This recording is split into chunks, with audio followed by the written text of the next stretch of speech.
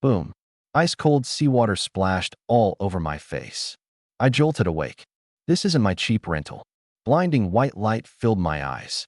Beneath me, a rickety wooden raft swayed violently. The roar of ocean waves pounded in my ears.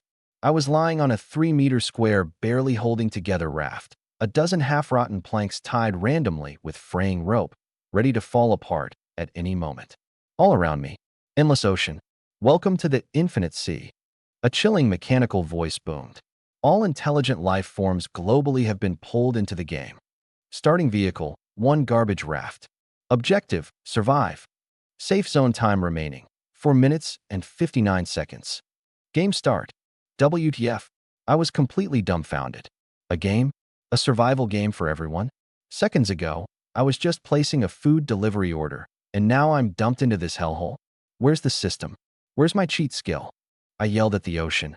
I've read thousands of survival novels as a seasoned fan. Where's my opening bonus? Just as hopelessness was about to consume me. Ding.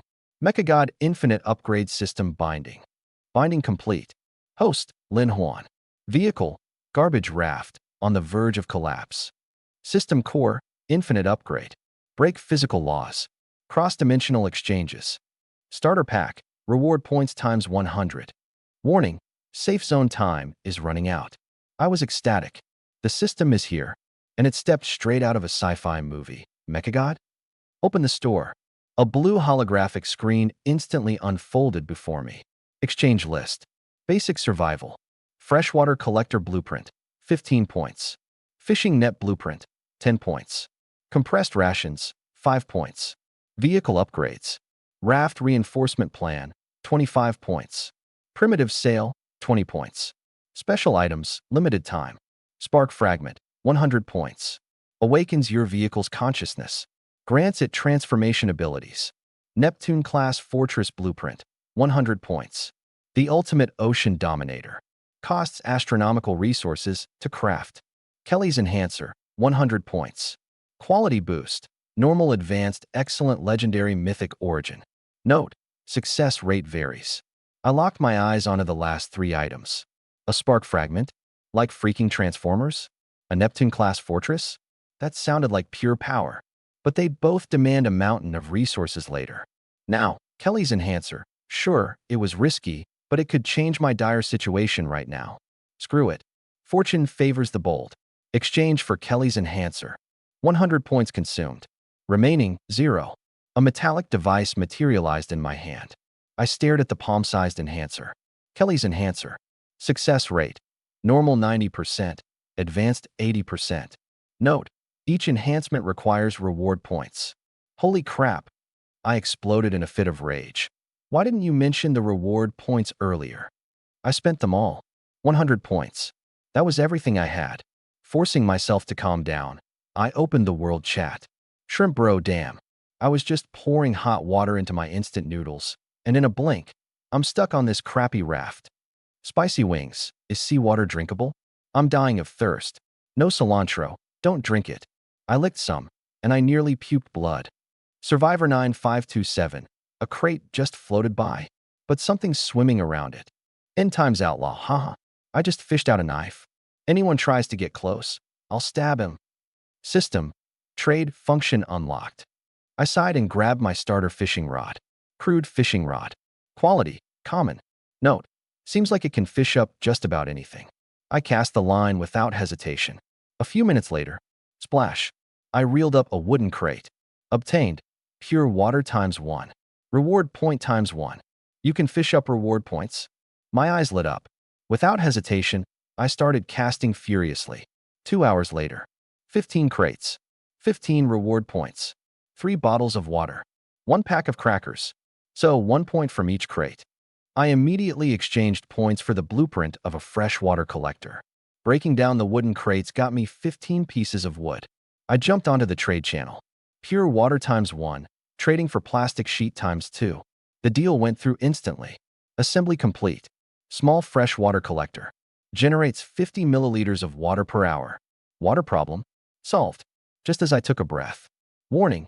A storm will arrive in 72 hours. Storm. I glanced at the upgrade menu. Raft upgrade requirements. Wood times 100. then shifted my gaze to the enhancement module. Normal enhancement, 10 points. Advanced enhancement, 100 points. Origin enhancement, 10 million points. Upgrading and enhancing, they're different. I narrowed my eyes. Time to keep fishing for crates. Gripping the rod tightly, my eyes lit up with burning determination. If this is a survival game, then I'm going to master it in style. In the next hour, I fished like a machine, casting, waiting, reeling in, over and over again. Finally, another 10 crates. Obtained, wood times 10, bandage times 1, sausage times 1, bottled water times 2, reward point times 10. I stared at my measly 10 points. What should I enhance first? The fishing rod. Yes, the fishing rod. I held the enhancement module up to the rod and poured in all 10 points. The module began trembling violently, as if it was about to explode. Boom. A burst of light erupted. Advanced fishing rod. Quality, advanced. Effect, lure of luck. 10% chance to fish up higher quality items. Holy crap. My eyes widened in disbelief. Enhancements can have special effects. This enhancement module. Jackpot. Spending 100 points for this? Totally worth it. I suppressed my excitement and cast the fishing line again. A few minutes later, splash. Acquired. Reinforced oak crate. Quality high. Yes, the crate's quality improved. Cracking it open. Wood times 5, copper times 1, bonus points times 2. Double the bonus points. Awesome. I kicked into full-speed loot mode. By nightfall, reinforced oak crate times 4, wooden crate times 3, iron sheet crate times 1. Total haul, wood times 30, copper times 5, rope times 20, instant noodles times 2, bonus points times 16. I immediately upgraded my raft. Bang. Simple raft. Quality, high. Durability, 1000. Special attribute, blessing of the sea god. Small chance to evade sea creature attacks below advanced level. Durability increased tenfold. I looked into my backpack, 6 bottles of water, 2 compressed biscuits, 2 packs of instant noodles. Time for some trading. Trade offer, 300 milliliters bottled water in exchange for a tin can. Shrimp bro, whoa? 300 milliliters water? Dude, you're my savior. Deal. I quickly traded for a flint blueprint and crafted it. Carefully piling stones for a fire pit, I struck the flint. Whoosh. Fire flared up. I placed the tin can over the flames, poured in water, and let it boil. Finally, ripped open the instant noodle pack. Seasoning noodles into the pot. The aroma wafted through the night. Snap. Took a picture and posted it to the world chat. Nothing beats a warm bowl of instant noodles on a cold night. The chat exploded. Shrimp bro, instant noodles, and fire. This brought tears to my eyes. Prison King, damn. I'm over here chewing on seaweed. Where'd you get fire, boss? Fairy Maiden, sob sob. Big boss, can I trade all my wood for just one sip of soup? Doom Runner, humph, it's just a little flame. Useless when the storm hits. Anonymous, show off. Watch out for trouble heading your way. Anonymous, report him. Clearly cheating. A sly smirk crept up my face. This was exactly the reaction I wanted. Time to pick and choose the most valuable trading partners. Without a word, I devoured the noodles, extinguished the fire, and lay down. With blessing of the sea god, I enjoyed a peaceful night. Morning broke. Time till storm. 60 hours. Better upgrade the raft ASAP. I sipped some water, nibbled half a biscuit, and got back to fishing. By noon, oak crate times 10, wooden crate times 7, iron sheet crate times 2. Acquired. Bonus points times 30, wood times 70, rope times 24, copper times 7, iron times 2, small dagger times 1. 100 pieces of wood collected. Upgrade time. Bang. The raft instantly expanded to 4M times 4M. Small raft. Level 2. Durability, 2000. Next, upgrade requirements. Wood times 500, hemp rope times 50, metal block times 10. Upgrading increases durability too. But the wood requirement is way too much. I redeemed the fishing net blueprint, spent 10 points crafting it, then another 10 points to enhance it. Basic fishing net. Quality, high. Trait, old man and the sea. Escape rate of prey minus 10%. Impressive. I cast the fishing net. Swoosh. Pulled it back in. Fresh fish times 12. Crab times 2. Seaweed times 1. Stone times 3. Awesome. I hung the fishing net on the side of my raft and started cooking my second pack of instant noodles. This time, I added crab and a sausage. Crunch. Sunshine, the sea, and seafood ramen. Photo. The chat channel exploded. Shrimp bro dad. Real dad. Toss me a spoonful of soup. I've got glowing rocks. Raft master, seafood ramen. Need a sidekick? I can hang on the side of your raft. No cilantro. Big boss, how about me? Shadowy figure attached. Anonymous. Report. This guy's definitely fishy. Allied survivors. Brother Juan, be careful. Flaunting resources too much might attract trouble. Interested in joining us? PM if yes. Allied survivors. I frowned. Juan, what the heck is that supposed to be? Shrimp bro. Some group that started last night. Supposedly planning to share struggles together or something. IPM Shrimp bro. Juan, did you join? Shrimp bro, nah? Doesn't sound reliable. Who's gonna share extra resources? Shrimp bro, but heads up bro. Some people have already made contact. Once someone upgrades their raft enough, it might actually turn into a boat with a much larger roaming range. I sat, thoughtful for a moment, then tossed Shrimp bro a pack of biscuits. Shrimp bro, whoa? Juan bro, you're so generous. I'll send you any updates ASAP. I chuckled. Allied survivors, I squinted. No matter what kind of group it is, strength is the ultimate hard truth. Before any threat hits, I need to get stronger. With seafood noodles down the hatch, I let out a satisfied burp. If only there was a cigarette, it'd be perfect. I opened the system store, no cigarettes. Clicking into special/interdimensional items, limited time shiny deals. It refreshed. The source of flame and Sea King level blueprints were gone, now replaced with blueprints for a space aircraft carrier and a fusion reactor. It refreshes? I stared at the space aircraft carrier blueprint, my throat bobbing slightly. The exchange only costs 100 reward points, but the material list, it's a mountain of resources. Half the components are things I've never even heard of. Forget it. The more I look, the itchier I get. I closed the store and used my last 10 reward points to upgrade my dagger. Dagger quality, high.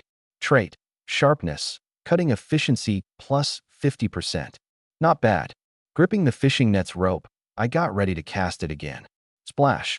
Water droplets scattered as the fishing net hit the wooden raft with a heavy thud. This haul was incredible. Dozens of silver-scaled fish wriggled madly. 4 or 5 crabs with clawed arms flailing, and thick, dark green seaweed almost bursting the seams of the net. Among the mess were broken seashells, coral fragments, and, what's this? I pushed aside the seaweed, uncovering a few dark brown, round objects. They were solid and heavy in my hands, with a hard shell and a briny, pinewood-like fragrance. Drawing my knife, I sliced one open, white flesh revealed inside. Loot obtained. Fish meat X22. Loot obtained. Sea crab X5. Loot obtained. Thick seaweed X3 bundles. Weaving/fuel use. Loot obtained. Seashells/coral fragments X some. Loot obtained. Coco de mer X4. Coco de mer. I immediately cracked one open, tipping my head back to chug the crisp, sweet coconut water. The tender snow-white coconut flesh had a burst of creamy flavor that was utterly divine. Fishing up coconuts? The old man and the sea entry just set the bar sky-high. I swiftly began processing my catch. Storm countdown, 55:15, XX. Upgrading needs 500 wood. Fishing alone won't cut it. I need to trade. Good thing I have the Kelly Enhancer, the ultimate tool. The trading board was still packed with white tier goods. Blue tier? Forget it. No one has any.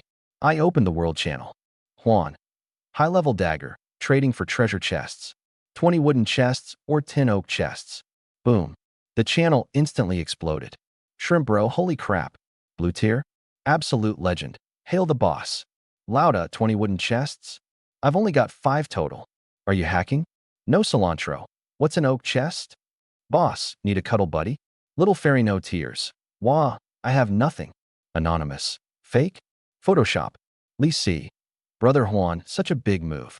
I can scrape together 10 oak chests. Save it for me, deal? United Surviving Union. Mr. Juan, we can offer a resource package far beyond 20 wooden chests.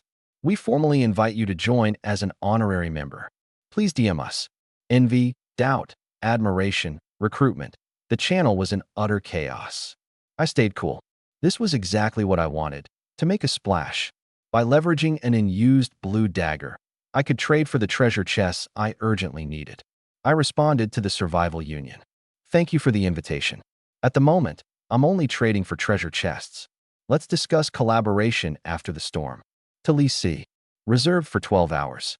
If you deliver 10 oak chests in time, the dagger's yours. Suddenly, a direct message popped up. Forge Master. 15 wooden chests plus 5 oak chests. Condition. Either tell me your enhancement method or help me enhance one item. I frowned. Juan. And what makes you so sure I can enhance? Forge Master. Heh. At this stage, no one has blue tier items.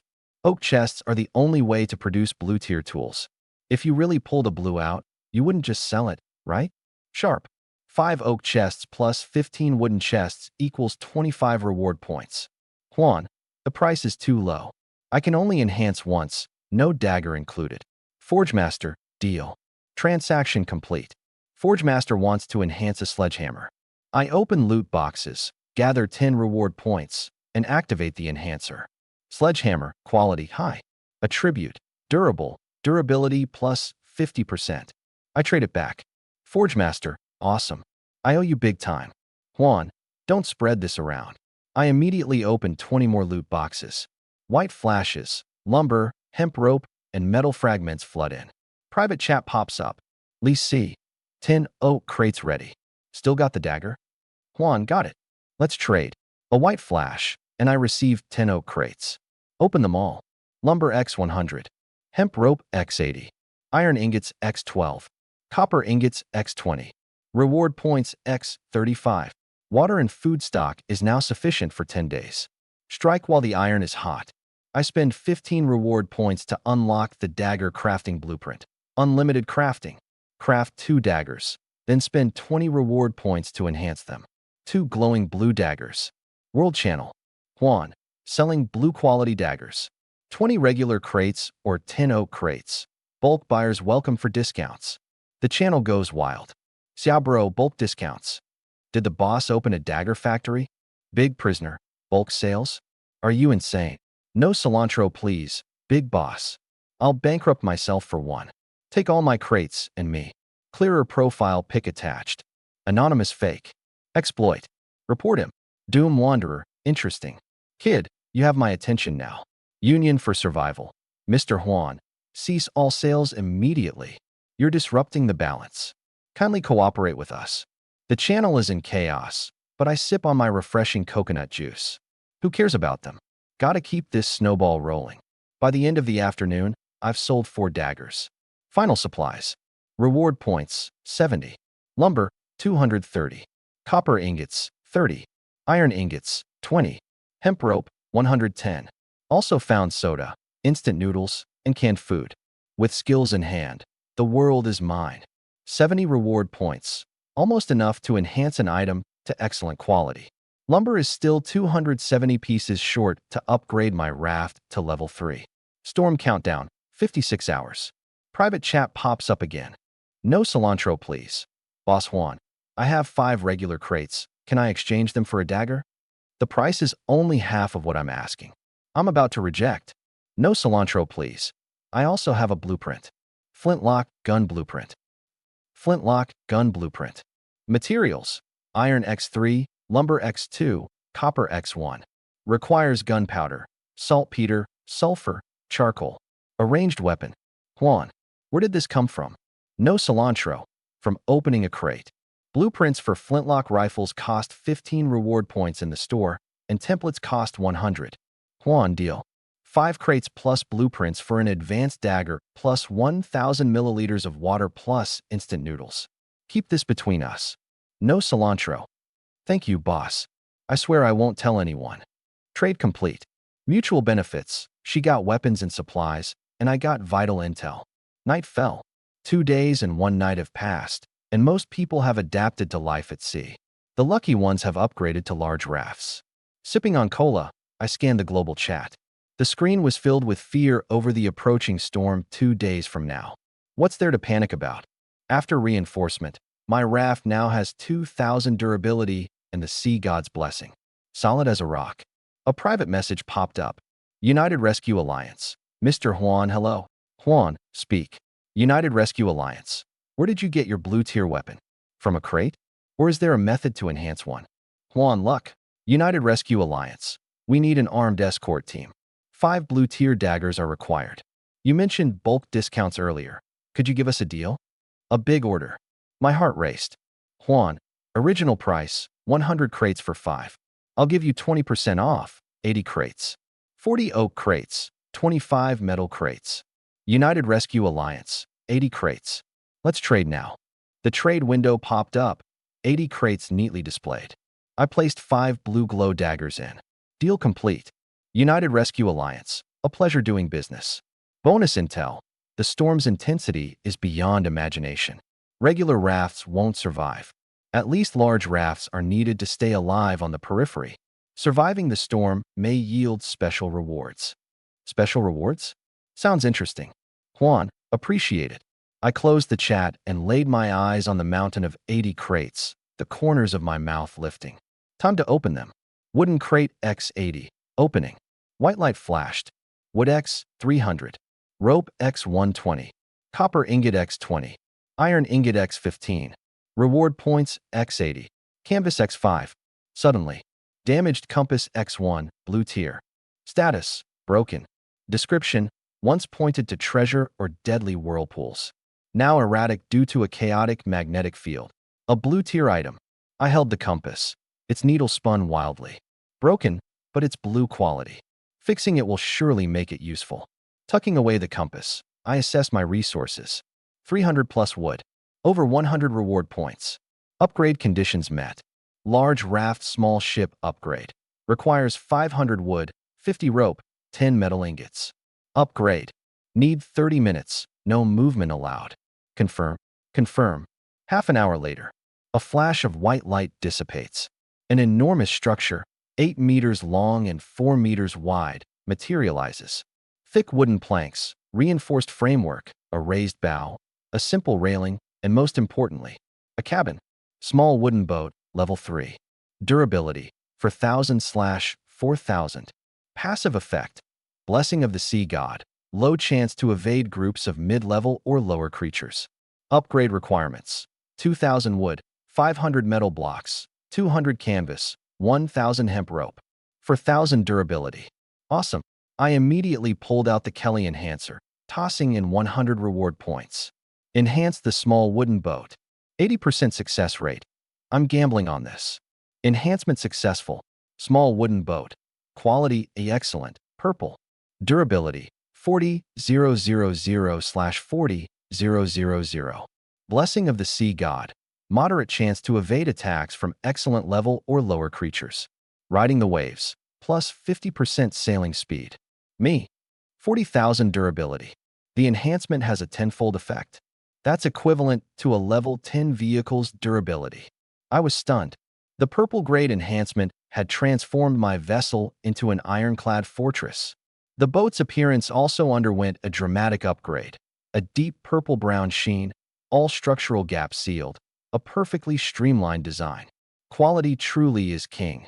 Unfortunately, the orange grade enhancement requires 1,000 reward points, so that's out of the question for now. I stepped into the cabin. Everything I needed was already in place. Bed, table, chairs. I lit the heating stove, placed a pot on it, tossed in some fish, and sprinkled in some old tank pickled noodle seasoning. I set a can of cold cola next to it. Photo time. User Juan. Old tank pickled seafood noodles with cola. Living the dream. Photo. The chat channel exploded. Prawn bro, a cabin. With walls, a roof, and a bed.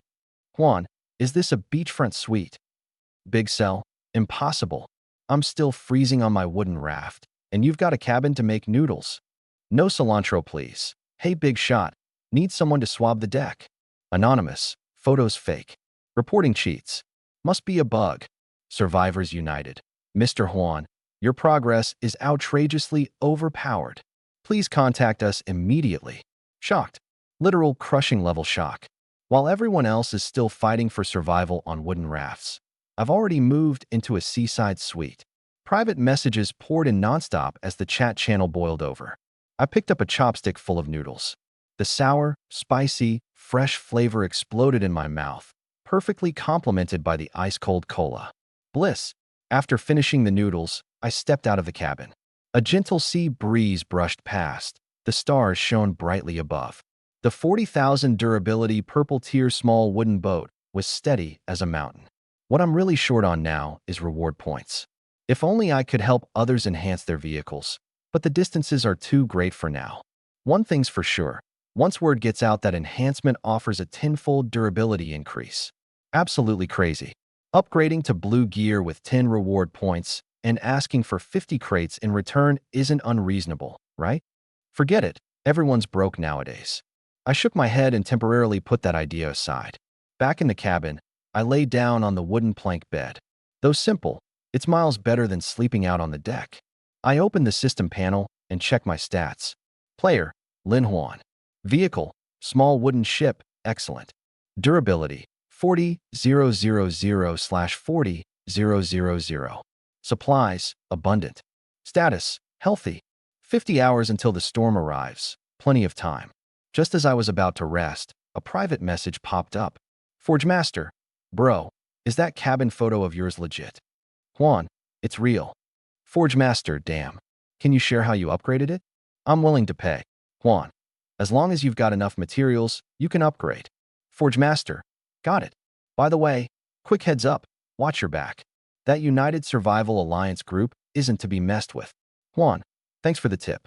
I closed the private messages and started to think. The United Survival Alliance definitely needs to be handled carefully, but for now, my strength is solid. I have nothing to fear at the moment. Suddenly, world chat erupted in alarm. Handsome Luo, holy crap, there's something in the water. It's huge. Shrimp guy, I see it too. A shadow, must be at least 5 meters long. Don't cry, little fairy. Wah, it's terrifying. It's ramming my raft.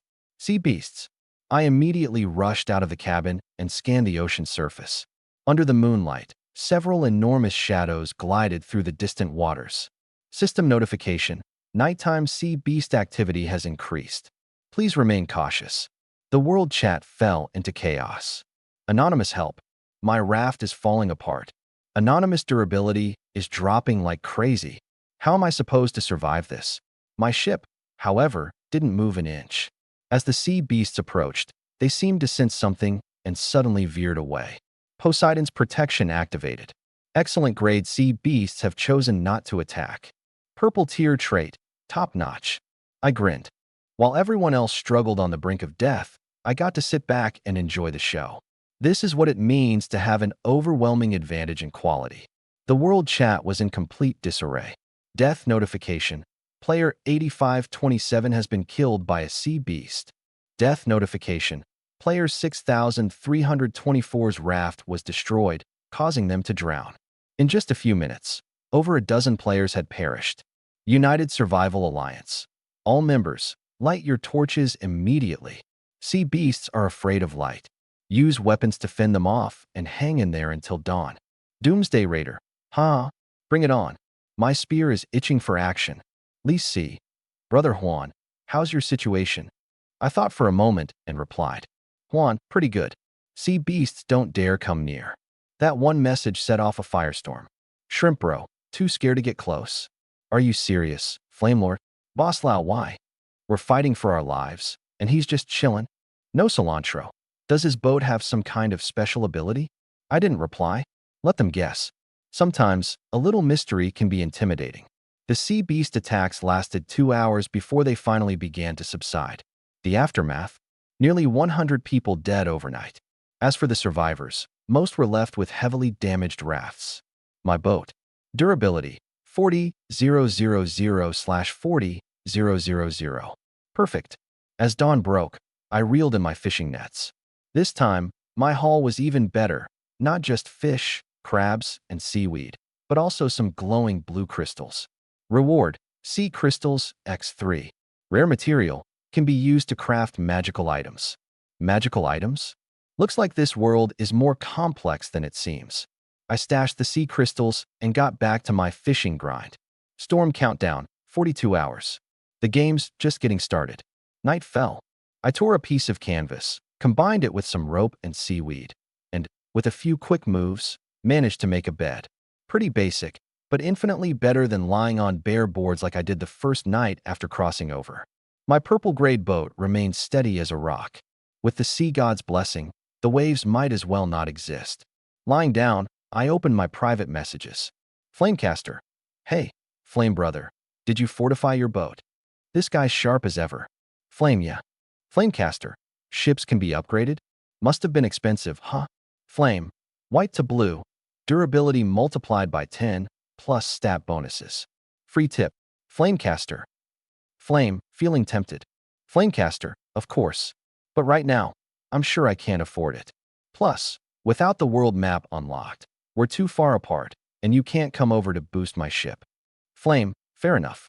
Ships are core to survival, worth far more than weapons.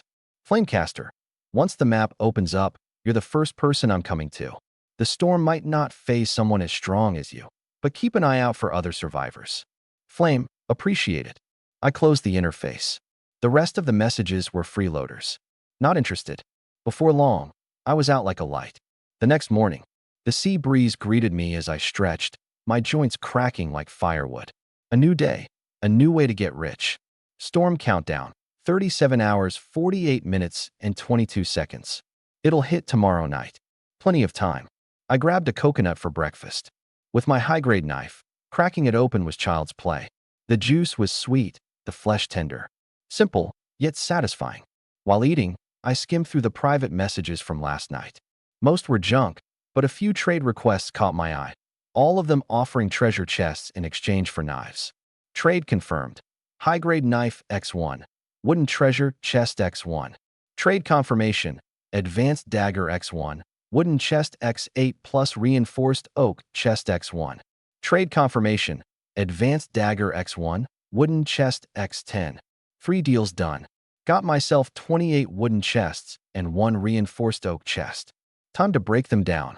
Obtained 120 wood, 40 ropes, 5 copper blocks, 3 iron blocks, 30 bonus points, 1 damp tobacco. Tobacco. My eyes lit up. Even though it had been soaked in seawater, this was rare stuff. The hardest thing about life at sea is being without a smoke. I lit the fire pit and set the tobacco on top to dry. While waiting, I opened the world chat. At this point, most people had figured out food and water, but weapons were still scarce. Manufacturing them requires blueprints, and weapon drops from chests are as rare as a needle in a haystack. An opportunity was here. I pulled out my flintlock gun blueprint. Required materials: iron block X3, wood X2, copper block X1. Gunpowder recipe: saltpeter, sulfur, charcoal. I had the materials, but no gunpowder ingredients. I quickly made a few basic daggers and listed them on the marketplace. My private messages instantly blew up.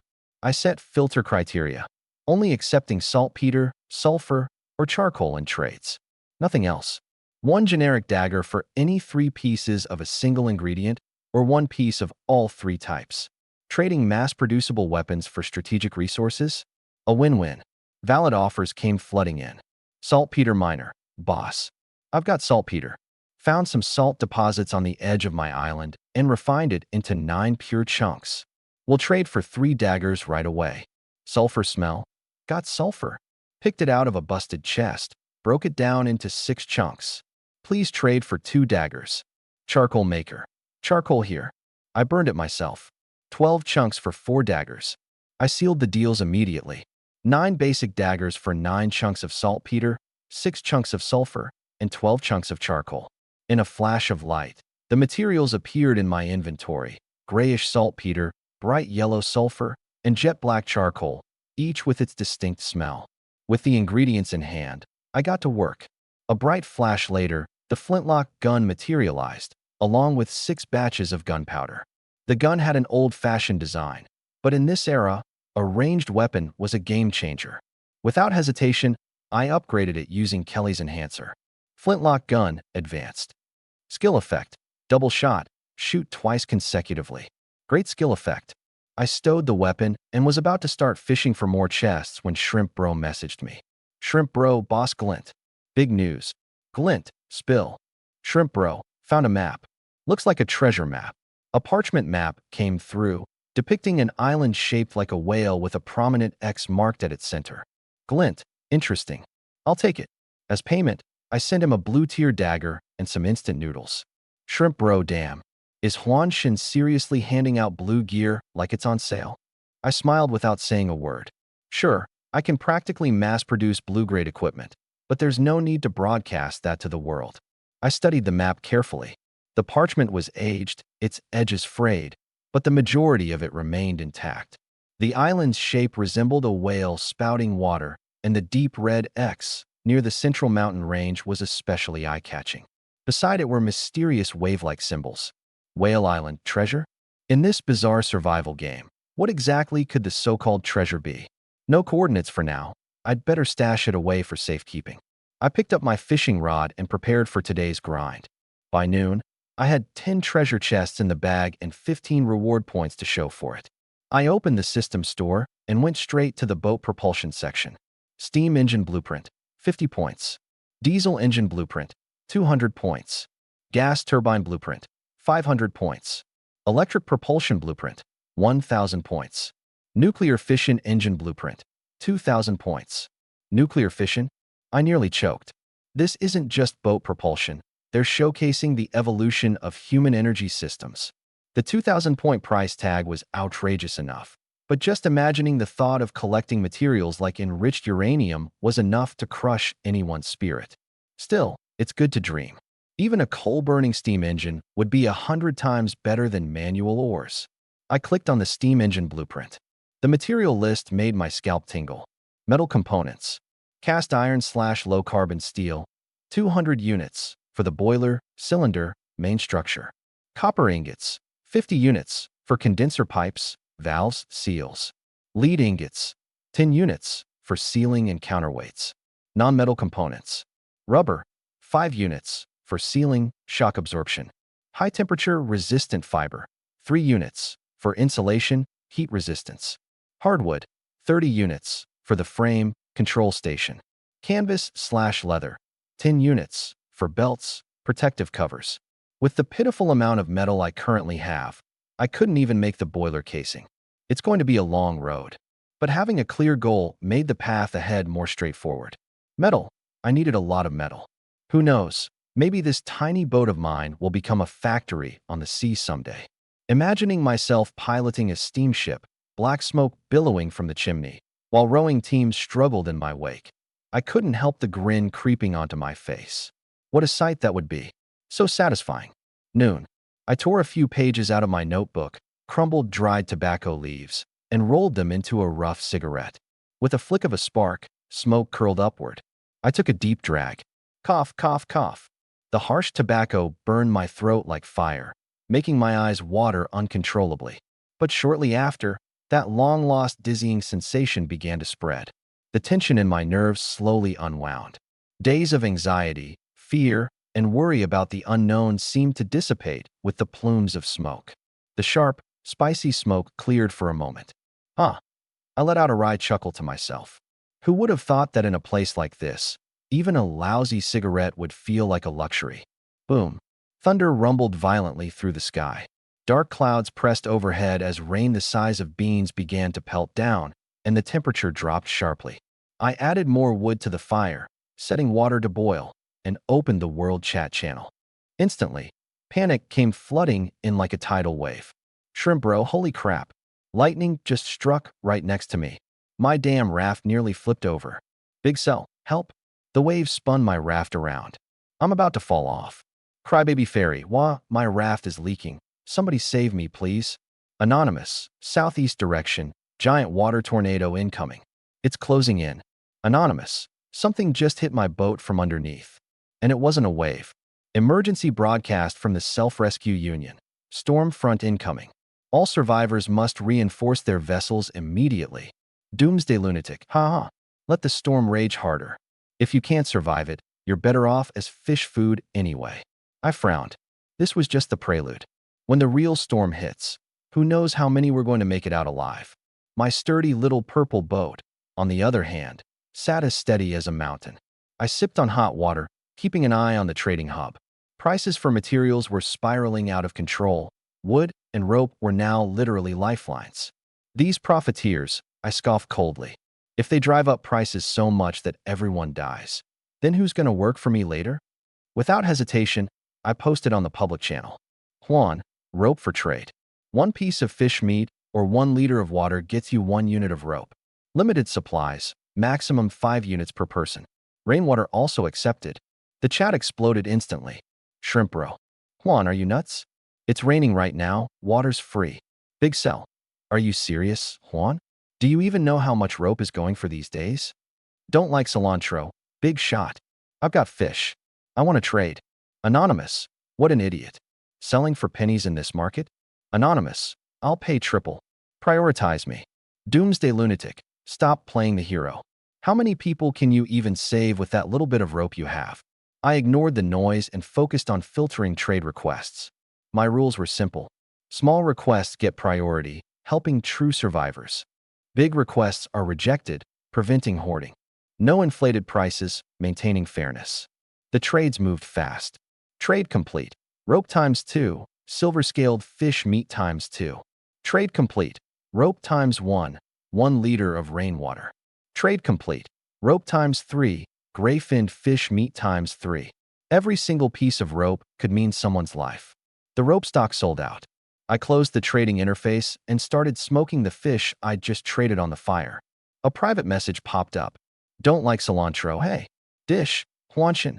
Thank you for the rope. I'm still short 20 pieces of wood to upgrade my large raft. Could you lend me some? I swear I'll pay you back after the storm. I recalled the flintlock blueprint she had traded earlier. Juan. All right, just don't tell anyone else. 20 pieces of wood sent. Cilantro hater.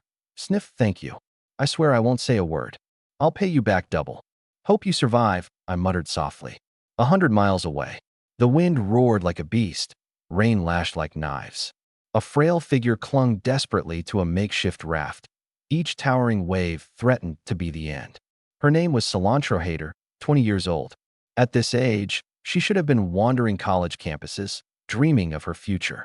But now, her only wish was survival. When 20 pieces of wood arrived, she nearly cried. But the freezing seawater choked her sobs. Upgrade. Now, a white light enveloped her. The raft transformed, expanding, strengthening, solidifying. In seconds, it became a true large raft beneath her. The next monstrous wave slammed into her. The raft shook violently, tilting at a heart-stopping angle, but it held firm. No breaking apart. No capsizing. I made it. She collapsed onto the drenched but solid deck. Rainwater blended seamlessly with the tears on her face. She had survived. Because of Huanshan's 20 pieces of wood. Thank you, Huanshan, she whispered to the storm, engraving his name and kindness into her very soul. Double repayment. What was once a desperate plea had now become a solemn vow. Struggling to sit up, she wiped the water off her face, beginning to inspect the upgraded raft. The storm raged on, but now she had a glimmer of hope to live. The torrential rain halted abruptly. I opened my eyes, sharp like a blade. Outside the cabin, the rain ceased, though clouds still loomed heavy. The timer was counting down, 24 hours. The final frenzy was about to begin. Every survivor would fight to the death. I got up and stepped out of the cabin. The next second, my pupils contracted sharply. For 100 meters ahead on the left, a tattered raft was struggling in the whirlpools. There was someone on it. Since arriving in this world, it was the first time I had encountered another player face to face. The silhouette noticed my purplish-brown warship, frantically waving their arms. My hand instinctively went to my gun. In this hellish sea, any approach meant danger. The raft paddled desperately closer. 100 meters. Stop right there. I drew my gun. The raft came to an abrupt halt. Then, a trembling female voice, choked with tears, called out. Please don't shoot. I mean no harm. Who are you? I'm Little Fairy No Tears. Are you Huanshan? The voice quivered, but a faint glimmer of hope lingered within it. Little Fairy No Tears? Wasn't she the one who once traded rainwater in the chat room? My ID is tied to the jute rope. I glanced at her raft. It bore fresh marks of rope bindings. That's me, I said, not lowering my gun. The girl seemed to breathe a sigh of relief. Divine One, There's a storm coming. My raft won't hold. Can I? Can I come aboard? Just for one night. I'll leave when the storm passes. I can offer supplies in return. I froze. In the moonlight, the girl's soaked clothes clung to her frail body, trembling in the cold wind. Her eyes carried despair mixed with a fragile sliver of hope. Turning away a girl who posed no threat and might be swallowed by the sea in the next wave? I couldn't do it. All right. That one simple word, like music to her ears. I tossed out a rope. Secure it and climb aboard. The girl scrambled to grab hold of her lifeline, using all her strength to climb onto the warship. The moment her feet hit the solid deck, she nearly collapsed. Thank you. Her voice cracked as emotion overwhelmed her. I sized her up. Early 20s, delicate-looking, but battered by circumstance. Her clothes were in tatters, her skin mottled with bruises, yet her gaze was as clear as water. What's your name? Zhou Shiyun. Come in. Have some hot water, I said, opening the door to the cabin. Warm light poured out into the darkness. Zhou Shiyun glanced between the open door and the ominous sea behind her. Her breath hitched as she followed me inside. The cabin glowed with flickering firelight. Zhou Shiyun wrapped her hands around the cup of hot water I handed her, the heat causing her frozen fingers to tremble. She sat cautiously and quietly took in this small refuge. It was simple but sturdy, with an air of reliability in every corner. Thank you, she murmured, sipping the water. The warm liquid soothed her throat, and tears pricked her eyes. After days of struggling for survival, this cup of hot water felt like a gift from the heavens. Have you come across any other survivors? I asked. No, you're the first. Zhou Shiyun hesitated before carefully laying all her belongings on the table. A few shells, 2 pieces of fish, a bundle of seaweed, 2 copper pieces, and a small handful of wooden planks. The modest offering made her look down in shame. This is everything I have. Her voice grew quieter and quieter. Any weapons? My gaze sharpened. No. She hurried to wave her hands in denial. She even went so far as to open her backpack for inspection. You can check. This near submission caught me by surprise. In a world where trust didn't come easily, this level of vulnerability was either dangerously naive or achingly sincere. No need. I trust you. My tone softened. Put them away. We'll cook something in a bit. Zhou Shiyun blinked, overwhelmed, her eyes glistening with unshed tears. Thank you. I pulled out a pack of instant noodles and a can of luncheon meat. Let me help, she offered eagerly. Before long, the cabin filled with the comforting aroma of food. Zhou Shiyun served the meal, giving most of the meat too. Just give it to me, and keep the plain broth for yourself. I looked at the overfilled bowl in front of me, then glanced at hers. Picking up the largest piece of meat, I dropped it into her bowl. Eat. Just those 2 words made Zhou Shiyun's nose sting. A tear rolled down her cheek, mixing into the soup, salty and bitter. She took small bites, warmth radiating from her stomach and spreading through her body. This simple dinner meal somehow chased away all the lingering chill. On this warship, beside this strong and taciturn man, she felt something she hadn't felt in a long time: safety. The night outside was pitch black, lightning tearing through the surface of the waves. Dinner ended. Zhou Shiyun abruptly stood, rushing to gather the bowls and utensils, the only thing she could do to help. I didn't stop her, just quietly watched. When she reached the makeshift sink with everything in her hands, I suddenly spoke. Go take a hot shower. Clang. The bowls nearly slipped from her fingers. Zhou Shiyun spun around, her expression as if she'd seen a ghost. A hot shower? Out here, on a storm-soaked sea? Using precious fresh water? Over there. I pointed toward an unremarkable wooden door on the cabin wall. You'll have to heat the water yourself. Standing up, I pulled a piece of canvas from the supply stack, checking its sturdiness before tossing it over to her. Use this to dry off. Make the fire bigger and dry your wet clothes, I added with a glance at the fire pit. Wearing damp clothes will kill you. The firewood's in the corner. Without waiting for a response, I left the cabin, shutting the door behind me. Zhou Shiyun stood frozen. The rough canvas in her hands felt warm. A hot shower, dry clothes, things she had long stopped hoping for. Yet this silent and stoic man had thought of everything. She blinked hard, forcing back the rising moisture in her eyes. No more crying. Taking a deep breath, She tossed 2 more logs on the fire, making it burn brighter. Then, she pushed open the creaky door labeled the bathroom. The space was cramped to the limit, containing just a simple wooden bucket toilet and a wash basin. But the basin had water. Fresh, clear water. Her heart started racing. Should she really use it? Wasn't it too much? But the deep craving for cleanliness, for that comfort, overpowered any hesitation. Besides, he'd allowed it. Clumsily, she filled a small iron pot with water and placed it over the stove. She pulled a flame from the fire pit, setting the wood beneath the stove alight. Orange-red flames danced, steam gradually rising with the water. Outside on the deck, I sat in a chair, eyes fixed on the streaks of lightning splitting the distant sea. Damn it, I muttered under my breath. Why did I let my guard down? Her image flashed in my mind, curled up on that broken raft, trembling from the cold, her eyes overflowing with despair and the faint flicker of a battered will to survive. That, and the clumsy trust of her handing over everything she had, hesitatingly granting me full access to her meager possessions. Me, Lin Huan, before all this, before ending up here, I was just a bottom-rung loser. Unemployed, scraping by on a few bucks from game-boosting gigs. After paying rent, all I could afford was the cheapest takeout box meals. But still, every month, I stubbornly set aside $500 to donate to a lunch program for kids in the mountains, no matter how tight things get. My friends laughed at me, saying, "You're practically starving yourself, and you still care about others?" I'd just smile and say, "Can't turn a blind eye. Life has taught me to shield myself with indifference, but that little part of me that can't ignore it never quite dies. Most of the time, I bury it deep. But when faced with pure, raw despair, it bubbles right back up to the surface. Damn it," I muttered, running a hand through my hair. An hour later, the door creaked open just a sliver. There stood Zhou Shiyun, her clothes mostly dried. Her freshly washed face glowed with health, a soft pink flush on her cheeks. Damp hair clung to her temples, and her eyes sparkled, looking unusually clear. I'm done," she whispered softly.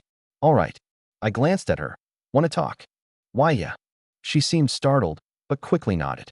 "So what did you do before this?" "I studied clinical medicine. Just graduated this year." Clinical medicine. I whipped my head around. That profession, in this resource-starved survival game, was worth its weight in gold. Someone who knew their way around medicine, could treat wounds, and handle emergencies. That's a straight-up strategic asset. Suppressing my excitement, I asked, "Have you done any internships?" "I interned for 6 months at City Hospital No. 1.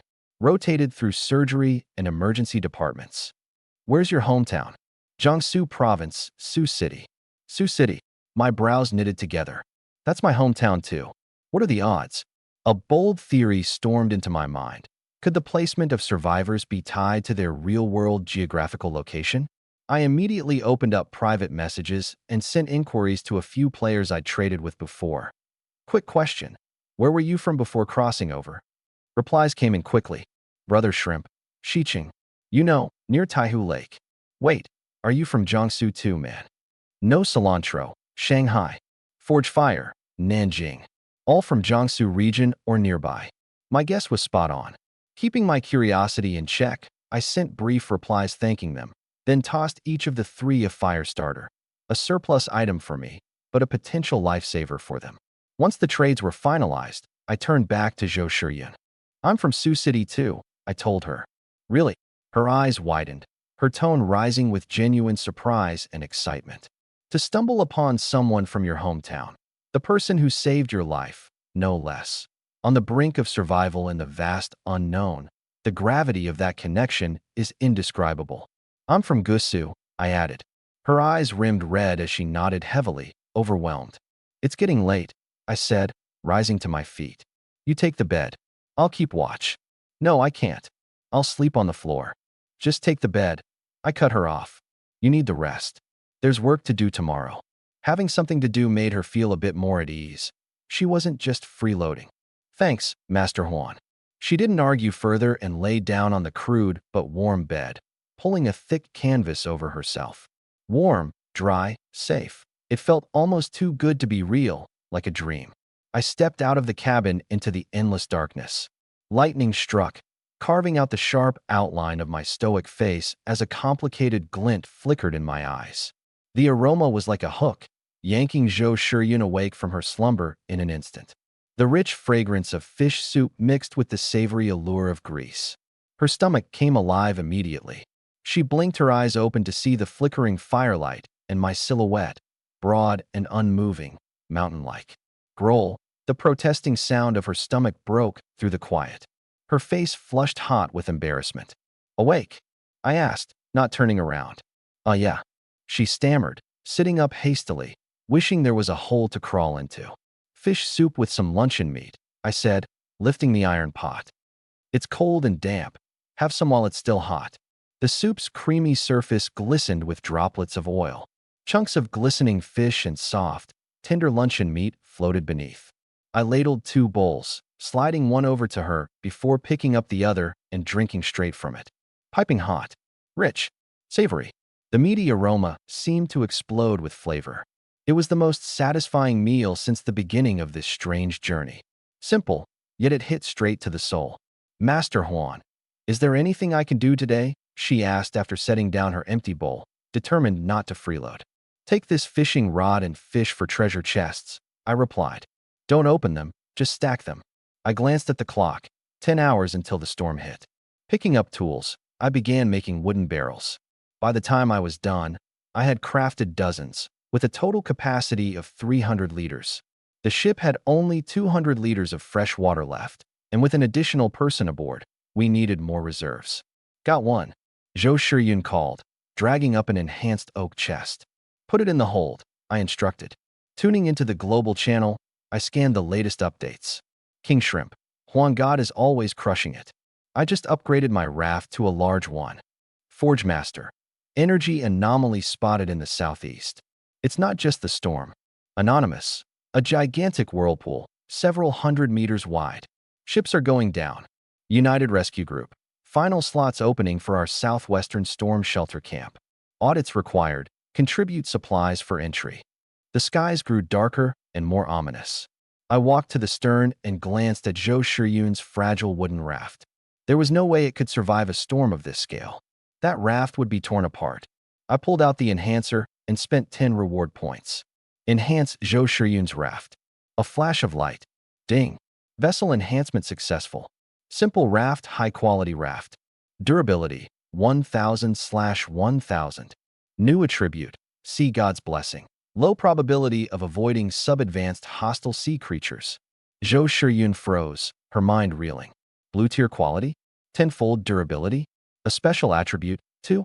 Her head whipped around, and her eyes instantly brimmed with tears. It had to be him. Only he could wield such godlike power. "Your raft was too weak," I said flatly. "Let's reinforce it while we're at it. Save ourselves the trouble later." "While we're at it?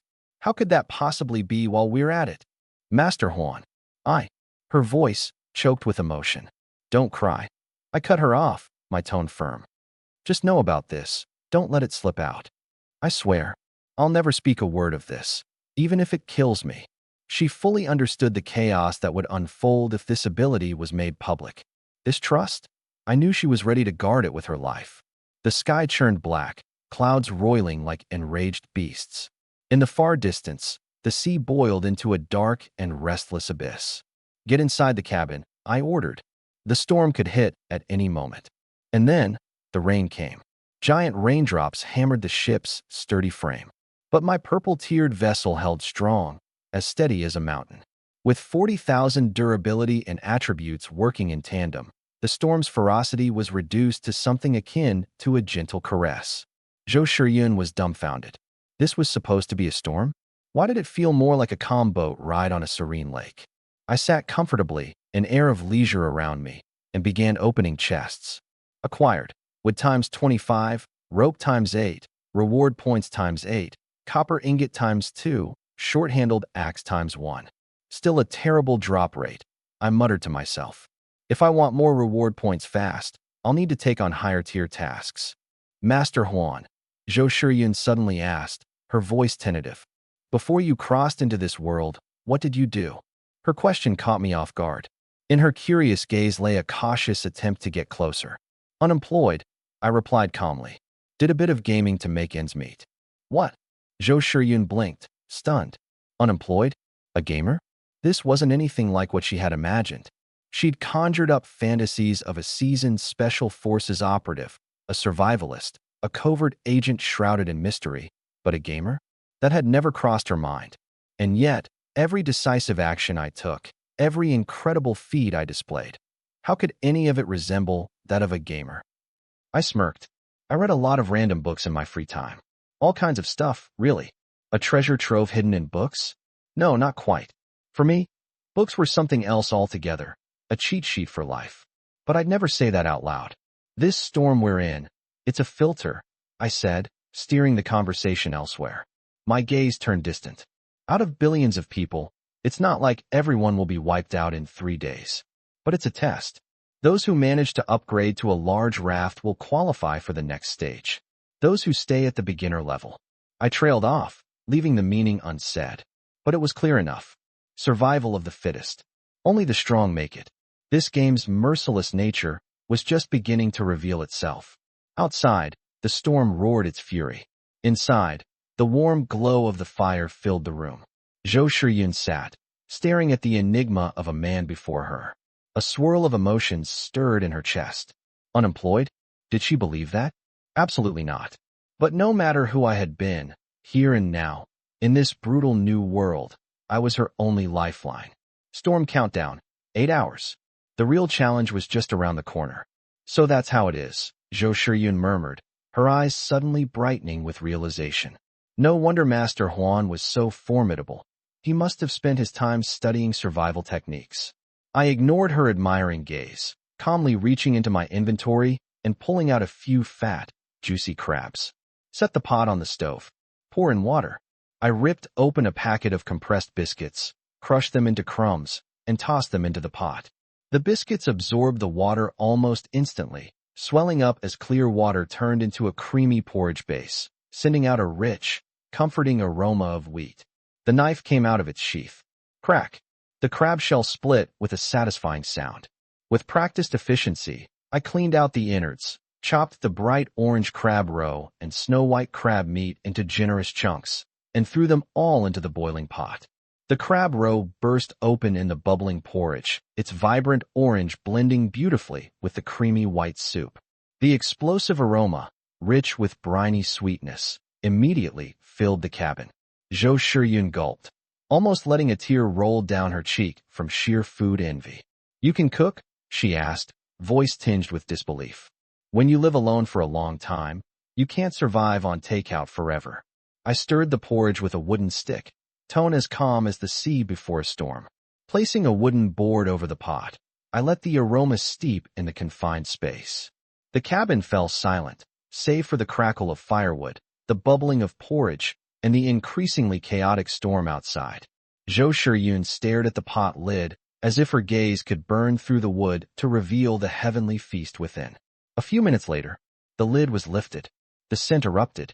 The porridge had thickened, its creamy consistency now a tempting golden hue, studded with jewel-like pieces of bright orange crab roe. Scooping up the most succulent crab roe and meat, I filled a wooden bowl, handing it to Zhou Shiyun before serving myself a modest portion of the porridge base. Eat it while it's hot. The scalding, sweet, and ocean-bright flavor, along with the humble warmth of wheat, conquered the taste buds in an instant. Zhou Shiyun took the bowl. The comforting warmth on her fingertips made her eyes sting with emotion. She murmured a quiet thank you before taking a giant mouthful. Hot, but irresistibly delicious. The warmth spread from her stomach to every inch of her body, like volcanic heat melting the chill away. After finishing her meal, Zhou Shiyun stood up and began cleaning the bowls and utensils. At that moment, my private chat interface suddenly lit up. No cilantro please, God Huan. The storm hit. Are you okay over there? Huan, I'm fine. What about you? No cilantro please, lucked out. My raft got pushed to the back of a massive reef. It's a natural harbor. It's still shaking, but it's way better than being in open water. Huan, that's good to hear. No cilantro please. Oh, by the way, I opened a treasure box and got a pack of wheat seeds. My small raft can't use them at all, but your big ship totally can. You want them? Seeds? A sharp gleam flashed in my eyes. This could be the foundation for sustainable food. If I found an island, or even just fresh water, these seeds could be life-changing. Eventually, I could even set up a farming area on the ship. The value of these seeds was immeasurable, an investment in the future. Juan, I'll take them. I owe you one for this. I silently decided to repay her by helping reinforce her raft the next time we crossed paths. No cilantro, please.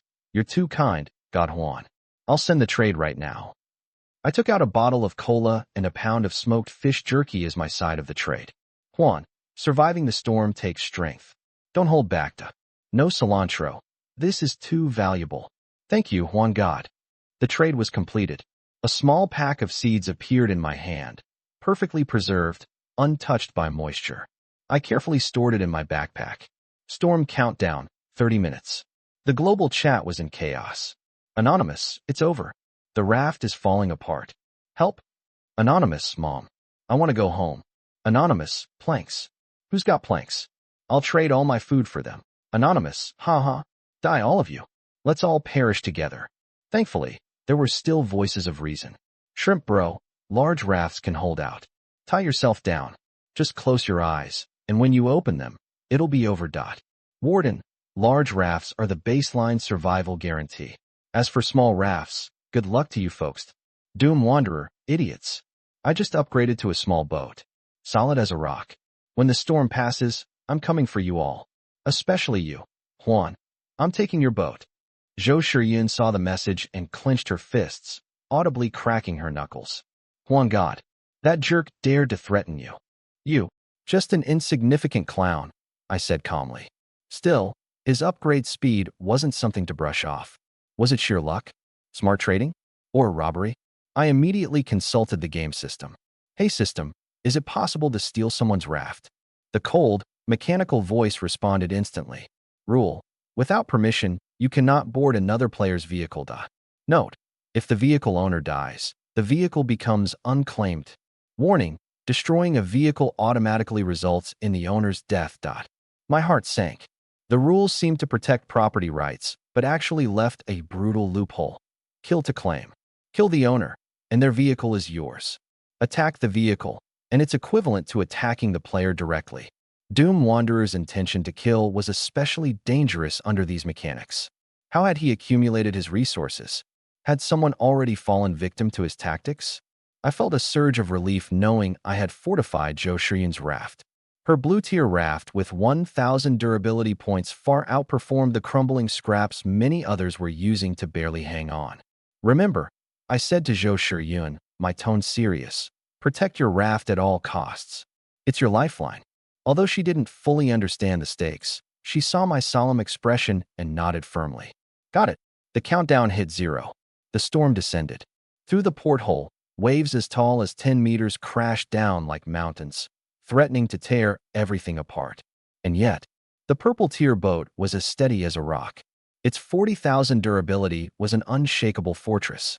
The wave-cutting perk activated flawlessly, automatically adjusting the boat's angle to glide into the valleys of the waves, absorbing their impact with ease. Dismantle. Ding. Durability -1. The system notification occasionally chimed in, as if mocking the storm's lack of power. For something with a durability of 40,000, this little damage wasn't even a scratch. Zhou Shiyun was delighted to notice that her small raft had only lost a dozen durability points. The rate of decline was so slow, it was outrageous. Without the upgrades, her rickety little raft of only a few dozen durability points would have been shattered to pieces by now. Once again, she realized, without Huan Shun, she would have died yesterday. The storm grew stronger. Gigantic waves crashed down like mountains, pounding incessantly on everything afloat on the sea. I kept checking on the status of my allies. Juan, holding up. No cilantro. Still okay. The shelter is holding, but the wood burns fast. I've been continuously adding more. Fortunately, I fished up a decent amount of crates earlier today. Xiaji, holy crap. Almost got flipped by a wave. Raft's still intact, managing repairs while holding on. The Firecaster. Damage is manageable. Plenty of supplies left. Key takeaway. Everyone was still alive. The intense fishing during the day had given them the capital to withstand this storm. Exactly what I predicted as the passing grade for survival. Harsh, but hopeful. Around 7 or 8 in the evening, Zhou Shiyun leaned against the cabin wall, fidgeting with the hem of her shirt. She glanced at me a few times, as if wanting to say something, but hesitated. "Speak," I said, eyes closed, my voice calm.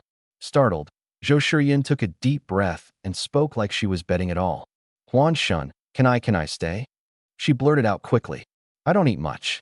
I can work, clean, cook, tend the fire. I studied clinical medicine. I can treat wounds, diagnose illnesses." Her voice trailed off. She knew she was going back on her word. They had agreed she'd leave after the storm. But the thought of returning to that lone raft, facing this deathly sea alone, almost consumed her in fear. Leaving here meant certain death. "All right." Zhou Shiyun's head shot up, disbelief written all over her face. "Your profession has value." I opened my eyes. A clinical medical student had undeniable worth in an environment with scarce medical resources. Basic wound cleaning, dressing, diagnosing illnesses, these were far more valuable than just another handiworker. The team had effectively gained a medical module on the ship, a basic version, but with obvious potential. This wasn't pity. It was a value judgment. "Thank you. I'll work hard." Zhou Shiyun's eyes lit up with determination. "Good. Follow the ship's rules. Details to be discussed after the storm." I checked the supplies. There was enough food, enough to last 2 people for half a month. On the ocean, food wasn't the problem. It was basic materials that were in short supply. Wood, 120 units remaining. Since Zhou Shiyun was staying, the living quarters needed some adjustments. I used 30 wood units and 5 iron units too. Swapped out for a new bed, layered with seagrass and canvas. "You'll sleep here tonight." "Thank you." Warmth spread through Zhou's heart. I took out 2 coconuts and a few pieces of fish. Peeling, juicing, slicing. My movements were fluid, effortless. Coconut juice went into the pot, bubbling gently. The fish followed, turning white in an instant. Thin slices of coconut meat were tossed in, white gleaming against white. I covered the pot and let it simmer over low heat. The aroma was intoxicating. Not just the pure freshness of fish or the creamy scent of coconut, but a perfect harmony of the ocean's saltiness and the tropics' gentle sweetness. The coconut juice seeped into the fish, removing any hint of fishiness and enhancing the flavor. In turn, the fish infused the broth, weaving together creaminess and briny richness. Shiyun's stomach grumbled audibly. I must admit, cooking is a skill I've mastered. Half an hour later, the air inside the cabin was saturated with mouth-watering fragrance. Shiyun's eyes were locked on the iron pot, eager with anticipation. "It's ready." I lifted the lid. Rich steam rushed upward, carrying the aroma with it. The broth was a milky white, thick and luscious. The coconut meat faintly translucent, and the fish glistened tenderly. The fish was soft, breaking apart with the lightest touch. The coconut meat retained a subtle chew, its sweetness crisp and refreshing. "Coconut fish," I named it. Grateful, Shiyun took the brimming bowl I handed her, barely waiting to blow on a spoonful before taking a taste. Hot, sweet. The fish melted on her tongue, delivering the ocean's briny richness wrapped in the smooth sweetness of the coconut milk. Every bite was layered, comforting.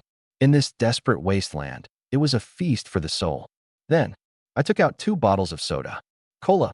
Shiyun's voice hit a higher pitch. Pop, went the familiar sound of a bottle opening. Cold. Refreshing. The bubbles danced on her tongue. Amidst the despair of this stormy sea, there was steaming hot coconut fish and ice-cold soda. Shiyun stole a glance at me. Sharp nose, thick eyebrows, a defined jawline. Handsome, but with an intensity in my eyes that kept people at a distance. Without me, she'd be dead already. "The storm's easing, but we'll wait a while longer. Eat, and then get some rest." "Yes, thank you." Lin Huan. Just Lin Huan. Her heart skipped a beat. "All right, Lin Huan." The 2 of us quickly finished our meal, cleaned up, and got ready for bed. Lying on her new bedding, Shiyun listened to the storm's howling echo faintly outside, while the cabin itself was warm and still. "Lin Huan, are you asleep?" "No. Thank you. Just sleep." I lay in thought. Before the apocalypse, Shuyun Zhou was probably the kind to graduate top of her class, work at a prestigious hospital, wear a pristine white coat, and date someone well-established, living a life that would inspire envy. The quintessential model child. And me? A deadbeat gamer, scraping by on freelance video game grinding jobs, living off instant noodles in a tiny rental. Nothing more than a weed in society's forgotten corners. Two parallel tracks that were never supposed to cross. And yet now, the endless sea has leveled everything. Degrees, careers, wealth, all meaningless in the face of survival's raw simplicity. Cast into the same raging ocean, struggling equally on the brink of life and death. Now here we are, lying in the same boat, separated only by a small gap in the warmth and darkness. Fate, isn't it strange? The world had played a cruel, yet wondrous joke. Zhou Shiyun's breathing gradually steadied, and I finally let go of my worries. A quiet night passed without words. Blinding sunlight shattered my sleep. My eyes snapped open. Outside the window, it was a vast blue sea and sky. The deadly storm from last night seemed as if it had never existed. 7:30 a.m. Status of the vessel. Wooden small boat. Excellent quality. Durability. 39, 754/40,000. Condition. Intact. Attributes. Wave glider. Recovering. Sea god's blessing. Recovering. Only about 200 durability lost. This boat was far sturdier than I had expected. I waved my hand, and the wood instantly repaired the cracks in the hull. Good morning. Huanji. Zhou Shiyun sat up, her cheeks slightly flushed. Last night, something had shifted between us. Morning. I glanced at her status and said, let's upgrade to a large wooden raft. I'll supply the materials. Before she could react, a large amount of wood and rope appeared in the trade interface. Zhou Shiyun's eyes reddened instantly. She lowered her head, trying to steady her trembling voice. Thank you. It's nothing. Ding. A deafening roar exploded in everyone's mind. Global announcement. The first disaster, sea tornado, has ended. The survivors have proven their qualifications to live. New features unlocked. 1. Global positioning system. 2. Guild system. Warning. The next disaster, deep sea unrest, will occur in 144 hours. Current world population, 5,406,355,010. 5 billion. Yesterday, there were 8 billion. 3 billion people vanished in just one night. I instantly pulled up the new interface. On the map, a green dot marked my location. 120.12 E/31.45 N. The world chat had gone insane. I'm alive. I'm alive. 3 billion people gone? Just like that. Guilds. Who's forming a guild and taking people in? Deep sea unrest? 6 days from now? Is this game trying to kill us all? Suddenly, a private message popped up. No cilantro. Huanshin. I made it. My coordinates are 120.42 E/31.45 N. Am I far from you? My heart raced. Same latitude. Only a 0.3 difference in longitude. That's 30 kilometers. No cilantro. There's more. My map shows there's an island nearby. A real island. I'm heading toward it now. An island. Land. Freshwater. Resources. Prepare to depart. I made the decision instantly. Don't go deep into the island. I'll come to you right away. I tossed an advanced dagger into the trade interface. Take this for self-defense. If you run into danger, retreat immediately. No cilantro. An advanced dagger? Juan is way too generous. Don't worry. I'll wait for you at the beach. Plans have changed. I turned to Zhou Shiyun. There's an island 30 kilometers away. An island? Her eyes sparkled instantly. It'll take more than 10 hours just rowing. I opened the system shop. We'll craft a sail. With the Wave Rider perk, we can boost our speed by 50%. Small sail blueprint. 25 reward points.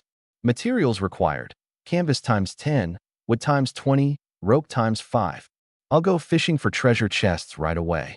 Zhou Shiyun grabbed the fishing rod and dashed out of the cabin. A private message popped up again. Joint Rescue Guild. Mr. Huan, congratulations on surviving the storm. We need more weapons, especially bows and arrows. Bows and arrows. My eyes lit up. The kings of ancient ranged weaponry. Silent. Reusable. Incredibly effective. I quickly searched the shop. Recurve bow blueprint. 25 points. Arrow blueprint, 25 points. How many do you need? Joint Rescue Guild, 10 advanced bows, 20 arrows per bow. 10 bows. They're building an army. I mentally calculated the cost, 150 reward points. The price had to be ruthless. 400 wooden crates. I shot out a sky-high number. Silence. Minutes passed. Joint Rescue Guild. Can you lower the price a bit? Nope. My tone was firm as steel. These are advanced weapons. Their quality speaks for itself. Another silence. Joint Rescue Guild. Deal. Half up front as a deposit, the rest upon inspection. Fine. A deposit of 200 wooden crates. This deal would be enough to take my operation to the next level. Huan. Look, Zhou Shiryun called out excitedly from outside. I just fished up another reinforced oak chest. Great job. I stepped out of the cabin as a gust of ocean wind washed over me. 30 kilometers out, that island lay in wait. And soon, this vast sea would witness a shift in power, my doing. The 200 wooden crates arrived instantly. My eyes sharpened. The storm had just subsided, yet the Joint Rescue Guild could mobilize such a vast cache of resources. Either they controlled a large territory, or they had some kind of high-efficiency collection system in place. This local overlord wasn't simple. The trade was confirmed. Flashes of white light illuminated the cabin as wooden crates piled up in the corner, the scent of aged wood filling the air. This. Zhou Shiryun walked in with the treasure chest she'd just caught, nearly biting her tongue in shock. It's the deposit, I said flatly. 200 crates. 200 reward points. Opening and breaking down 200 wooden crates. You received wood X680, rope X320, metal fragments X155. You received reward points X200. 50 points turned into template for bow and arrow crafting. 10 recurve bows and 200 arrows were rapidly forged into shape. But I didn't rush to deliver them. High-tier equipment shouldn't come too easily, right? Do you know how to shoot? I asked Zhou Shiryun abruptly. Huh? I was part of the archery club back in the day, but it's been a long time. That'll do. I grabbed a bow and dumped 110 reward points into it. Ding. Upgrade successful. Ding. Upgrade successful. Acquired. Thunderclap recurved bow. Quality. Excellent/purple. Trait 1. Electrified arrows. Arrows are automatically imbued with lightning upon release, dealing electric damage on hit. Creatures below purple quality are additionally paralyzed. Trait 2. Precision boost. Within 200 meters, the energy field corrects arrow trajectory, significantly mitigating wind interference. Accuracy doubles for moving targets. My eyes gleamed with excitement. 110 points invested, and what I got was a weapon of absolute domination. This bow is yours, I said, shoving the thunderclap bow into Zhou Shiryun's hands. That's way too valuable, Huan. I'll be fine with a regular one. Take it. I cut her off. Weapons are made to fight, not collect dust. You're our only long-range specialist. The island's situation is unclear, and we need your arrows. Zhou Shiryun held the quivering thunderclap bow, feeling the pulsating energy radiating from its frame. Her eyes reddened, but this time, she held her tears back. Yes, I'll live up to this weapon's potential. I nodded, turning back to continue my modifications. Blueprints for a sail, exchanged. Materials, invested. A 4-square-meter triangular sail quickly came together. I fixed a simple mast brace onto the ship's stern, equipped with pulleys and ropes, all ready to go. Whoosh! The sail unfurled, and the boat's speed doubled in an instant. 30 kilometers, 2 hours to reach. Huan, our boat's starting to look legit. Zhou Shiryun's eyes sparkled. Good enough, I replied with a faint smile. By 10 o'clock, we were both starving. I hauled up the fishing net, heavier than expected. Wolf fish, squid, oysters, scallops. The sea, after the storm, was unbelievably generous. I got to work, cleaning, boiling. The water bubbled up. The pure taste of fresh seafood surged through us, unadorned and unfiltered, showcasing the ingredients' peak flavors. The fish melted in our mouths. The squid was perfectly chewy.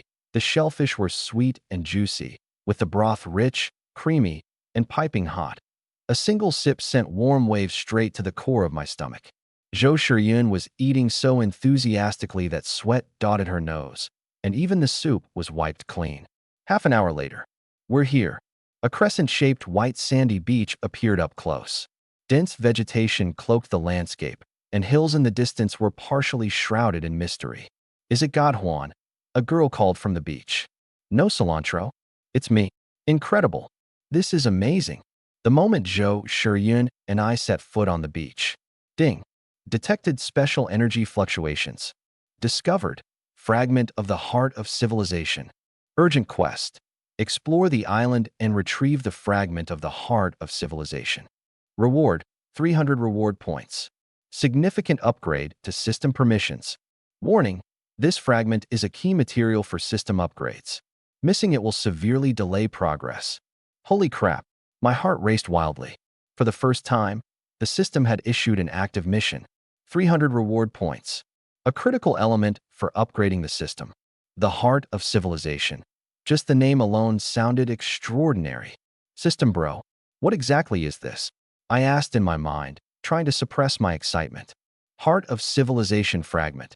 A condensed essence of a lost civilization, containing the core traits and immense energy of that civilization. Use core upgrade material for the system, capable of unlocking new functional modules. Locations found: civilizational ruins, energy nodes, sacrificial grounds, or unique natural phenomena. Warning: the fragment's energy will attract powerful creatures. Proceed with caution during exploration. I clenched my fists. I had to get this, no matter the cost. Hey Juan, you okay? Zhou Shiyun looked at me, concerned. Yeah, I'm fine, I replied, masking my excitement with a calm demeanor. Turning to the girl standing on the beach, I introduced myself. I'm Lin Huan, and this is Zhou Shiyun. Who are you? Jiang Shui. She answered softly but with a guarded look in her eyes. ID. No cilantro, and thanks for the dagger earlier, Juan bro. I wouldn't have dared to step onto this island without it. I nodded. No need to thank me, Jiang Shui. Since you were the first to board the island, did you discover anything? Jiang Shui's expression became serious. I only explored the beach. Picked up some coconuts and seafood. I didn't dare venture too far in. But, she pointed toward the depths of the forest, lowering her voice. Early this morning, when I was gathering firewood, I caught a glimpse of something reflective further in. Didn't look like water. It seemed more like metal. She hesitated briefly before continuing. Also, the bird calls from that direction were unnervingly sharp. It's creepy. I didn't dare go any closer. Reflective? Metal? I see. My eyes narrowed with determination. First, let's set up camp and organize our gear. Then, we head into the forest. Got it. Both women responded confidently. After a brief rest, I pulled out a bow glowing with a soft blue hue and handed it to Jiang Shui.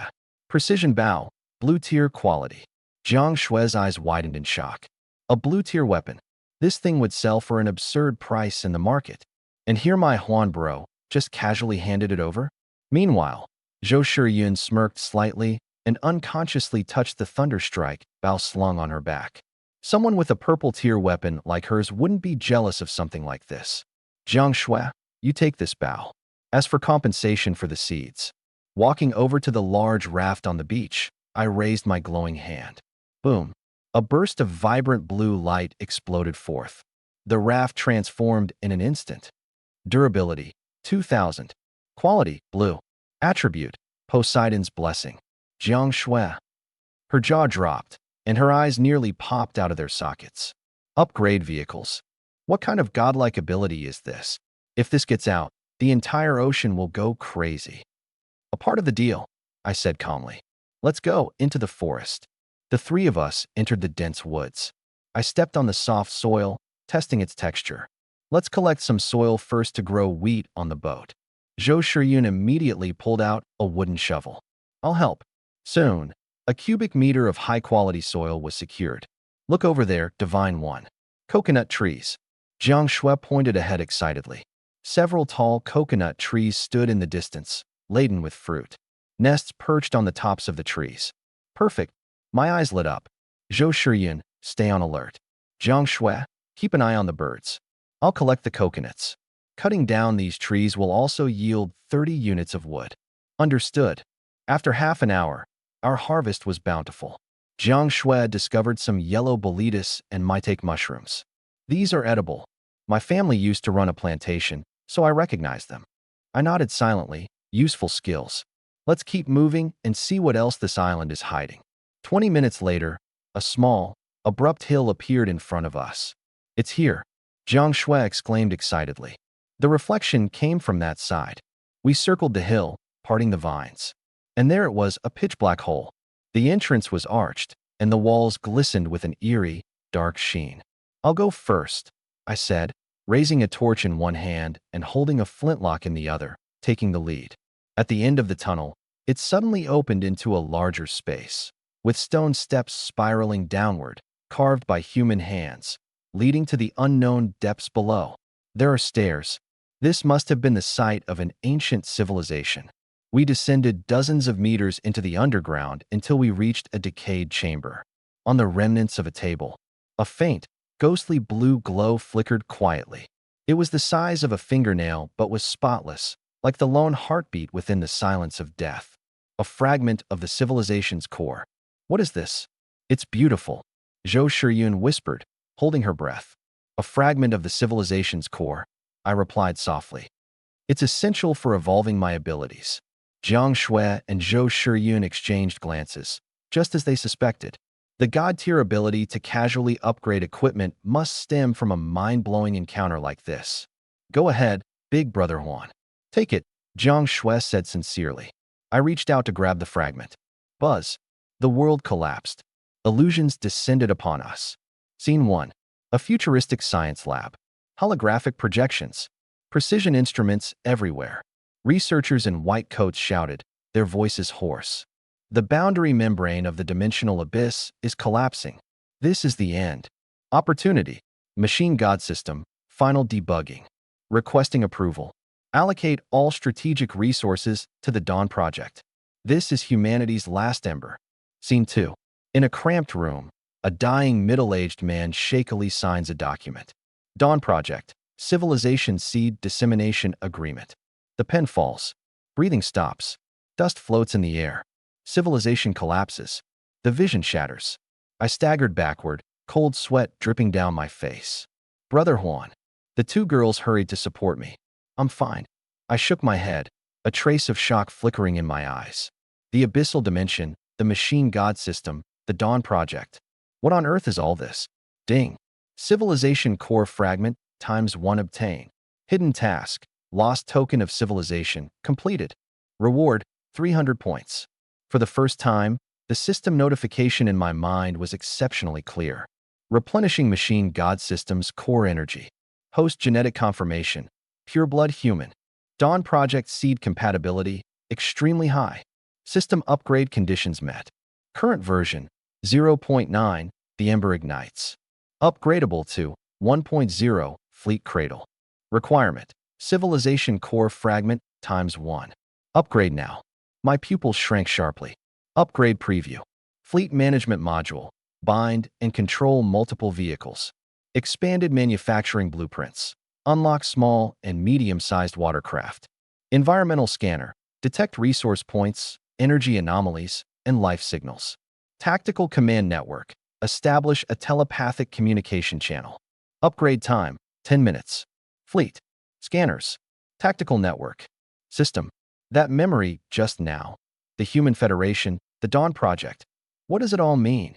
Data missing. Connection interrupted. This system is the seed carrier for the Dawn Project. Core mission. Assist host in continuing civilization. Higher data access requires advanced permissions. I took a deep breath. So the system itself is damaged too. Got it. I replied, turning to the two girls. I need 10 minutes to break through. I can't afford any distractions in that time. Guard the entrance. Leave it to me. Zhou Shiyun raised her thunderbow, her gaze sharp. I'll cover this side. Jiang Shui tightened her grip on her arrows, forcing herself to stay calm. System, begin the upgrade. Confirmed. Consuming civilization core fragment ×1. Upgrading. 9:59. 10 minutes passed in the blink of an eye. Upgrade complete. Machine God System version 1.0 Fleet Cradle is now online. Fleet Command Core, online. Vehicles available for binding. 2. New blueprints unlocked. High-speed recon boat. Assault raft. Lightweight transport ship. Easy dock, watchtower. Environment scan, radius of 100 meters. Tactical network, can connect with 2 units. A spark of sharp clarity flashes in my eyes. Move. We need to get out of here now. The 3 of us dash out of the cave. But just as we exit, emergency warning. Fragment of civilization's heart has left the nexus of the force field. Island structure losing energy core support. Projected collapse and submersion in 59 minutes. Immediate evacuation required. Damn it. Listen, I say in a low, steady tone. This island is going to sink in an hour. What? Because we took the fragment. I explained quickly. That fragment was the energy core keeping this island stable. Without it, the island will collapse. My mind weighs the options methodically. So, the fragment stabilizes the land. Does that mean other fragments are sustaining other islands as well? To me, the answer is clear as day. We have to take it. System upgrades, increased power, uncovering the truth. These are far more critical than an island that's already doomed to disappear. I have a ship, a system. This vast ocean is my true domain. Move out, immediately. The 3 of us race toward the beach. I leap onto the boat, tossing a rope to Jiang Shui. Secure your raft to us. Got it. The sail unfurls as I grip the helm tight and steer sharply. The small boat, towing 2 wooden rafts, surges away from the shore. Just 100 meters away. Boom. An explosion shatters the island's center. Hills crumble, clouds of dust billow sky high. Trees topple like dominoes, one after another. Massive cracks appear along the coastline, seawater rushing in with violent force. 10 minutes later, the entire island vanishes into a vortex of chaos. It's really gone. Zhou Shiyun murmurs in disbelief. Yeah, I nod. Jiang Shui, join us. Your farming skills are invaluable. Zhou Shiyun is a doctor. We need you. I'm in. Jiang Shui agrees without hesitation. The game's unlocked the guild system. It's practically forcing survivors to team up. A quick flicker of insight jolts through me. Smart. Brother Huan, should we create a guild then? Zhou Shiyun asks excitedly. No. I feel the fire ignite in my gaze. We're not forming a guild. We're forming a fleet. A fleet. Both of them stare at me in astonishment. I glance over at the pitiful sight behind us. 1 small boat and 2 makeshift rafts. Not exactly fleet material, is it? Exactly. I declare with unwavering confidence. We may be small now, but one day, we'll command a mighty fleet that conquers the entire ocean. The system has provided blueprints for warships. Sure, the resources needed are staggering, but who says it's impossible? And then there's the Fireseed source, the Sea King-class aerospace carrier. In the future, our fleet won't just dominate the seas. I look up at the expanse above us. We'll own the skies as well. All will bow. My gaze was sharp, like an unsheathed sword. The storm has passed, and the island has sunk. But our journey is just beginning. This is the dawn of the fleet, the beginning of our new era. Volume 1, Storm Survival, complete. Volume 2, Dawn of the Fleet, coming soon. I scan the inventory, a slight smirk tugging at the corner of my mouth. Reward points, 320. Wood, 1,500. Copper blocks, 120. Metal fragments, 200. Iron blocks, 80. Ropes, 1,000. The numbers flickered before my eyes, and each one screamed power. From a large raft to a small boat. 500 wood, 50 ropes, 10 metal fragments. Upgrading 2 vessels? There was plenty. Upgrading from blue tier to purple? A mere 100 reward points. This wasn't charity. It was an investment. The first investment in the future fleet. Zhou Shiyun, Jiang Shui. The 2 women looked up, finally snapping out of the shock from the sinking island. Upgrade your rafts immediately. I got straight to the point. Once they're upgraded to small boats, I'll fortify them to purple grade. Purple. Zhou Shiyun exclaimed in disbelief. That's just 2. Jiang Shui started but swallowed her words. Purple grade. It wasn't just better quality. It was essentially a sea fortress, capable of weathering storms. Something people in the channels could only dream of. Cut the chatter, I interrupted sharply. Resources are meant to make us stronger, not gather dust. You 2 were instrumental in getting me those supplies and unlocking new powers. Without you, none of this would have been possible. I glanced between the 2 of them, my voice steady and resolute. Out here on this ocean, Anyone trying to go solo is doomed to fail. The stronger your ships become, the higher our collective chances of survival. This isn't a favor, it's a necessity for all of us to live. The weight in my tone was undeniable. My words landed like hammer strikes. The two women exchanged a glance, their unease slowly giving way to a growing sense of responsibility. Understood. Zhou Shiyun nodded firmly, her eyes flashing with determination. Once the upgrade's done, I'm installing a medical bay on my ship. My boat will be our medical support vessel. I'll handle agriculture, Jiang Shui said, taking a deep breath. Even if I can only grow some basic vegetables, I'll make sure the team has fresh food. My boat will be a mobile farm. A glint of approval sparked in my eyes. Yes, that's the way forward. Not just adding to our fleet, but creating specialized roles. A medical support ship, a food supply ship, scouting vessels, fire support ships.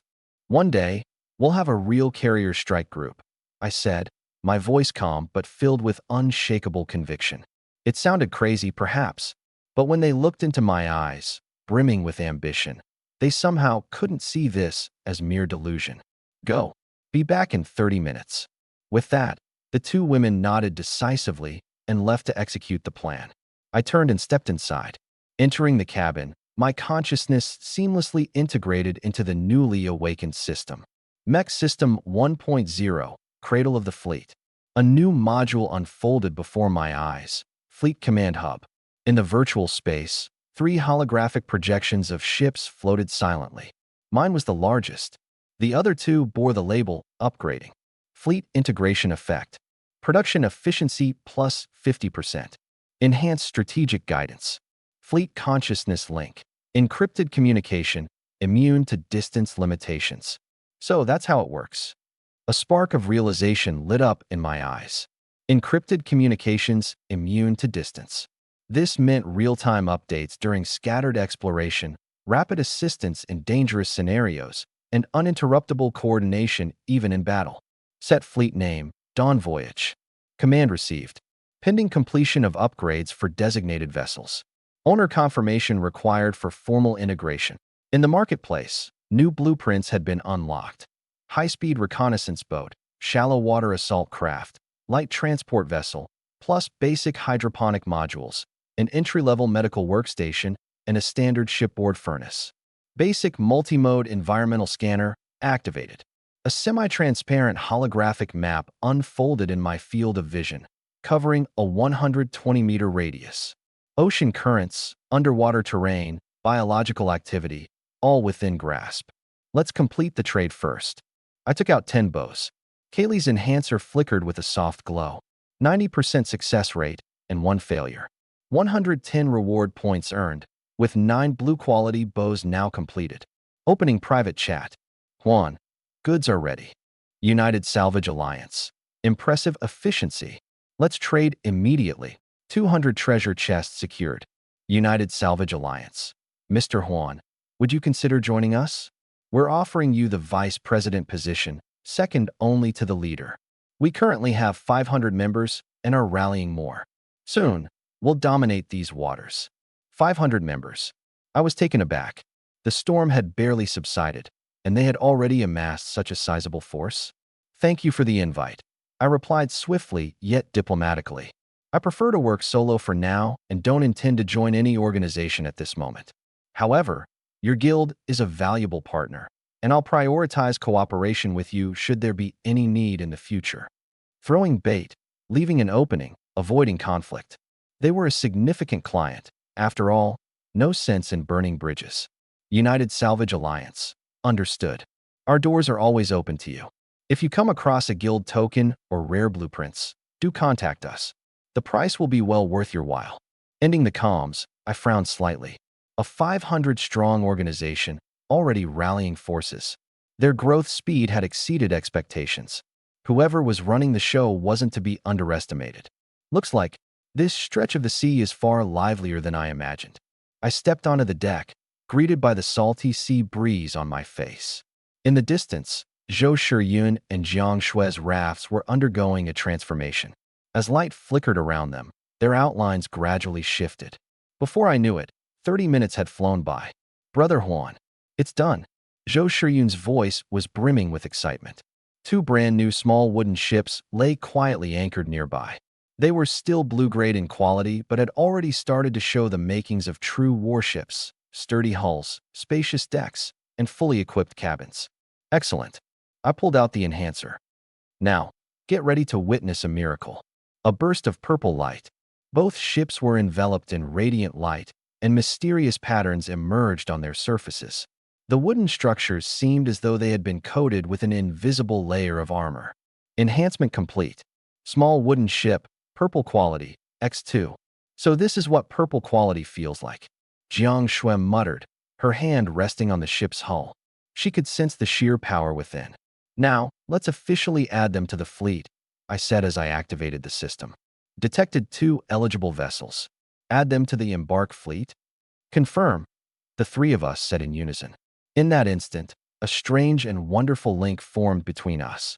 Let's test this out. I closed my eyes and communicated through thought. Fleet channel test. Loud and clear. Crystal clear. Zhou Shiyun's voice rang directly in my mind. This is incredible. Jiang Shui sounded equally amazed. No communication devices were needed. Our minds were directly connected. This was the power of the fleet awareness link. From now on, I opened my eyes, glancing at my 2 companions. We are officially a fleet. Medical ship, supply ship, command ship, each performing their duties, supporting each other. I pointed to the distant horizon. Let's set sail. Our target. System notification. Anomalous energy detected 15 nautical miles southeast. Southeast direction, full speed ahead. The 3 purple quality warships sped through the waves, leaving long trails behind them as the setting sun cast its warm glow over the water. The embark fleet was officially born. Yet, beneath the surface of what appeared to be a calm sea, other forces were quietly stirring. The United Survivors Alliance's 500-person operation was merely the tip of the iceberg. The real storm might just be beginning. Dang, look at all these crates. Zhou Shiyun dashed into the cabin, her eyes going wide at the heaps of treasure chests piled on the floor. Brother Huan, did you rob the entire United Survivors Alliance? Just payment for what's owed, I said nonchalantly. Got the upgrades done? Done. Zhou Shiyun leapt with excitement. From a broken raft to an actual ship, for 1,000 durability points. It's 100 times stronger than before. Then, she squinted her eyes as if catching something suspicious. Wait a second. I've noticed something. A simple upgrade only doubles the stats, but your enhancement? It's a 10-fold surge. This means upgrading is growing up? I interrupted her, a dangerous curve forming at the corner of my mouth. Enhancement? That's evolution. And with every enhancement, it's a leap 10 times bigger. Tenfold. Jiang Shui's gasp was so loud it nearly pierced my eardrums. Tenfold. Then another tenfold. And again, if I wanted to, I could create a monstrous warship whose durability would break through the skies. This isn't just a cheat code. This is a game-breaking glitch that crushes all the rules. Stop dazing out. I waved my hand. Open those crates. Enhance everything. And then conquer these seas. Smash 200 wooden crates. Plus 200 reward points. Wood plus 680. All kinds of resources skyrocketed. Resources poured in like a rushing tide. Your turn now. I turned around, a flash of violet lightning streaking across my eyes. Join my fleet. Become part of the legend. Fleet recruitment invite sent. Yes, Commander. The 2 women accepted the invitation without hesitation. Instantly, a formless link bound the 3 of us together. Fleet system activated. Zhou Shiyun opened the fleet shop, and her expression froze, utterly stunned. Countless blueprints hovered before her eyes. Hydroponic growth tank, 25 points. Sterile medical table, 30 points. Fishery processing station, 25 points. Structural reinforcement framework, 50 points. These items can be exchanged for just reward points. Her voice trembled. Out there, survivors would crack each other's heads open for a rusty dagger. Yet here in my shop, the blueprint to craft a dagger costs a mere 15 points. This is dimensional domination. Had enough looking yet. My voice boomed like thunder. Now, embrace true power. I pulled out the enhancer, violet light bursting out from it. Enhance. Zhou Shiyun's ship. Enhance. Jiang Shui's ship. Boom. Columns of violet light shot into the sky, shaking the entire sea. A minute later, two completely transformed warships emerged before us. Medical support ship, purple. Durability, 40,000. Feature, Poseidon's blessing. Automatically avoids sea creature swarms. Feature, unyielding stability. Maintains absolute balance during storms. Eco-agriculture ship, purple. Durability, 40,000. Feature, Poseidon's blessing. Automatically avoids sea creature swarms. Feature, endless growth. Crop growth speed dramatically increases. 40,000 durability. The two women were on the verge of losing their minds. That number was enough to strike despair into any survivor's heart. This is just the beginning. I smirked coldly. While those fools in the world chat are still fighting over scraps of garbage ships, we already have a fleet. The global chat exploded. It's over. Superstorm hitting in 70 hours. Ready to say your last goodbyes. United Survival Alliance recruiting. Discipline and resources provided. Doomsday Marauders, just a pack of losers. Juan, if you're so tough, come 1v1 me on Shark Island. With 5 billion survivors left, the real battle for survival is just beginning. I turned off the channel and asked, pick your gear? MedPod. Zhou Shiyun's eyes sparkled. 25 points for a complete medical bay. Hydroponic chamber and water purifier. Jiang Shui exclaimed, thrilled. 50 liters of fresh water every day? And it even produces salt. Buy it. With a wave of my hand, 75 reward points vanished in an instant. 3 beams of light shot down, and now we had blueprints in hand. It's not enough, I murmured, eyes gleaming with madness. Water purifier, evolve it for me. I directly used a booster on the blueprint. A burst of blue light exploded. Ocean Harmony Life Water Purifier, excellent grade. Capacity, 50 liters/day. Extras, automatically extracts sea salt, rare minerals. 50 liters. I laughed maniacally. Water shortage? Solved. This efficiency, this capacity, it's more than enough to sustain the entire fleet. Construct it. Immediately. Arm our battleships to the teeth. Rumbling sounds echoed. 3 purple-class battleships began construction simultaneously. Facilities sprang up everywhere. Medical bays, farming pods, water purification systems. Lunch break, I suddenly announced. With a swift motion, a few plump fish were cleaned and prepped on the spot. The aroma of seared fish filled the air. Wild vegetable soup bubbled, and fresh coconut juice awaited us. Only a full stomach can give you the strength to conquer the world. Sunlight poured into the cabin where the 3 of us sat together. Outside, a perilous and endless ocean stretched beyond view. Inside, the first seeds of the strongest fleet were taking root. Storms, sea beasts, other survivors. In the face of absolute power, all are inconsequential. Jiang Shui was practically starving. Unlike Zhou Shiyun, who at least had been eating proper meals on board, Jiang Shui had survived the last few days on cold seafood and dry rations. Golden, crispy fish sizzled in oil. Vegetable soup steamed, fragrant and inviting. Translucent and sweet coconut juice glistened temptingly. I swear, she seemed ready to eat the plates too. Eat more, Zhou Shiyun gestured, scooping the finest fish belly onto Jiang Shui's plate. Don't be shy. Thank you, Sister Shiyun. Jiang Shui devoured her meal. The fish's crispy exterior gave way to succulent, juicy meat, flavors bursting and overwhelming her taste buds. The warm soup slid smoothly down her throat, igniting a wave of warmth through her body. This was pure bliss. She could have cried. Meanwhile, I ate while mapping out plans. You two keep working on the ship. As for me, I've got trades to handle. Fishing for sea creatures is too slow. We'll use my enhancement abilities to hunt for treasure crates instead. My gaze sharpened. Now, for this phase, we're adjusting our strategy. Along with fulfilling our custom orders, I need you to keep a close eye on the trading platform and global chat. What are we watching for? Gunpowder, I said, my voice low and steady. And high dash. Quality metals, clues of civilization fragments. My flagship can't just be a mobile base. It needs to have the fangs to tear through enemies. Flintlocks are too weak. I want cannons. Understood. Zhou Shiyun responded immediately. I'll help too. Jiang Shui quickly chimed in. After dinner, the two women, brimming with determination, returned to their respective new ships and began building with the sounds of clanging tools echoing in the air. I, on the other hand, opened the trading marketplace.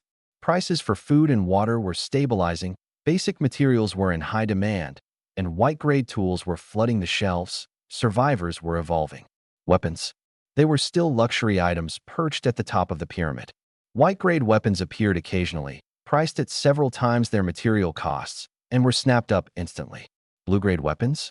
None. Not a single one. Market gap. A spark of excitement flashed in my eyes. High-value territory. Selling to the Federation earlier at just 40 crates per weapon? Total loss. Scarcity drives value. They can get wholesale discounts, but for the public marketplace. All 150 reward points I had. Invested. 15 blue-grade recurve bows acquired. System, put them up anonymously. 60 wooden crates per bow. Includes 20 arrows. Limit 1 per buyer. Listing successful. 2 minutes. Just 2 minutes. Transaction successful. Times 15. 900 wooden crates collected instantly. 900 reward points added to my account. The world chat erupted into chaos. Brother Shrimp. What the? Blue-grade weapons. 15 of them. I was 0.1 seconds too late. Which big shop pulled this off? Big Lao. 60 crates each, slightly overpriced but worth it. This anonymous seller is way beyond us. Anonymous. I snagged one. A blue-grade recurve bow. It can hit a seabird's eye 100 meters out. United Survivor Guild. Nothing to do with our organization. Doom Rogue. Hey, anonymous rat, dare to show yourself for a duel? A private message quickly popped up. The Smith. Those blue-grade weapons, they're yours, aren't they? Juan, oh. The Smith. Don't even bother denying it. Who else other than you could put out 15 at once? The Federation invited me, but I turned them down. Turned them down? I raised an eyebrow. The Smith. Their organization is mature but rigid. Compared to going with someone holding unknown technology, I'd choose the latter. You. Send me coordinates. Let's talk face-to-face. I sent him an offset location. Juan. 122.13 E/32.40 N. Also, I'll trade you something to take a look at. I forwarded over a damaged compass. The Smith, got it. I'll examine it. Hundreds of miles away. A modified wooden ship drifted quietly, its stern paddle wheels rotating slowly. Inside the cabin, tools and parts were piled as high as the ceiling.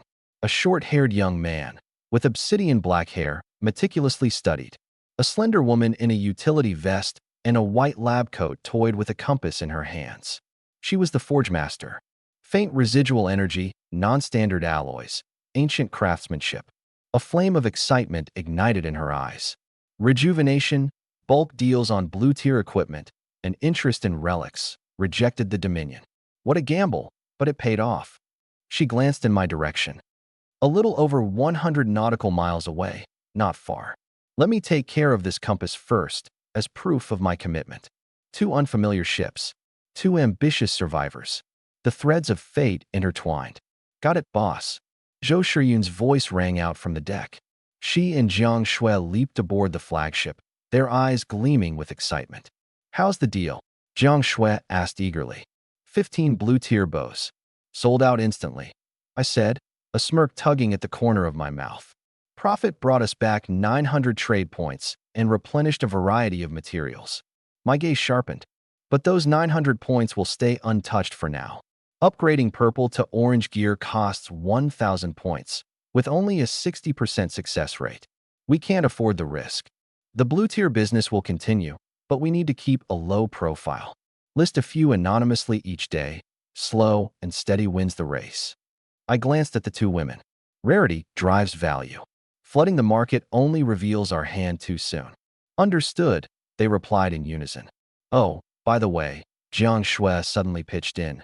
Someone on the World Channel mentioned finding a parchment map that describes the empty clear sea. The empty clear sea? My gaze turned razor-sharp. It said the waters there are crystal clear, reflecting the stars themselves. Legends speak of mysterious materials, and possibly spatial fragments. Spatial fragments. My heartbeat quickened. Ever since obtaining a shard of the heart of civilization, Any mention of similar phenomena had piqued my interest. Make a note of it. That's a high-priority exploration target, I said firmly. We've got 2 days before the deep-sea storm hits. The last storm brought us together, led to an island, and yielded shards. Who knows what this one will bring?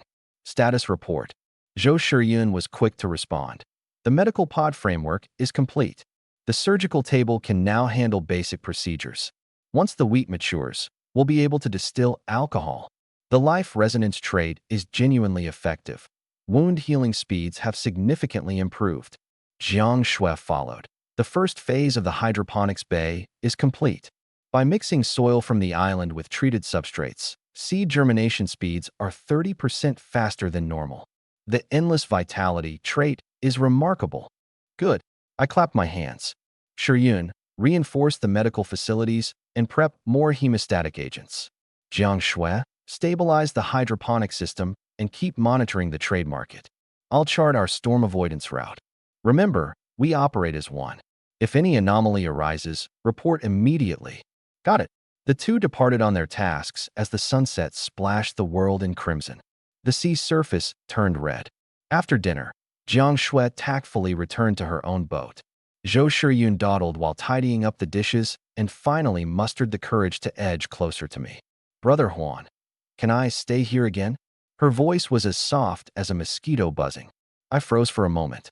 She now had her purple-tier medical ship, so why would she still want to stay here? It's just for safety. Yes, 2 people on watch are better than 1. Her face flushed with embarrassment. That excuse was so clumsy that even she didn't seem to believe it.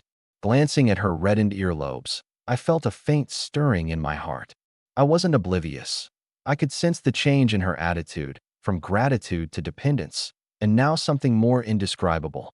Reason told me I should refuse, but seeing her trembling shoulders. All right, I said lightly, returning my attention to the trading post interface. You take the second half of the night watch. Thank you, Brother Huan. Zhou Shiyun's eyes sparkled with delight. She ran off, skipping as she set up her bedding. The door creaked open, and Jiang Shui peeked in. I finished my inspection over there, and she paused, noticing Zhou Shiyun setting up her bed. It dawned on her immediately, and she smirked with a knowing look. Good night, Brother Huan. I'll go take a shower and heat some water for you too. Zhou Shiyun announced shyly, then scurried into the bathroom with flushed cheeks. I'll wait outside, I said, getting up and stepping out of the cabin. On the deck, I lit one of my homemade cigarettes and took a deep drag. Zhou Shiyun's looks and figure easily outshone those of social media influencers. I'm a normal man. I naturally have thoughts. But taking advantage of someone in a vulnerable position isn't who I am. Out here on the sea, plenty of women are willing to trade their bodies for resources. But what I want isn't a dependent. I want a companion I can trust to guard my back. Creak. The sound of the bathroom door opening came from behind me. All done. I turned to glance at her. The water's still warm. You can take your turn now, she said softly, her voice carrying traces of water and shyness. Got it. I walked back into the cabin.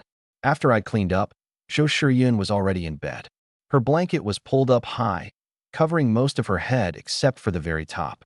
Noticing me, the top of her head shifted slightly, and a pair of eyes peeked out. I chuckled lightly. Get some rest. I'll take the first half of the watch tonight.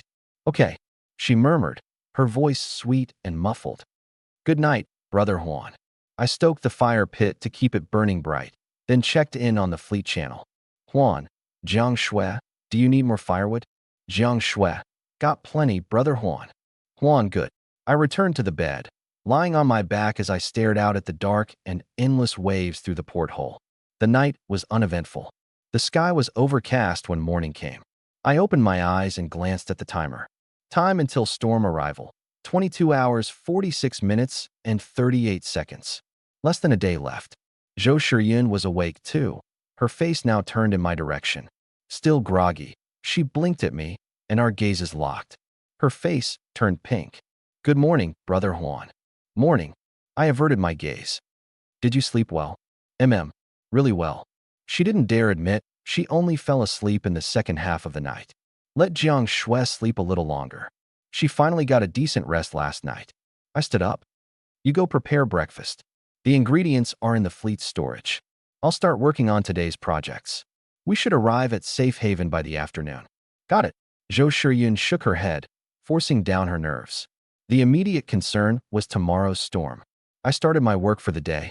I still had over 900 reward points. I crafted 10 blue-tier bows and made a clean profit of 500 points. Total, 1,400 reward points. I opened the system marketplace and navigated to the weapons section. Treasure chests could yield blueprints, but not templates. Templates were several times more expensive than blueprints in the marketplace, but templates could be used indefinitely. I was going to be an arms dealer. On this vast ocean, the most profitable and irreplaceable business was supplying weaponry. By maintaining a technological advantage in arms, I could steadily harvest others over time. Finally, I set my sights on the fleet-exclusive weapon system. Price, 500 reward points. Contents: light bowgun template ×1 for ship prows. Rotatable side mount ballista template ×1. Basic ammunition production template. Simple fire control system. Features: modular design, compatible with different ships. System scalability. Unlock heavy cannons, rapid-fire guns, rockets, and depth charges. Ultimate potential. Energy-based weapons, electromagnetic railguns, orbital kinetic strikes. Fleet sync. Equip identical weapons to other ships in the fleet. This is it. 500 points was steep, but the potential payoff was limitless. It would address our current firepower shortage while laying out a clear path for weapon advancements. Starting with simple cannons, we could eventually progress to high-tech weaponry. I could even arm Zhou Shiyun and Jiang Shui's ships. The image of an armed fleet cruising across these waters, all ships equipped with matching artillery, was thrilling. What a show of force that would be. The material requirements popped up: wood, large amounts of metal, mechanical components, and a small amount of sulfur and saltpeter.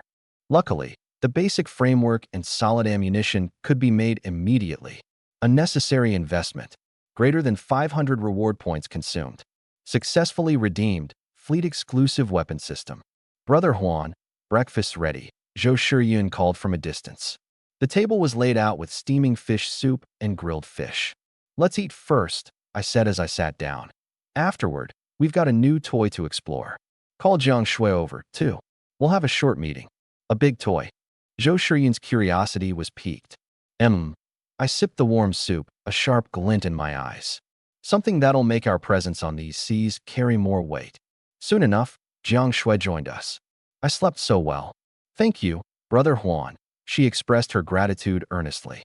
Ever since we arrived in the endless sea, every day on the raft was nerve-wracking, constantly worrying that a single wave could break it apart. Let's eat first and talk while we eat. I took out a blueprint and placed it on the table. Fleet naval cannon system.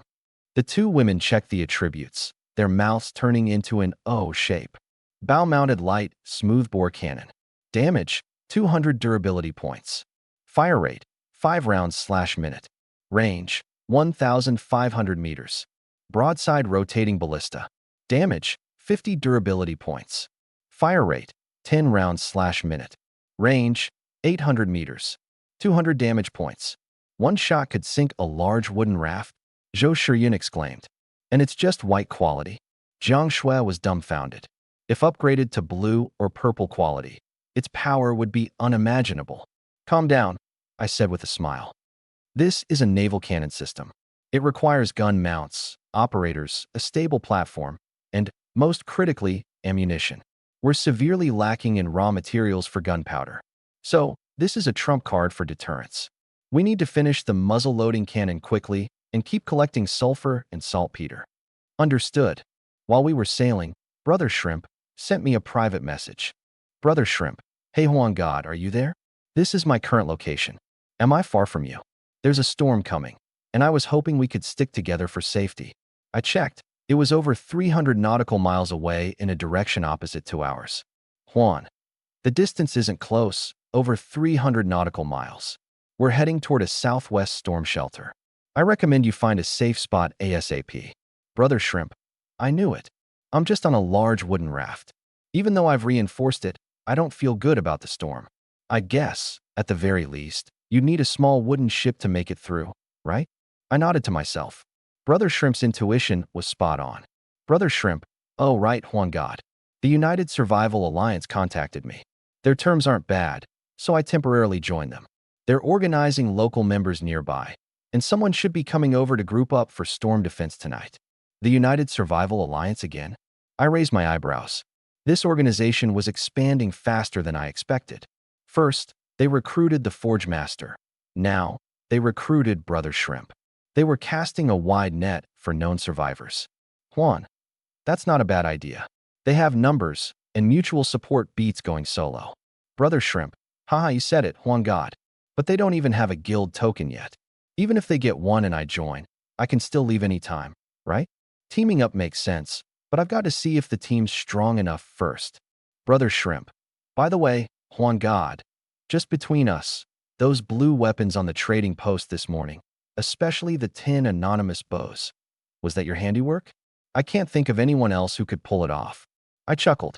Brother Shrimp might seem carefree, but he was sharp. Juan, keep it to yourself. Don't spread it around. Big trees attract the wind, you know? Brother Shrimp, don't worry.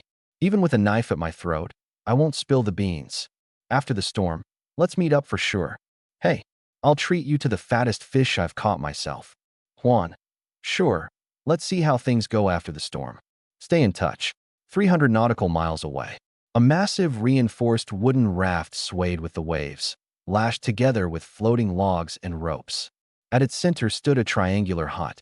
By the edge of the hut, seated on a wooden barrel, was a figure. Surprisingly, it was a tall woman. Her long pink hair was tied back in a high ponytail, revealing her graceful neckline and collarbones. She wore a dark leather vest and shorts, her toned legs casually crossed. Her features were sharp, with striking almond-shaped eyes that were especially captivating. This was none other than Shrimp Sis. Hee hee. All set, she said smugly, tilting her chin up in triumph. With Juan covering my back, what do I have to fear? The United Rescue Squad? I'll just trick them into handing over supplies and support, ride out the storm, and we're golden. She took a swig from her coconut shell cup. Bring it on, Storm. Let's see who's tougher, your fury or my luck. Standing up, she stretched lazily by the edge of the raft, her curves accentuated with every move. Juan, just wait. I'm not here to be a cheerleader throwing around endless GGs. I waved my 500 skill points. Template unlocked. White light burst out. Cannon turrets roared into existence on the ship's bow. Ballistae jutted out like fangs along the rails. With the remaining 400 points, I dumped every last one in. In an instant, Jiang Shui and Zhou Shiyun's ships also transformed, bristling with weapons. The three of us stood gazing at the futuristic firepower outfitting our ships, resolve burning in our eyes. We're armed and ready, full speed ahead. Warning, hostile life form approaching at high speed. Needle-tooth shark, white grade durability 300. Threat level low. Before we could fully process the message, a gray-black dorsal fin sliced through the waters 100 meters away. 30 meters. Boom. The ocean erupted as a 6-meter-long shark launched itself into the air, jagged white teeth gleaming menacingly in the dim light. Thud. Its massive snout smashed into the side of the boat. Starboard hit detected. Durability -3.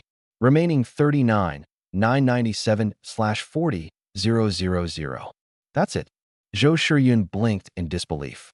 Shiyun Sis, this is Juan's flagship. Purple grade, 40,000 durability. Jiang Shui reminded her. Anyone else's ship might have splintered already. But in my eyes, excitement flared to life. First prey of the day? Time to test out our new toys. Battle formation. Spread out. Free targeting. Ready, fire at will. The two women snapped into combat mode, their ships maneuvering into perfect positions. The tactical interface lit up. Red dots locked on target. Target acquired. Needle-tooth shark, distance 85 meters, speed 22 knots. Flagship smoothbore cannon ready. Medical ship ballista ready. Eco ship ballista ready. Fire. Boom. The smoothbore cannon thundered, its orange-red explosive burst tearing through the air. Bang. Bang. Boom. The crossbow bolt whistled through the air. A web of death enveloped the target in an instant. A solid shot struck dead center on the spine. The sound of breaking bones echoed across the sea. A gaping, bloodied hole, the size of a basin, erupted.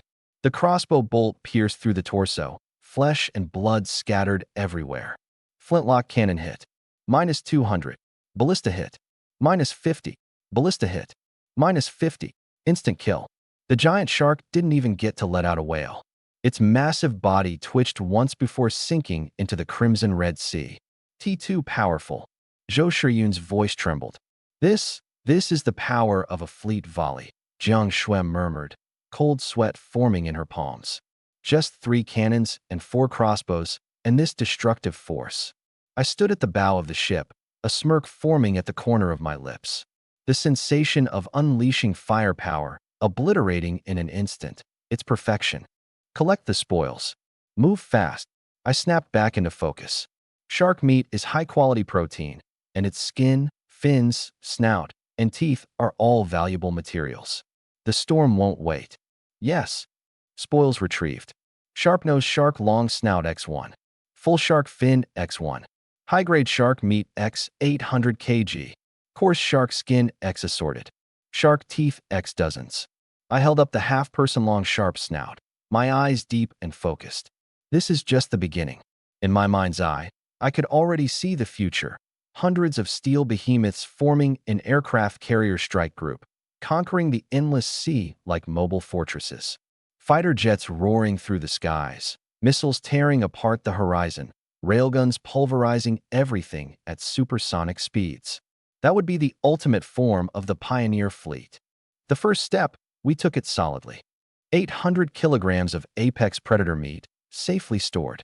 This is white-tier quality.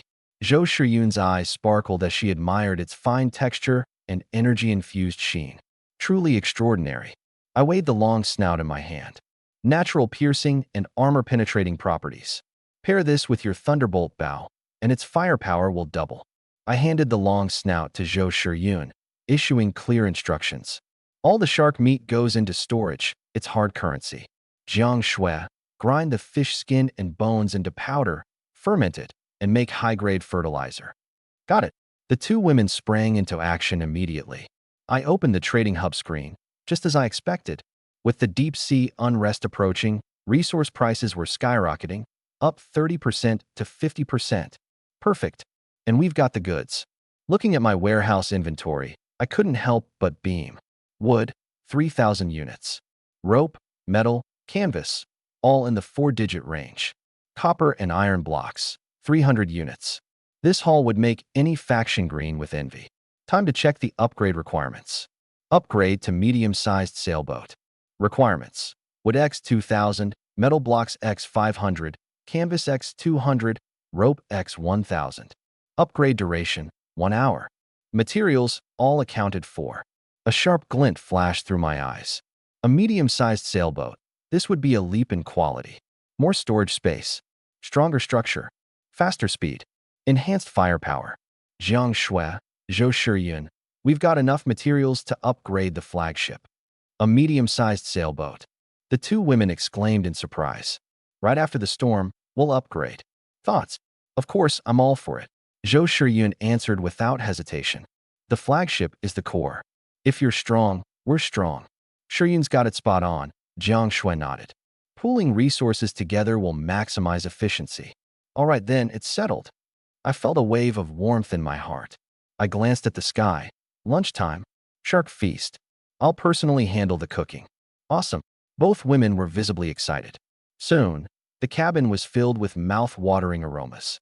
Pan-seared shark fillet, shark meatball and wild vegetable soup, charcoal grilled shark ribs.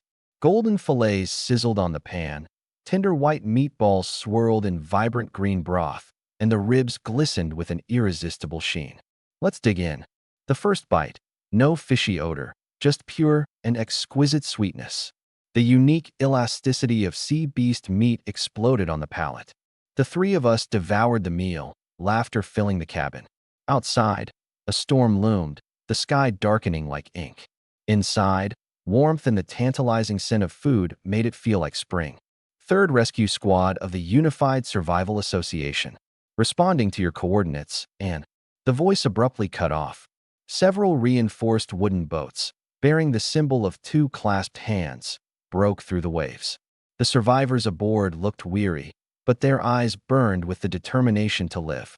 The lead man held a megaphone, midway through speaking, when he froze in place. On the raft, a figure slowly raised their head. Pink hair whipped wildly in the sea breeze. Long, slender legs crossed casually, exuding a lethal kind of allure beneath the relaxed posture. That stunning face. There was no way anyone could connect it to the rough and rugged Shrimp Bro username. Where did this beauty come from? The entire crew looked dumbfounded. About time you showed up, I sprang to my feet and strode over to the edge of the raft. Stop gawking. Hand over the wood, rope, and metal already. I've got a flagship to upgrade. Everyone snapped out of their daze, visibly awed.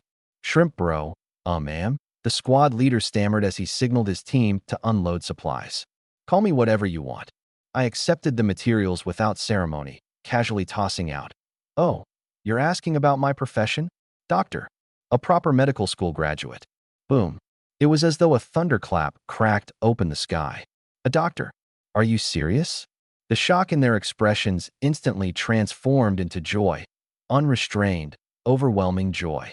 In this post-apocalyptic oceanic world, plagued by scarce medical care, a real doctor was worth far more than any weapon or equipment. That's amazing. The squad leader's voice trembled with excitement. Doctor, rest assured, we'll do everything in our power to ensure your safety. Whatever you need, just say the word.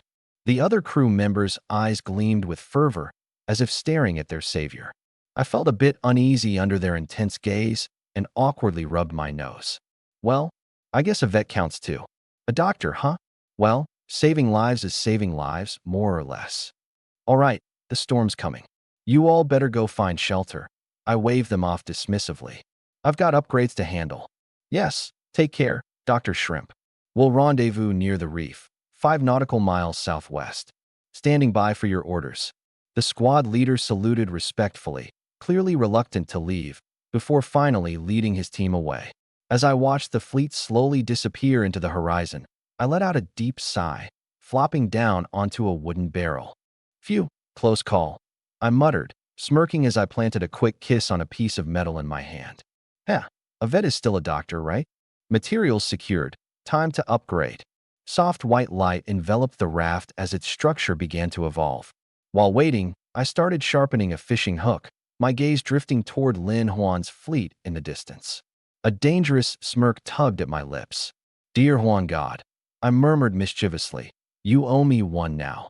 Once this storm's over, I think it's time we had a little chat. About medical matters, of course. Wait, what? Shrimp's a doctor? Over at the Joint Survival Association's Maritime Command Center, the vice president nearly shot out of his seat, almost knocking over his wooden cup in shock. Absolutely. 100% confirmed. The squad leader's voice on the private channel was brimming with certainty. And she's gorgeous. Pink hair, killer figure, and a vibe that just, well, it's unique. A gorgeous doctor. The vice president's eyes gleamed with newfound purpose. In a life-or-death situation out on the open sea, a skilled doctor was worth their weight in gold. But a skilled and breathtaking doctor? He could hardly imagine the morale boost that would bring. Relay my orders. He slapped the table decisively. 1. Ensure Dr. Shrimp's safety at all costs. Divert reserve supplies if necessary. Her needs take priority. 2. Immediately upgrade her communications access. 3.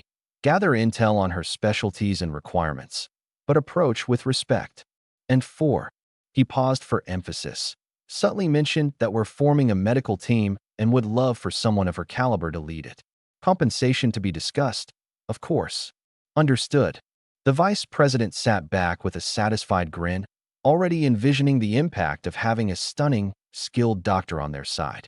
By the way, were materials delivered as promised? Yes, sir. We sent enough for her to upgrade to a small wooden ship. Top-tier supplies. Excellent. Assign another squad to guard her. Remember, her safety is our top priority. Got it. Meanwhile, I had just finished upgrading to a small wooden boat and was admiring it with a grin, completely oblivious to the fact that I'd been flagged as a key asset. Tools are so useful when they come running willingly. I murmured with a wicked grin, licking my lips. Now then, let's see how this doctor's performance can shine next. Lin Huan's flagship finally sailed into calmer waters. The trio aboard were just starting to relax when a private message notification chimed. Forge Kindler, Huan God, I inspected that compass you sent over. Its structure is peculiar, featuring some sort of energy circuit. It's fixable, though, but we're missing critical components, precision bearings, and crystal filters. Only blue-grade materials will work with the device. Huan, blue-grade materials? I can get them. Can you process them into components? There's a brief silence. Forge Fire, what? You can upgrade the base materials yourself?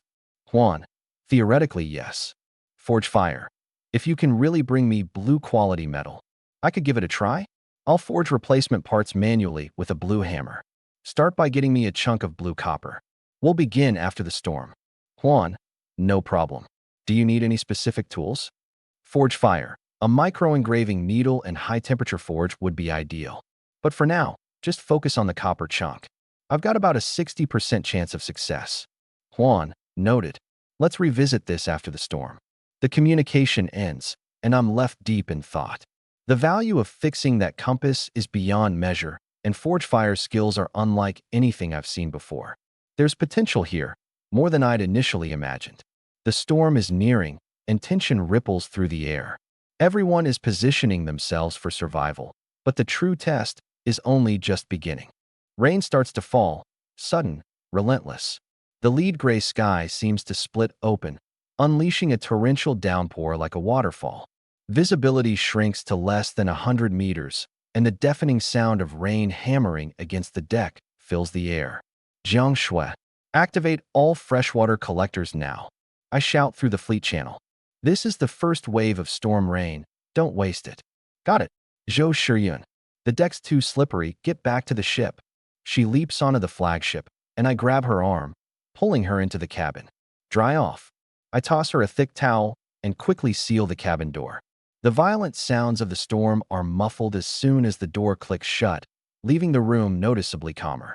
Time until deep-sea turmoil storm peak. 12 hours 00 minutes 0 seconds. The cabin door creaks open again, and Jiang Shui slips inside, soaking wet.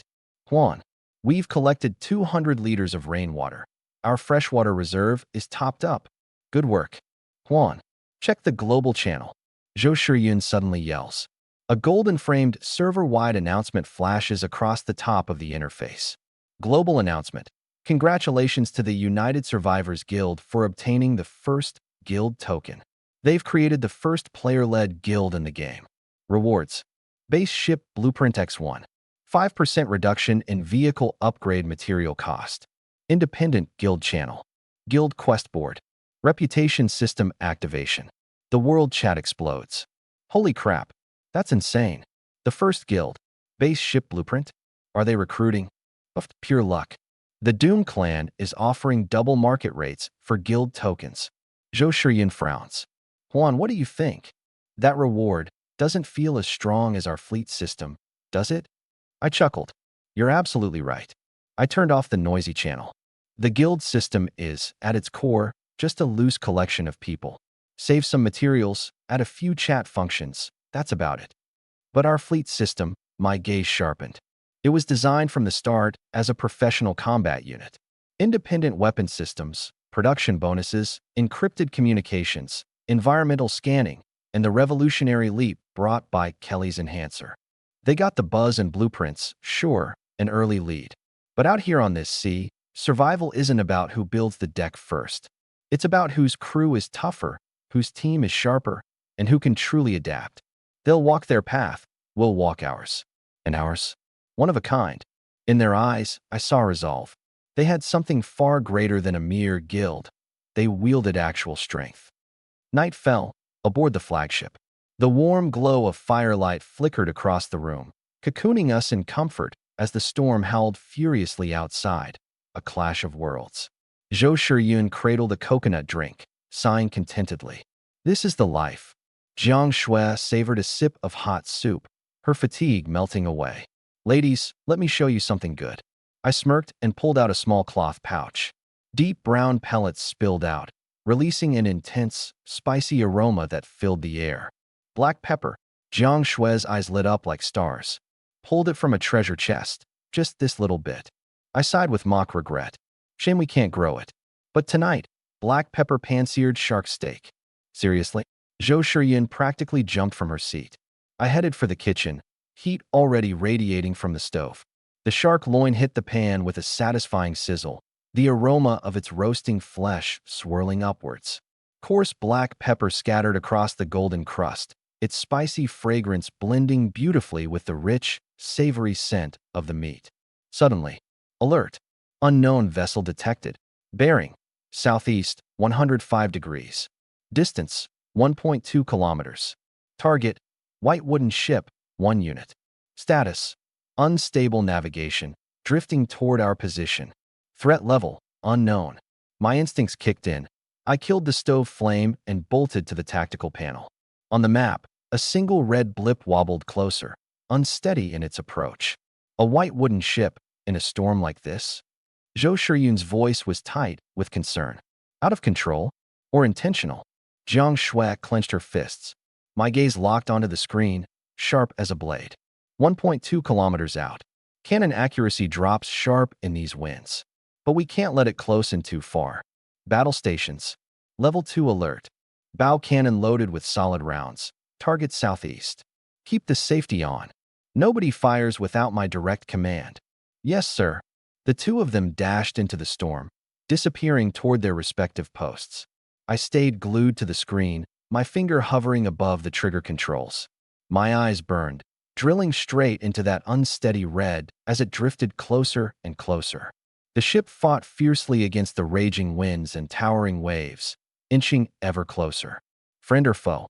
A mere coincidence or a sinister plot? The answer was about to unfold. The gale tore through the night sky as torrents of rain lashed down mercilessly. Aboard the small wooden vessel. Damn it! The bald man with a scarred face gripped the wheel tightly, veins bulging on his temples.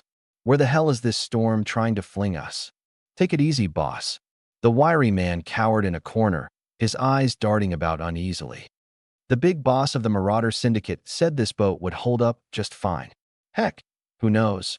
Maybe we'll even scoop up some extra loot. At the mention of loot, a flash of malevolence crossed his eyes.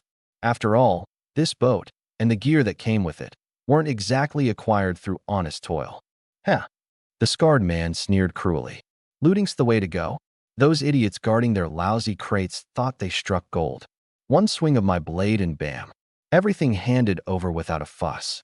They were lackeys of the end-of-days marauders, notorious for targeting smaller, isolated ships to plunder supplies. This small white wooden boat was their newest trophy. The wiry man was about to offer some flattering words when the scarred man suddenly squinted toward the porthole. What the hell? Hey, second mate. Over there, 3 boats. The wiry man scrambled to the window, nearly tripping over himself in the process. As lightning lit up the pitch-black sea, 3 silhouettes emerged in the comparatively calm waters nearby. Stranger still, their hulls seemed to glow faintly with a purplish-brown hue. 3 of them, the wiry man exclaimed. But what's with that purplish tint?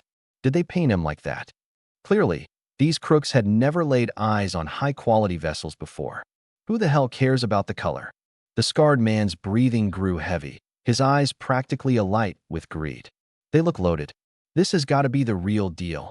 High-end equipment, loads of supplies. The storm's pushing us closer, and it's like they're sitting ducks over there. No way they expect anyone to sneak up on him in this weather. Second mate, keep her steady.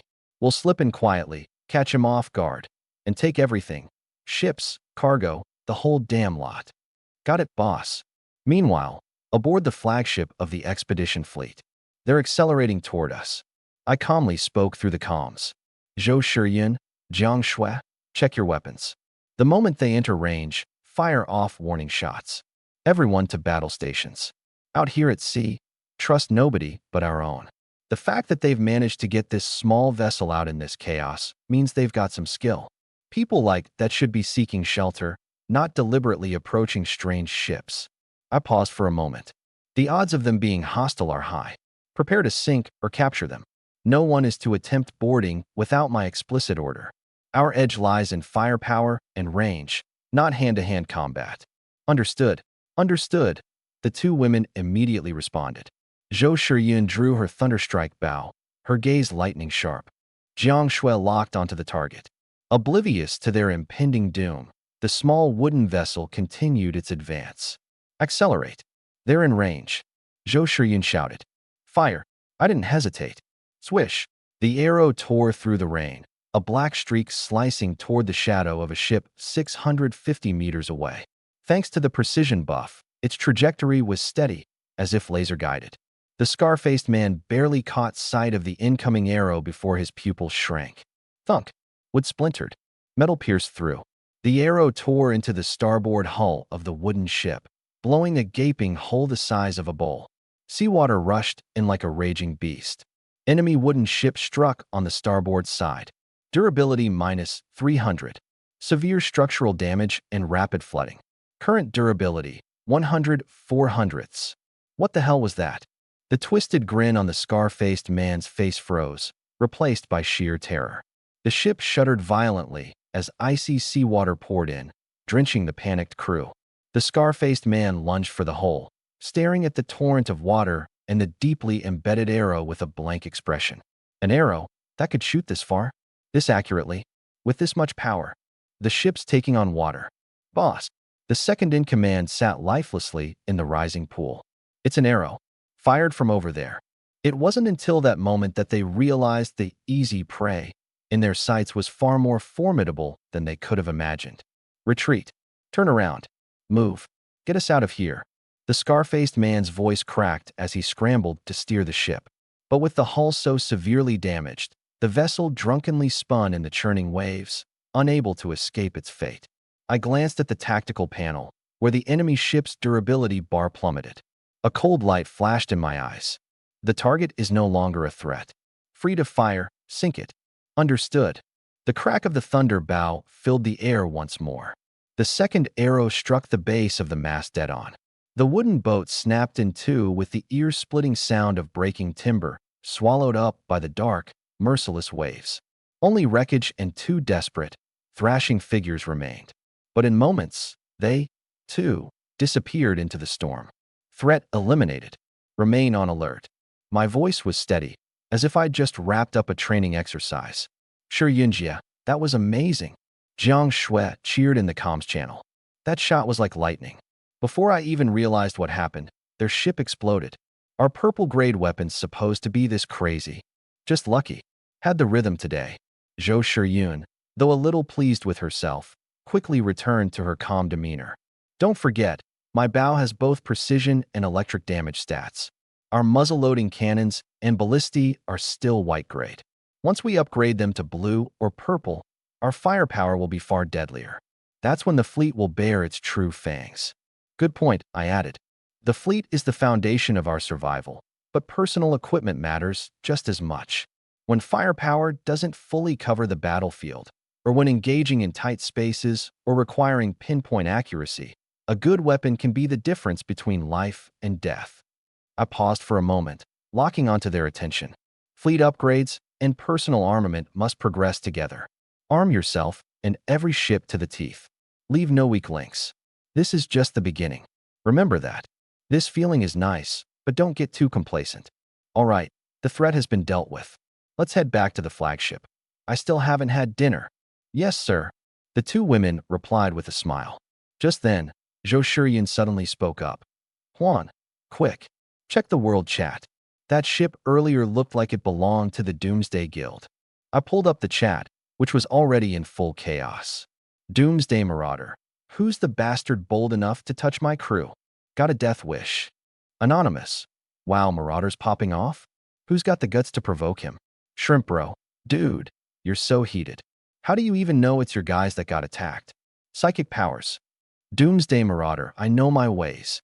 They sent back word. There was an arrow, 3 ships, and purplish light. At this stage of the game, anyone with the skill to one-shot wreck a wooden ship with an arrow has to be rocking at least a blue-tier bow. And organizing a fleet too? Survival Alliance. Was it you guys? Survival Alliance, official? Please watch your words. Our faction has never initiated attacks on non-hostile survivors. This has nothing to do with us. Anonymous, a blue-tier bow? Weren't there some anonymous players earlier this morning with Doomsday Marauder? Cut the act. Who else could it be? Afraid to own up? I'll remember this. Shrimp bro, imagine if you ticked off the wrong people, though. There's more than one big shot on the high seas.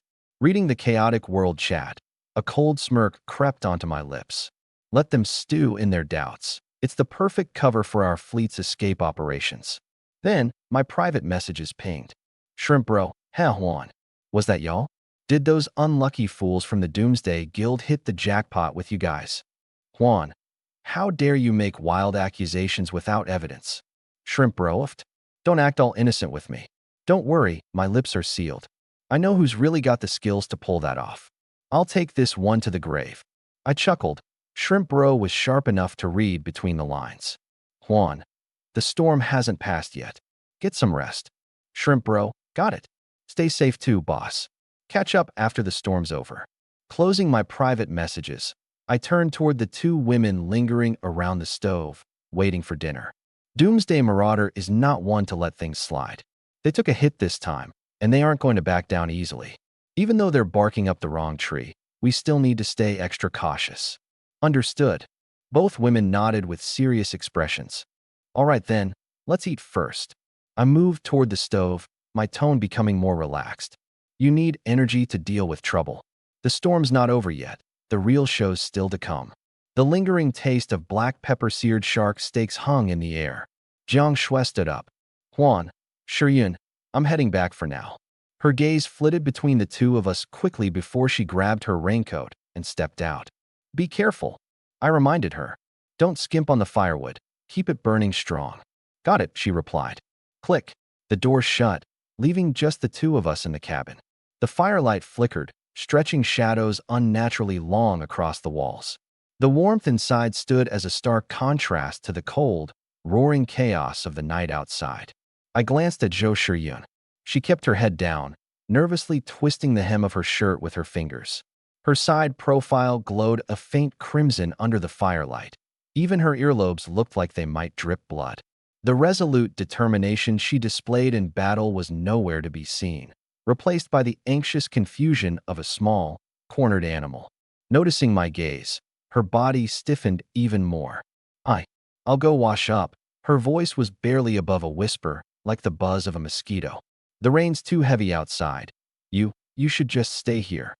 Her words were jumbled, but her intent was clear. She wasn't planning to leave. I rubbed the bridge of my nose and murmured a vague acknowledgement. The atmosphere grew ever so slightly more strained. I'm going to check out the trade board, I said, turning toward the workbench. Okay, Zhou Shiyun replied, as if relieved by a pardon. She nearly tripped over her own feet as she shuffled toward the bathroom, slipping inside and shutting the door behind her. Click. A thin wall now separated us. The sound of water running started up. I stared at the scrolling trade updates on my screen, but absorbed none of the information. My hearing grew unusually sharp, listening to the steady stream of water, the sound of fabric being wrung out. Until the water stopped. The door creaked open slightly, and a draft of steam seeped into the room. She emerged, damp hair cascading over her shoulder, her face flushed. She looked like a startled rabbit as she darted toward her makeshift bed, diving under the blankets and wrapping herself tightly like a cocoon. I didn't turn around, but I could no longer focus on the trade board. Get some rest, I said aloud, addressing the lump in the blankets. I added a few more sturdy logs to the fire before lying down myself, fully dressed. The night was far from over. The storm outside raged on, but in the small, rocking cabin, the indescribably delicate tension hanging in the air made this howling, stormy night one I would never forget. Zhou Shiyun wasn't asleep. Her body was exhausted, but her mind was wide awake. Keeping her eyes tightly shut, she forced her breathing to remain steady, all the while straining her ears to pick up even the faintest sound. The crackling of the firewood, the howling of the wind and rain, and my steady, even breaths. He's asleep. Confirming this, she carefully loosened her grip on the blanket, lowering it just enough to expose her forehead and eyes. Under the glow of the firelight, she stole a glance at my resting figure. I lay on my back, breathing slow and deep. The firelight cast soft highlights and shadows, accentuating my defined features. my straight nose, my slight, pressed lips. Even in slumber, my brows held a subtle vigilance. I lay there quietly, unmoving, like the anchor keeping this wavering, unstable cabin tethered. Gazing at me, Zhou Shiyun's tightly wound nerves began to relax. She let out a long, silent breath. "What's wrong with me?" she whispered inwardly, the heat rising to her cheeks. She pulled the blanket up again, hiding most of her face, leaving just her eyes exposed as she continued to watch me. Her thoughts wandered back to the past.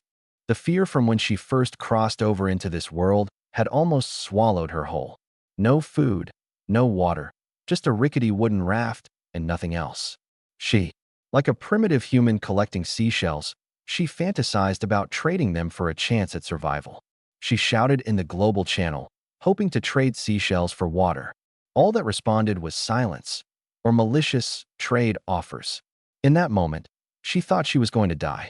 And then, before the storm hit, I appeared. I exchanged precious wood for the worthless rainwater. Many laughed at my foolishness, but she clung to this lifeline. She desperately collected rainwater, trading it for wood, and survived the storm.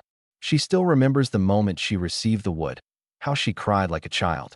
Then came the fateful encounter. Her raft drifted amidst debris until she spotted that ship glowing faintly with a purple light. She sent out a distress signal, hoping for just one night's refuge, even prepared to pay any price. And yet, she met me. I offered her steaming hot instant noodles, let her take a hot shower, and gave her my bed while I slept in a chair. When she desperately asked if she could stay, she was ready to give up everything, even herself. But I didn't. I didn't ask for anything unreasonable. I gave her a place, trust, and a chance to grow stronger. I helped her upgrade her vehicle, gave her weapons, and turned her from deadweight into a valuable medic. Next came meeting Jiang Shui, exploring islands, obtaining shards of the heart of civilization, and forming a fleet. Lin Huan. The name rolled off her tongue, carrying unfamiliar solemnity. "Thank you," she whispered softly, so only she could hear. "Thank you for your foolish trade, for taking me in and showing respect. Thank you for your trust and the strength you shared. Thank you for guiding us out of despair." Her vision blurred as tears welled up, but she held them back. She turned to face the wall of the ship, pulling the blanket higher over herself. Finally, sleep crept over her like a rising tide. Outside, the storm still raged, but in her heart, there was an unprecedented calm. Tomorrow would be tougher, but she wasn't alone anymore. She had companions, teammates, and, more importantly, a captain worth following. In the eco-ship, Jiang Shui couldn't sleep either. She lay on her side, her gaze fixed on the tender green sprouts in the hydroponic chamber. The wheat she planted yesterday had already begun to sprout, and in the stormy night, it seemed especially precious. Her thoughts churned restlessly. She, too, had been cast into despair, teetering on the edge. She remembered crouching on her leaky raft, staring at the blackened bread and the nearly empty water pouch, her despair sinking deep into her bones. She had even seriously considered trading her black stockings for food. Just thinking about that made her feel ashamed now. Then the storm came. She sent me a private message, hoping to borrow some wood to upgrade her raft. She was prepared for rejection, or worse, exploitative demands. But I agreed. Not only did I lend her the wood, and offered some suggestions, relying on that wood, she survived the storm. Later on, the mysterious island's coordinates changed everything. She met me and Zhou Shiyun, and things began to accelerate. The fleet was established, and she was given a purple ecological ship where she planted crops. She went from a survivor who nearly traded her dignity for survival to a vital agricultural officer. If it wasn't for Lin Huan, could I have upgraded to a small wooden boat before this storm on my own? She carefully thought about it. Thousands of wooden planks, dozens of metal chunks, a large amount of hemp rope and canvas. The answer was clear: no. Just relying on fishing and scavenging from crates? Those numbers felt astronomical. Other options? Consolidating resources like the United Survival Alliance? But as a woman on her own, how could she ensure her interests and safety? Or maybe looting, like the Doomsday Sect? She couldn't do it, and couldn't even imagine herself becoming that kind of person. A woman without combat power would just become prey even faster. What could I, just a girl, possibly do to manage all this? The answer was obvious. On the ruthless seas, her farming knowledge at the start was even less useful than a stone axe. A mix of terror, relief, and gratitude warmed her heart like a comforting tide. It was me who used my enhancement abilities to gather resources, devise plans, and build the fleet. It was me who gave her shelter and a platform for dignity and strength, not charity, not exploitation. She didn't have to navigate the complexities of large groups. She didn't have to endure the shadow of violence. And she didn't have to sell herself. She could stand tall, cultivating crops with her knowledge, earning respect and a solid place in the fleet. Thank you, Captain. She buried her face in the pillow. Thank you for reaching out when despair loomed, but asking for nothing in return. Thank you for recognizing my value and giving it a place to grow. Thank you for leading us to live with dignity and toward a better future. Sleepiness crept over her. Inside the warm and safe cabin, Jiang Shui drifted off feeling hope, confidence, and gratitude. An alert from the game jolted me awake. Global announcement. Deep sea storm peak has arrived. Warning, wind pressure, massive waves, and visibility have all deteriorated. New threat. The deep sea behemoth has awakened. Prepare for battle. Notifications of durability loss kept blinking. 39997/40,000. Losing HP? Just a scratch. Outside, it was apocalyptic. 100-meter-high waves crashed down like mountains collapsing. The gray-white walls of water swirled madly. Visibility less than 50 meters. Yet the fleet was still, unshaken. Huan, has the storm worsened? Zhou Shiyun rubbed her eyes as she sat up. Get up. Time to fight. I turned. Jiang Shui, report to the flagship immediately. On my way. Jiang Shui's crisp reply came through the channel. I opened the world chat. The apocalypse. Desperation fills the screen. Anonymous. The ship is falling apart. Anyone got wood? I'll trade my life for it. Anonymous, Mom. I want to go home. Big Cell. Damn it. Even the small boat is losing HP. Anyone with metal blocks. United Rescue Alliance. Stay calm. Gather at the designated coordinates. End times madman. Worthless trash should just die? Can't even withstand a storm? I scanned the chaos coldly, then turned off the channel and sent confirmation messages to Forge and Shark Buddy. Shark Buddy. Don't worry, Captain. The Rescue Alliance treats me like their trump card. 2 ships are guarding me closely. We're rock solid. Forge. The ship's modified, excellent wave resistance. Got a blue stone warhammer in hand. Bring on the sea beasts. I'll kill them all. Hundreds of nautical miles away, amidst the storm and towering waves, a tall woman stood in the cabin. Her deep chestnut hair was casually tied back, her face calm and frosty. She casually swung the stone warhammer in her hand. The sound slicing through the air was heavy and sharp. Sea beasts, huh? She murmured. Perfect chance to test its power. Captain, I'm here. Jiang Shui burst into the cabin, shaking off the rainwater. Perfect timing. I turned away from the navigation table. I'm going to make breakfast. Zhou Shiyun, check the thunderbow. Jiang Shui, prep the cannons. My tone was as casual as someone handling a mundane household chore. What? Jiang Shui froze, pointing at the apocalyptic chaos outside the window. Shouldn't we be more nervous right now? Nervous about what? I shrugged, casually projecting private messages onto the tactical board. United Rescue Alliance. Urgently need 10 blue bows. Offering 70 crates of wood per bow. Captain, deal. 700 crates. Quick calculation. 700 plus 800 is equal to 1,500 crates of wood. Net profit, 1,300 bonus points. Look, just closed 2 more arms deals, I said as I made my way to the kitchen. Eggs are running low, but we've got plenty of smoked fish. The ladies exchanged baffled glances. Outside, it was the apocalypse. But our captain, calmly making breakfast while casually pulling off arms trades. Zhou Shiyun couldn't help but chuckle. She picked up the thunderbow and began checking it. Jiang Shui slapped her cheeks, walked to the tactical station, and began familiarizing herself with the cannon system. Following Captain always feels like stepping into a whole different vibe. Soon, the aroma of breakfast wafted from the kitchen. Golden fried eggs with runny yolks, perfectly seared fish fillets, mushroom-laden creamy soup, and instant noodles simmered in rich fish broth. Smells amazing. The two women's eyes lit up. Eat up. It'll be a tough fight later. I ladled out more soup for them. After breakfast, it was time for battle prep. Zhou Shiyun, sniper position. Jiang Shui, cannon ready.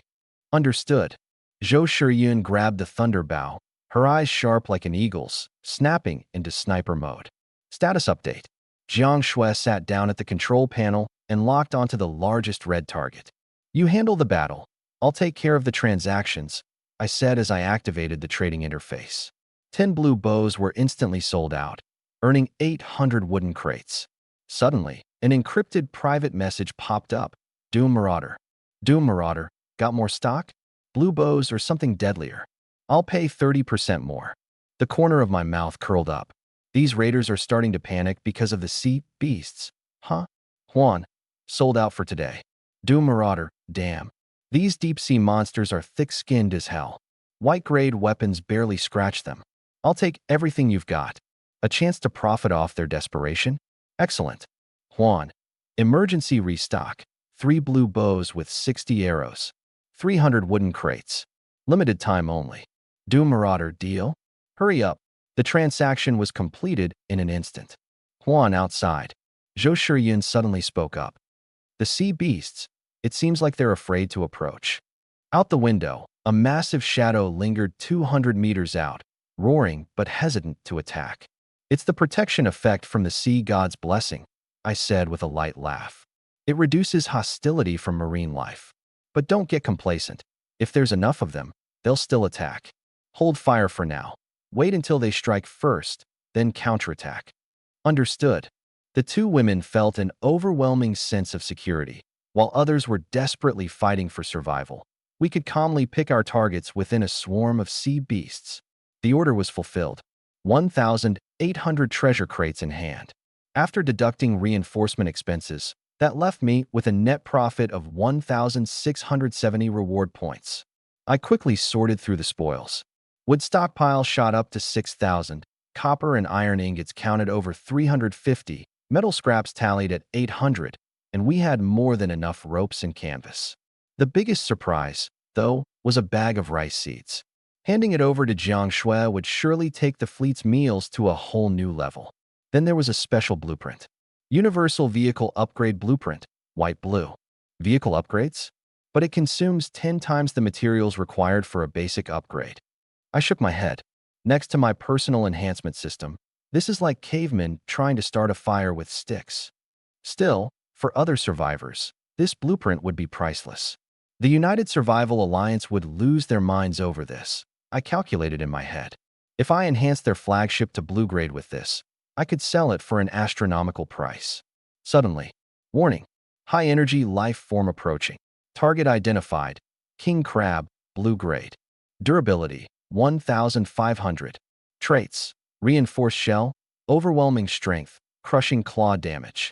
The surface of the water exploded. A massive crab the size of a small ship emerged from the waves, its dark blue shell gleaming with a metallic sheen under flashes of lightning. 2 giant claws, the size of ship anchors, clicked menacingly, and 8 sturdy legs thrashed through the water as its eerie, glowing green eyes locked onto the flagship. Well, this one's serving itself up. A seafood feast at our doorstep. My eyes lit up. Shiyun, shoot it. Got it. Zhou Shiyun's thunder bow was drawn to full tension, crackling with electric sparks. The king crab charged to within 10 meters, its massive claws slamming viciously toward the boat's side. Boom. Flagship durability minus 100. Smash effect activated. At the same time, zing, zing. 2 electrified arrows struck the crab's leg joints precisely. Electric sparks exploded upon impact, and the king crab let out a metallic screech. Its body tilted to the side as its right appendages spasmed, significantly slowing its movements. Critical hit. Durability minus 800. Movement speed reduced by 20%. Nice shot. Jiang Shui, target its eye stalk with the ballista. Shiyun, keep up the pressure. Understood. Jiang Shui adjusted the ballista, locking onto the faint green glow of the swaying eye stalk. The king crab roared in fury, attempting to lunge sideways to attack, but its injured legs hampered its mobility.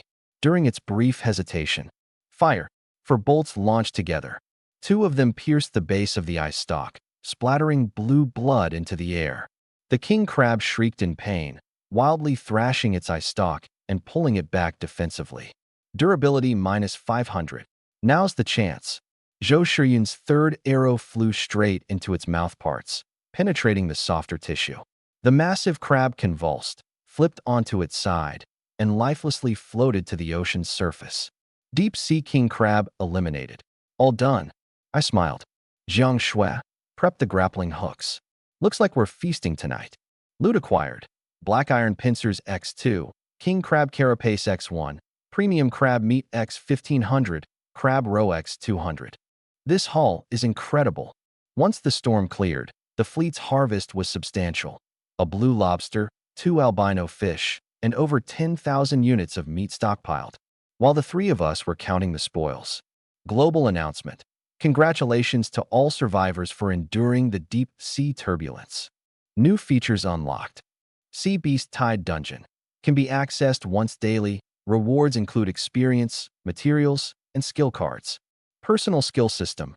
Attribute cards, active skills, passive skills now available. Mystic Exploration. Unlocks in 10 days. Explore ancient technology and lost knowledge. Dungeons, skills, mystic exploration. Zhou Shiyun frowned. The path to getting stronger is becoming clear. I walked over to the tactical display. Dungeons will provide consistent resources, skills will add diversity to combat, and the mystic exploration will offer massive opportunities. However, I smirked slyly. When compared to how we're set up, everyone else's progression will seem painfully slow. The most critical advantage for us is... I opened the fleet store. The two girls froze in shock. Skill card. Flash. Legendary. Effect. Instantly teleport 30 meters, bypassing obstacles. Cost. 1,000 reward points. Skill card. Eagle Eye. Legendary. Effect. Pinpoint enemy weaknesses. Cost. 800 reward points. Skill card. Precision Intuition. Excellent. Effect. Increases long-range accuracy and critical hit chance. Price. 250 reward points. A dense list of skill cards appeared, covering every field from combat to survival to production. What the heck? You can buy skill cards now? Zhou Shiyun and Jiang Shui's eyes widened as their mouths formed perfect O's in disbelief. While others are still risking everything just to get a single white skill card, we can casually browse and pick purple and orange ones, as long as we have enough reward points. Haha. I laughed loudly and confidently. See this? Others gamble with their lives. We just make money. I quickly sobered up, adopting a serious tone. We have 1,600 points right now. We need to budget carefully. Bolt launchers and cannons must be upgraded first. They are our core firepower. Upgrade all ships to medium-sized sailing vessels to improve maneuverability. As for skill cards, my gaze burned with intensity. If we're upgrading, we go all out. Shiyun, you need the legendary level Eagle Eye to detect weaknesses. Jiang Shui, lean into mental focus skills. And make sure both of you have reliable survival skills. Remember, I pointed to the marketplace list with an unwavering voice. We're using these reward points to forge a path to the top. Yes, Brother Huan. The two women answered in unison, their eyes filled with fiery determination. The rules of this treacherous ocean have changed, and we now hold the key to rewriting them. Let the upgrades begin. One by one, the three warships underwent transformations, consuming resources like a tidal wave surging into the modification system. By the time the final wooden plank was replaced with reinforced metal, half of the fleet's storage had been depleted. Worth it. Durability, 80,000. As the number updated before my eyes, a glint of satisfaction flickered in my gaze. Ding. Upgrade complete. Current vehicle, medium-sized sailing ship. Next upgrade, small motorboat, high-speed assault type. Upgrade requirements, metal scraps times 2,000, copper ingot times 200, iron ingot times 300, power engine times 1. Description, a critical step forward from the age of sails into the era of mechanical power. No time to rest. I immediately spent 1,000 reward points, upgrading 3 smoothbore cannons and 6 bolt launchers to purple tier. The moment they radiated a brilliant purple glow, the newly enhanced stats popped up on the panel. Bow-mounted light smoothbore cannon, enhanced. Rarity, purple. Base damage, 1,000 points of devastating structural destruction. Rate of fire, 5 rounds per minute. Effective range, 2,500 meters. Side-mounted multi-barrel rotating bolt launcher, enhanced. Rarity, purple. Base damage, 500 structural points per hit.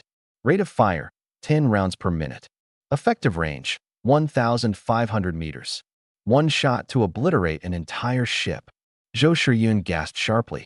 Ordinary white-tier sailing ships only have 800 durability points. A single cannon blast would leave them in the negative. 200 HP. That's so intense. Jiang Shui gulped nervously, as if envisioning the enemy ship being blown to pieces under a rain of firepower. I clenched my fists slowly. When we're poor, we utilize tactics. When we're rich, we blow it to pieces. Starting today, our words will speak through cannon fire. Every enemy will have to reconsider their place within the range of our ship's guns. Yes, the two women responded in unison, their voices trembling with excitement. We were no longer survivors. We had become the ones setting the rules in these seas. All right, time to celebrate, I said with a grin. Deck barbecue. Fresh sea beast meat. Crack open a few coconuts. And let's toast to the rebirth of our fleet. Pushing open the heavy cabin door, the newly refurbished deck came into view. Wide, flat, and solid. The bow-mount cannon looked imposing, with the side ballistae ready for action. The main mast soared skyward. The rigging was neat and orderly. Sunlight broke through the clouds, scattering across the still damp deck. Zhou Shiyun and Jiang Shui had already started setting up the charcoal grill, and an alluring aroma soon wafted through the air. I leaned on the railing when the private chat channel suddenly buzzed. The Forge Master. Almost forgot. I smacked my forehead. 10 copper ingots, 100 reward points, upgraded to blue quality, sent directly over. Juan, here are 10 blue copper ingots. See if they work for you. Forge Master. 10. All blue quality. You can actually upgrade base materials. Juan gave it a shot, and it worked. Here's to a smooth collaboration. The chat closed. The charcoal was glowing. The smell of grilling meat was irresistible. Sunshine, delicious food, good company. It was perfect. Hundreds of miles away, in the temporary protection zone of the United Rescue Association. Miss Shrimp, the storm has cleared. Will you join us back at headquarters? The vice president would like to thank you in person. The squad leader braced himself and made yet another invitation. Too far away. I get so seasick. I waved lazily, all while internally ranting. Go to their headquarters? I'd be exposed in no time. My vet identity might fool these muscleheads, but I wouldn't survive under the scrutiny of their HQ elites. It's better to linger on the outskirts and wait for a chance to join Huan God. The squad leader was about to try persuading me again when his private chat buzzed urgently. Big news. The vice president's voice was rushed. Huan God has something to trade. A blueprint that can upgrade white-grade vehicles to blue-grade. What? The squad leader's voice shot up, shocked. A blue-grade vehicle, that's a game-changer. It would drastically enhance survival capabilities. Return to headquarters immediately. This is the highest priority. Understood. The squad leader turned, urgency written all over his face. Miss Shrimp, my apologies. We're being recalled immediately. There's an emergency at headquarters. What's the rush? My ears perked up. Huan God has a blueprint for upgrading white-grade ships to blue-grade. He lowered his voice, then sprinted off with his team. Go. As I watched the ship disappear into the distance, I suddenly sprang to my feet. Vehicle enhancement. Even Huan Shen has this. Wait. If he can sell it, then that means he doesn't need it himself. Holy crap. Can he directly enhance vehicles? My heart pounded wildly. This guy's connections are insanely powerful. I frantically slammed out a private message. Mr. Shrimp, Huan Shun, did you just trade blueprints with the Allied Survival Union? You can actually enhance vehicles? Huan, yeah, just blueprints I don't need. Mr. Shrimp, damn, you're already this strong. Why am I still pretending to be a doctor for this dumb organization? Wait for me. Bro. Screw that. I'm coming over to join you. Bucket in hand. I'm making a break for it. On the deck of the fleet ship, I was enjoying some grilled crab legs when the message popped up. Cough, cough, cough. I nearly choked as crab meat became lodged in my windpipe, my face turning beet red. I stared intensely at the word launag, which roughly translates to this lady, my expression shifting from contentment to sheer disbelief. Juan, what's wrong? Zhou Shiyun handed me a glass of water. Taking it, I spoke slowly, enunciating every word. Mr. Shrimp might be a woman. What? Mr. Shrimp is a woman? Zhou Shiyun and Jiang Shui practically shouted at the same time, their eyes wide with shock, their faces screaming, "Are you kidding me?" The infamous Mr. Shrimp, whose ID was tough enough to crack a walnut and whose global chat antics were nothing short of reckless, was, what? A woman? I didn't waste a moment. I tossed the chat log straight into the fleet's group chat, especially the part where she wrote, "This lady, no. Bro, I'm coming to find you now." The two women immediately leaned over to speed read. From Mr. Shrimp being blown away by the blueprint trade to her frantic decision to cling to a golden thigh. And finally, the sheer self-exposure in the heat of the moment. Zhou Shiyun and Jiang Shui exchanged looks and simultaneously seemed to pull up the same mental meme. Shock, realization, and barely contained laughter sparkling in their eyes. She's planning to charge over here, just like that? I glanced between the two women. What do you think? Is this Mr. Shrimp worth taking in? Zhou Shiyun calmed herself down first. Mr. Shrimp isn't exactly a bad person in global chat. I remember she warned newcomers to stock up on water before a storm and even shared fish spear crafting tips. Rough around the edges, sure, but her heart doesn't seem bad. She paused. It's just, I didn't expect her to be a woman. The act was phenomenal. But, she added, you never know. Who someone is online versus in real life can be vastly different. We should be cautious. Jiang Shui nodded. She's pretending to be a doctor for the Allied Survival Union right now? What's up with that? I immediately sent a message. Juan, what's this about pretending to be a doctor? Mr. Shrimp responded instantly. Mr. Shrimp, well, it's not exactly pretending. They asked me what my job was before the shift happened. What was I supposed to say? Couch potato. So, I said I was a doctor. Technically speaking, a vet is a kind of doctor, right? Treating cats, treating dogs, treating sea beasts, pretty much the same, right? Uffed. A veterinarian? The cabin erupted into uncontrollable laughter. How does she even come up with this stuff? Zhou Shiyun wiped away her tears of laughter. No wonder the United Survivors Alliance treats her like a treasure. Doctors are hard to come by these days, even if it's a vet. Don't laugh, I said, my gaze sharpening. That profession might actually be useful. I turned to Jiang Shui. Your ecological ship will eventually need to farm animals, or if we acquire a livestock ship, a vet's value would be no less than a medical doctor. Things like disease prevention, optimized breeding, and handling byproducts all demand expertise. Then I looked towards Zhou Shiyun. And sea beasts are still beasts. Her knowledge could be incredibly helpful during hunts, figuring out habits, finding weak points, processing unique materials. The two women stopped laughing and began thinking seriously. It's true. In a world where skills determine survival, someone with professional knowledge could be more valuable than someone who's purely a fighter. In that case, Zhou Shiyun was the first to speak up. If Shrimp Sis has a decent character, recruiting her would benefit the fleet's long-term development. Adding a specialist means adding more possibilities.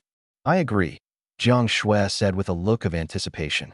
Plus, if she lasted this long in the United Survivors Alliance without being exposed, she must be pretty clever. I slammed my hand on the table. All right, change of plans. We're recruiting Dr. Shrimp first. Juan, send me your coordinates. We're coming to find you. Shrimp Bro, 118.71 E/33.18 in. The United Survivors Alliance folks just left. Juan, you have to come. I'm going fishing to prepare a feast. I could practically feel his overwhelming excitement through the screen. Pack it up. We're setting sail. I stood up. Destination, Shrimp Bro's coordinates. The fleet's first recruitment mission begins now. The speed of the medium-sized sailing ships was exhilarating. With the 50% bonus from the Wave Rider's skill, the flagship easily broke 40 knots, while the other two ships maintained speeds above 35 knots. What would have been a voyage of half a day took just 2 hours. Near the given coordinates, a small white wooden boat floated there, all alone. As our three medium-sized, gunmetal gray warships with pulsating purple light and deadly black cannons approached in a triangular formation. On and around the little boat, for people, 8 eyes, locked stares with us from a distance. Everyone was utterly dumbfounded. What I saw, holy crap, that's a small boat? No, those are 3 warships armed to the teeth. What the heck is that purple glow? And those pitch-black cannons. This kind of firepower could level an island, couldn't it? Hold up, that person at the bow of the ship. Young, tall, commanding presence. Juan. This is Juan. That young? And he's kinda handsome? And what the? There are 2 stunning women standing beside him. A woman. This lineup. The 3 of us were sure. The coordinates were spot on, and there was indeed only one person on that boat. But the pink-haired, curvy beauty in a leather vest and hot pants, who was staring at us wide-eyed, was Shrimp Bro.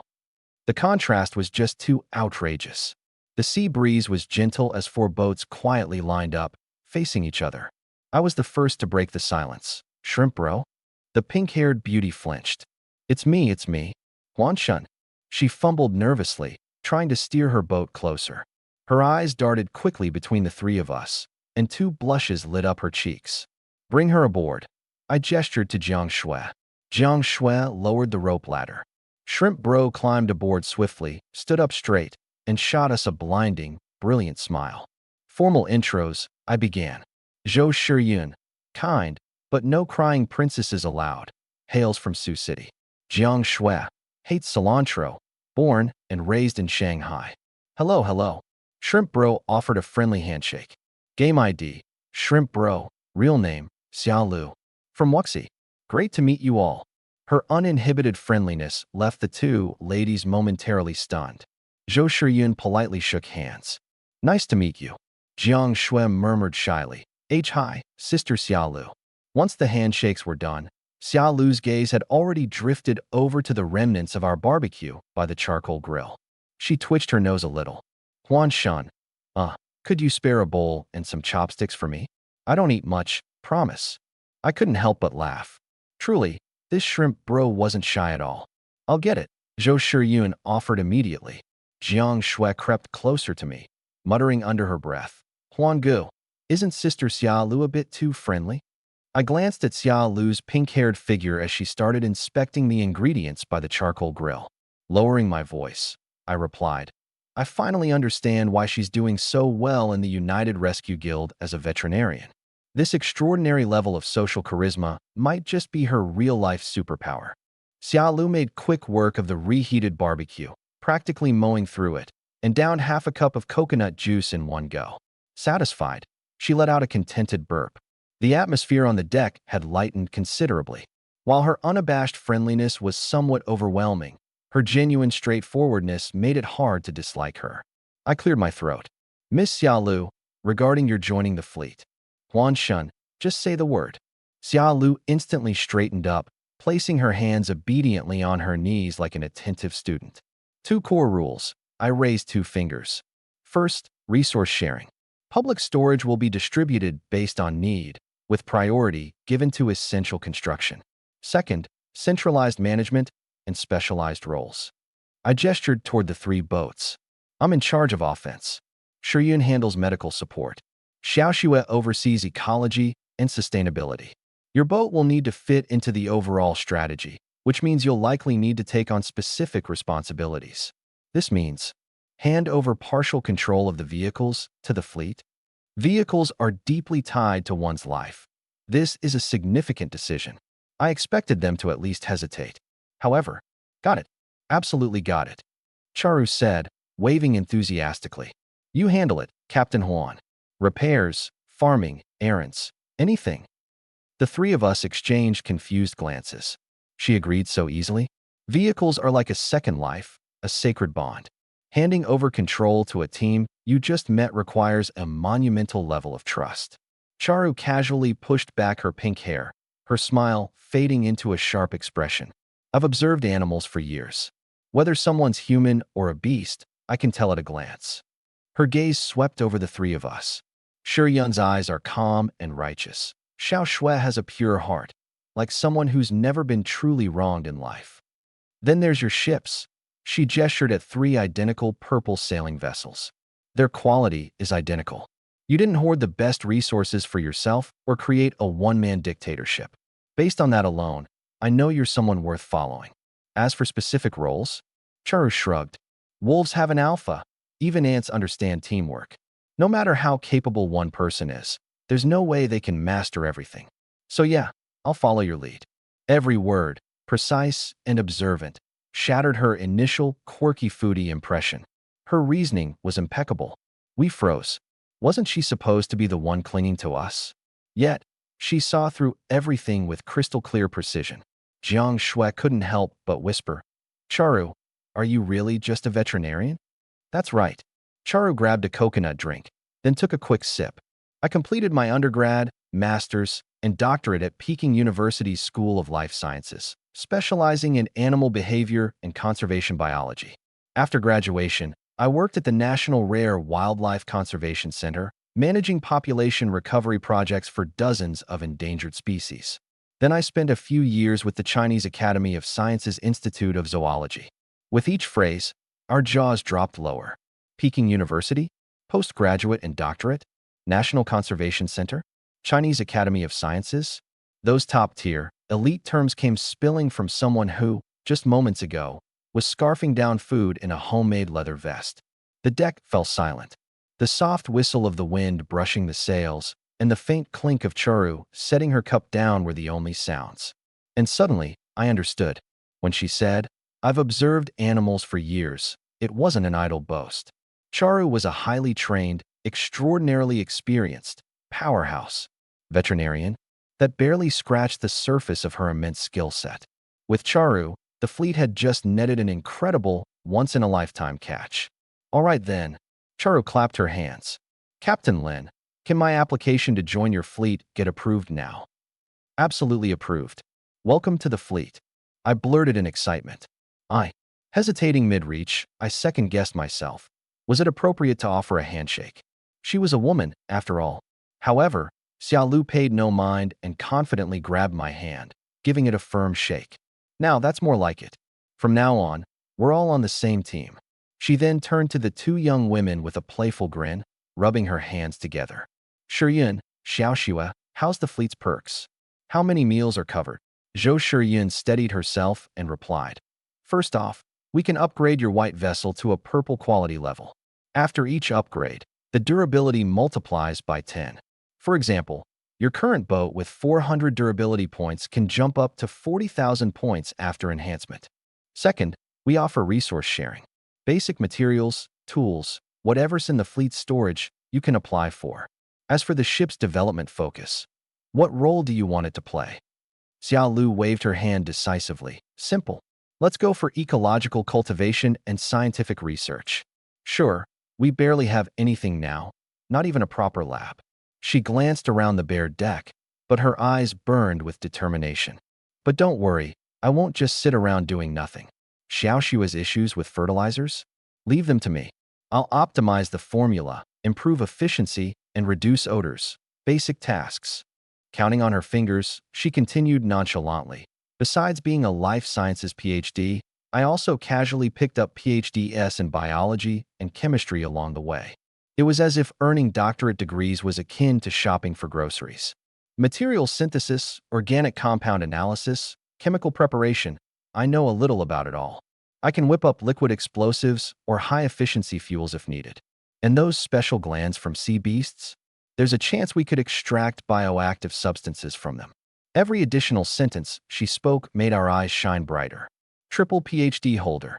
Top-tier national research experience. Able to solve fertilizer issues, create compounds, and produce explosives and fuels. And she even had research ideas for sea beast materials. This wasn't just a veterinarian. She was a walking, cross-disciplinary scientific arsenal. A treasure trove of knowledge and expertise.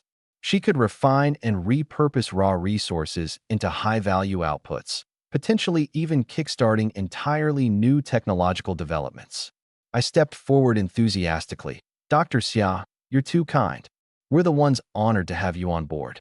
Let's get the ship upgrade underway immediately.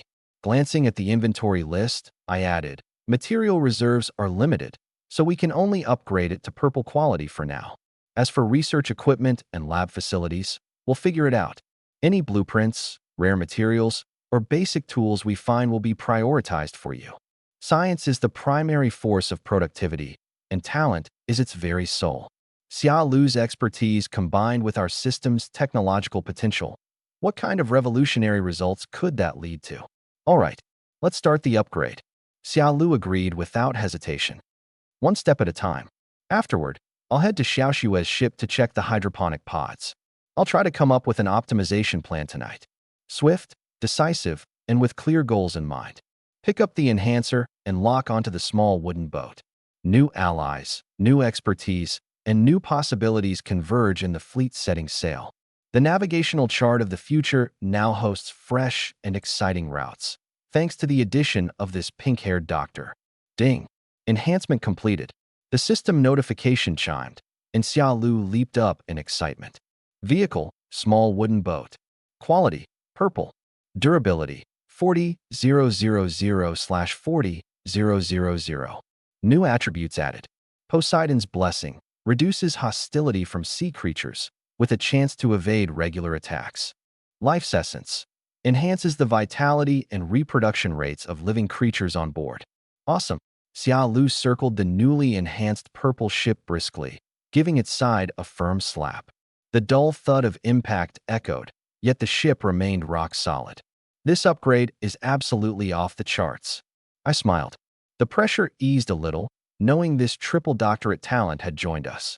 Xia Lu, how about taking a tour of our eco-ship? Jiang Shui chimed in with a timely suggestion. You can also share some tips about hydroponics. Let's do it. Xia Lu readily agreed and walked off with Jiang Shui. After a few steps, she suddenly turned back, winking silently at me and Zhou Shiyun while mouthing, "Have a good chat."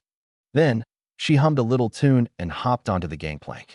Zhou Shiyun's cheeks instantly flushed bright red, and she quickly averted her gaze. I touched my nose and cleared my throat lightly. Ahem. Xia Lu's energy is really something. Honestly, her background is kind of intimidating.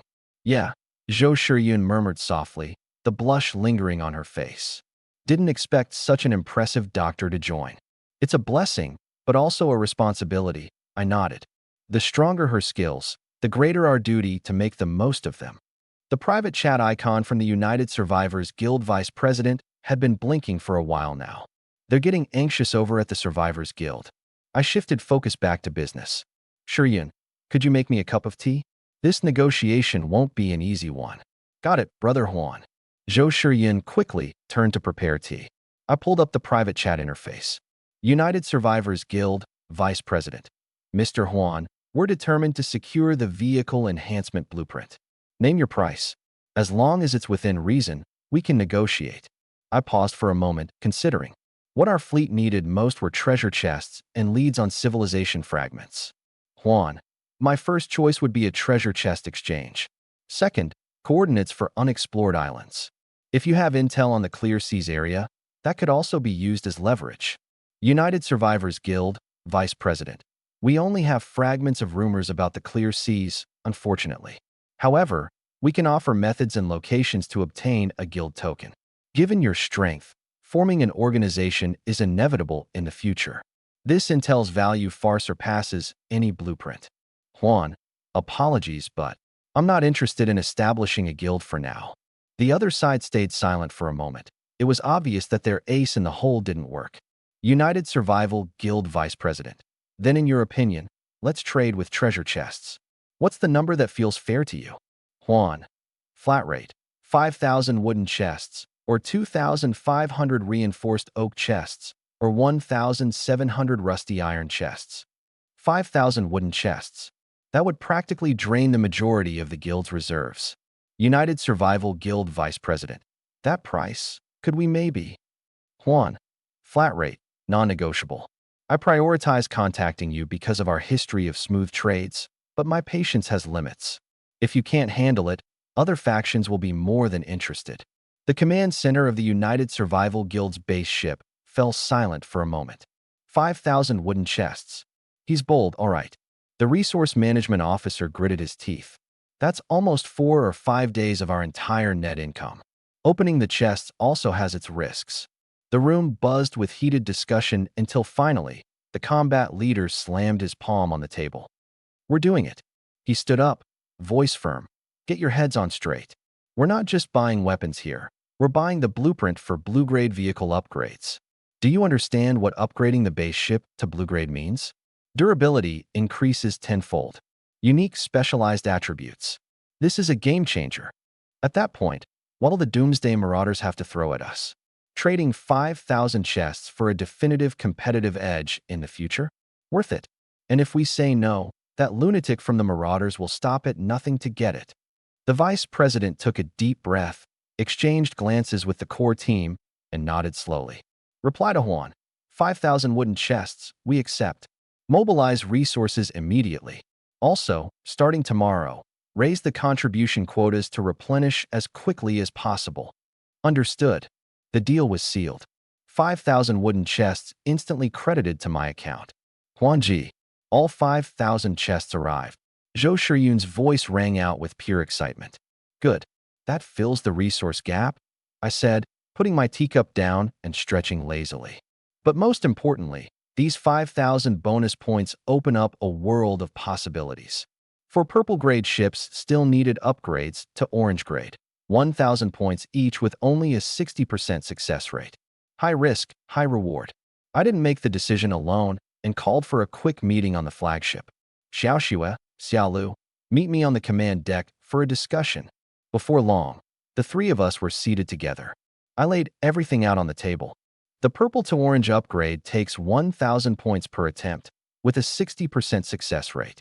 While 5,000 points might seem like a lot, if we gamble everything on vehicle upgrades, we'll only get 2 or 3 successful ones at best. Xiaolu quickly did mental math, fingers moving in the air. Orange-grade vehicles have 10 times the durability. That's 800,000 durability. But the risk of failure is huge. Exactly why I called you both in, I said, getting straight to the heart of the matter. How do we maximize the value of these points? After a moment, Xiaolu was the first to speak. I checked the shop. Something like the fire seed source only costs 100 points, but the auxiliary materials are impossible to collect. She shifted her tone. I suggest we abandon the risky gamble of upgrading to orange tier and instead invest in personal combat strength. Shurian's Absolute Eagle I should be the top priority. You need rapid shooting, which will cost 1,200 points. Xiao Shui and I are better suited for basic beast mastery and plant perception, costing a total of 2,000 points. 4 core skill cards will come to 4,400 points in total. The rest can serve as backups or be exchanged for basic stat cards. Xia Lu's eyes swept over the team. The current purple tier ship is sufficient. Chasing even higher tier vehicle stats is inefficient due to diminishing returns. On the other hand, powerful personal skills will be much more useful for the secret realm we might need to land in 10 days from now. Zhou Shiyun immediately agreed. Xia Lujia is absolutely right. Boosting individual combat abilities will have a much more noticeable impact, and the cost of failure would be too high otherwise. Jiang Shui nodded vigorously. Controlling sea beasts, communicating with plants, just hearing about it sounds ridiculously useful. All right, I concluded decisively. Unanimous decision. Priority goes to redeeming core skill cards and strengthening personal abilities. It's true, after obtaining a top-tier vehicle, the best return comes from investing in its pilot's capabilities. Bloodshark. The dilapidated warship drifted like a corpse on the ocean, its blood-red skull flag flapping in the night wind. Rotting flesh, blood, sweat, the stench of death permeated the entire vessel. Boss, we caught 2 more fat fish. A man, lanky as a monkey, barged in with a twisted, fawning grin. The Doomsday Bandit gnawed on raw, bleeding beast meat. The woman in his arms, broken like a discarded doll, stared blankly into the distance. He licked his sharp teeth and growled. Male or female? Male and female, both young and tender. If the male's useful, keep him. If not, he cracked a wicked smile. Feed him to the sea beasts. The woman, bring her to me tonight. The woman trembled faintly. Damn it. The damn blue bow is powerful, sure, but those custom arrows are such a pain to make. The bandit crushed a bone in his hand and growled. If not for the ammo shortage, my hunting efficiency would have been double by now. Boss, maybe we could try finding that mysterious cellar again. Hell no. He spat vehemently, saliva flying. That damn bow cleaned out half my warehouse. And that sneaky bastard? Nowhere to be found. Even if he's got the goods, who says he'd sell them to me? He cracked his knuckles menacingly. Once the secret realm opens, I'll turn that place into my personal hunting ground. To hell with any so-called rescue effort. In the secret realm, fists make the rules. I'll take every resource, blueprint, skill card. They're all mine. Boss, you're brilliant. The brothers will feast and toast under your lead. The doomsday bandit snarled, slapping the woman in his arms mockingly. Remember, in the doomsday syndicate, if you want something, you take it. Women, resources, power. This is the law of survival. Wild laughter echoed through the decaying cabin. Starlight blanketed the sea surface. The aroma of seared steaks still lingered in the air as I handed out 4 skill cards. Tomorrow morning, the tidal beast's dungeon, I said firmly. I'll take the front line with Shiyun and Xiaolu. Xiaoxue, you'll control the cannons for support. This will be our first team combat. Are you all ready? Ready. 3 voices responded in unison, their determination blazing in their eyes. Great. Absorb your skills and get some rest, I said as I stood. I'll clean up the kitchen. I'll help. Zhou Shiyun offered naturally as she followed me. Xiaolu elbowed Jiang Shui gently and whispered, "See that? Our fleet isn't just insanely strong in combat. Our meals are top-notch too. Being on Captain Huan's crew means guaranteed good eats." Jiang Shui giggled quietly. Captain Huan is such a great guy. Speaking of which, Xiaolu held up 3 fingers, her eyes gleaming with excitement. I did some digging on the marketplace. Weapons rake in cash, but attract too much attention. Food has low margins despite the volume. But the real gold mine? Medicine. Her voice raised a pitch in enthusiasm. Basic bandages have gone from 3 crates to 10. Blood stoppers and antidotes. Their prices have skyrocketed dozens of times. The best part? Selling medicine doesn't paint a target on your back like selling arms, but the profits are insane. Shiyun's medical ship has a ton of herbs on board, and we've gathered plenty of tide beast glands, she continued, tapping her temple. With my biochemistry skills, I can craft high-efficiency remedies. Not only will we secure our own survival, but we'll also tap into a discrete revenue stream. Jiang Shui's eyes lit up. That's brilliant. I'll immediately expand the herb cultivation. Those unique seaweeds and beast organs, we can collect them too. Exactly. Xiaolu clapped her hands together. You grow, I'll develop, and Shiyun and Captain Huan will handle the sales. We've got a full production chain right in our hands. Ambition burned in both their eyes. Meanwhile, in the kitchen, I quietly washed the dishes while Zhou Shiyun wiped them down nearby. No words were needed. The silent rhythm of our teamwork spoke volumes. Starlight intertwined with the warm glow of the lamps, illuminating the bright future of this fleet. A squad determined not just to survive the apocalypse, but to take control of its own destiny. For violet warships hung like stars, anchored under the lee of a massive reef. The divine presence of Poseidon warded off any encroaching sea beasts with its invisible pressure. Xiaolu's blueprint for a pharmaceutical empire stunned everyone. As Shiyun and I returned to the flagship, the newly upgraded cabin offered a spacious sanctuary, complete with a private living area, captain's quarters, bedroom, and bathroom. Xiaolu's brain is just incredible, I said enthusiastically, sitting by the wooden table. My eyes gleamed with excitement. She sketched an entire Chiet industry. In mere hours, planning, profit analysis, supply chain, everything sorted. That's Peking University for you. Knowledge is the real wealth. Zhou Shiyun's bright eyes gleamed. What she brings isn't just veterinary skills, but a way of thinking that changes our mode of survival. We're talking arms, pharmaceuticals, resource monopolies. I slammed the table. A multi-industry trust. We're going to be the invisible powerhouse ruling these waters. My gaze pierced through time, as if I could already see warehouses stacked with weapons and meds, and resource crates flowing endlessly through trading posts. Once we develop the propulsion engine and upgrade the cannon systems. My voice was calm but powerful. That will be the ultimate lower-dimensional strike. Zhou Shiyun smiled, her eyes reflecting the flickering firelight. With Xia Lu here and you at the helm, the future is full of hope. The topic shifted to the state of the world. The global survivor count is stabilizing around 4 billion, Zhou Shiyun noted. People are sticking together. That's the law of survival. My gaze grew deeper. The future will be all about clashes between organizations. We're aiming for an elite route, but we can't avoid dealing with those massive organizations with tens of thousands of people. The cabin suddenly quieted down, leaving only the sound of waves and the crackling of the fire.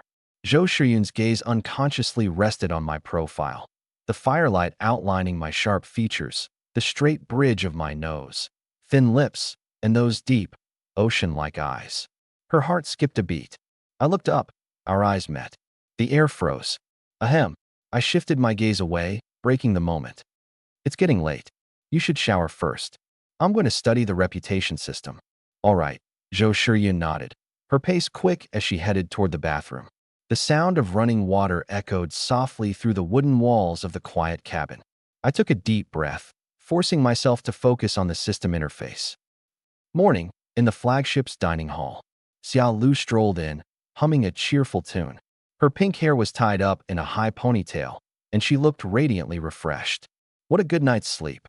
This ship is so steady, and the bed's as comfy as a hotel room.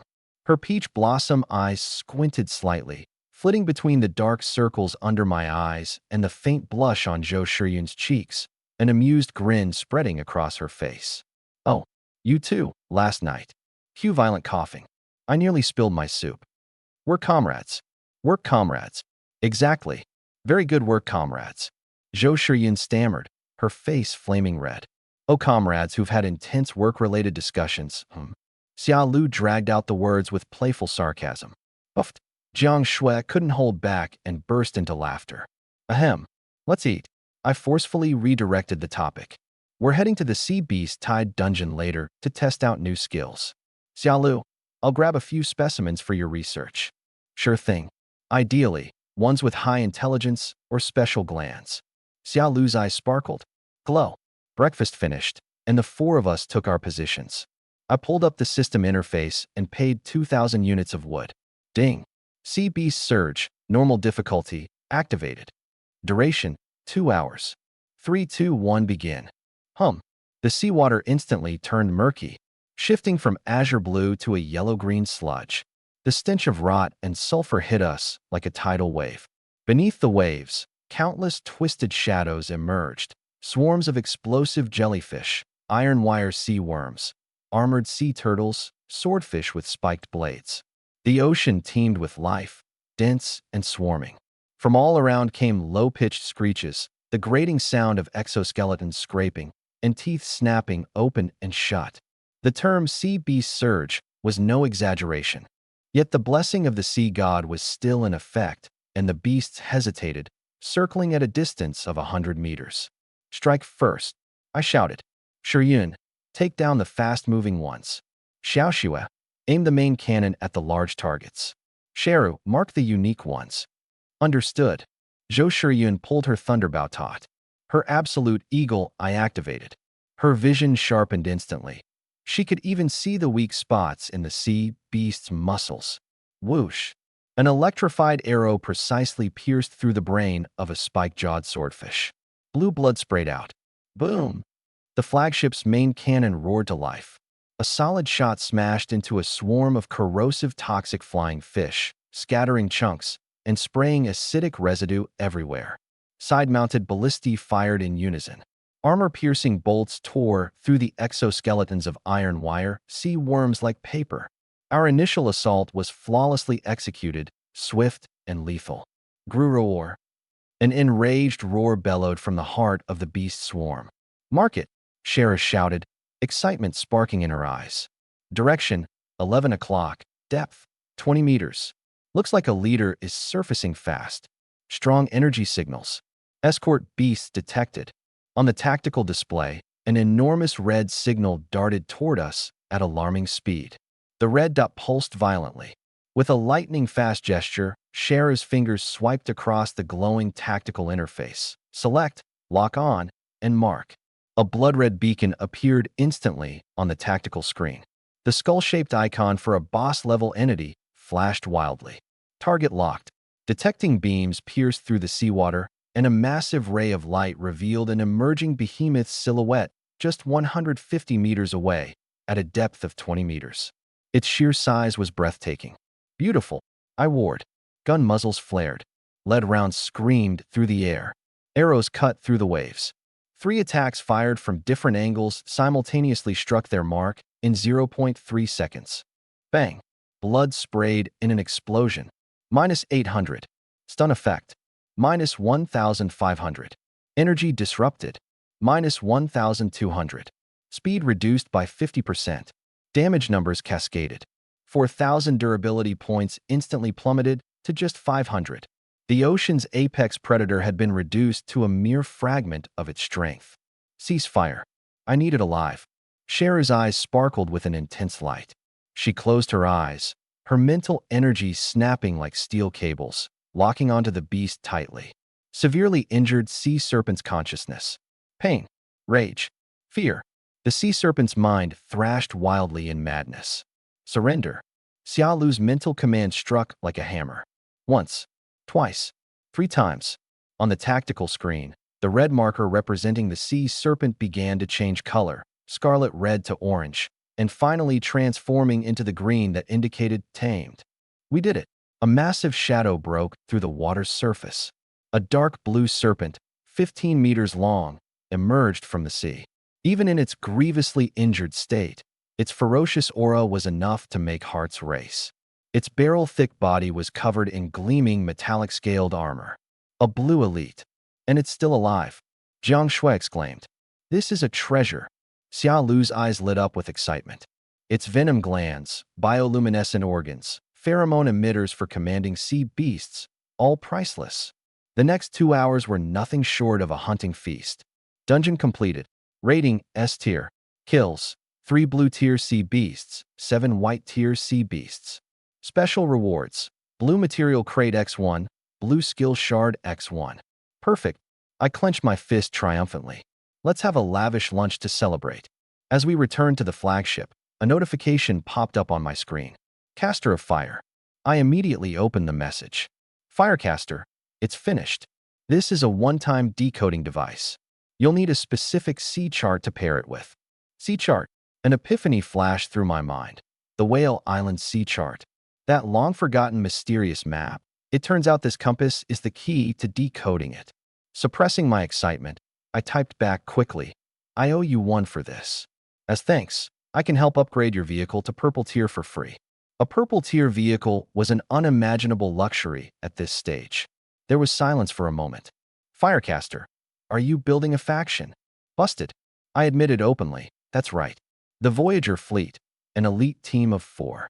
Another pause. And then, a line of text appeared on my screen that almost made me spit out my water.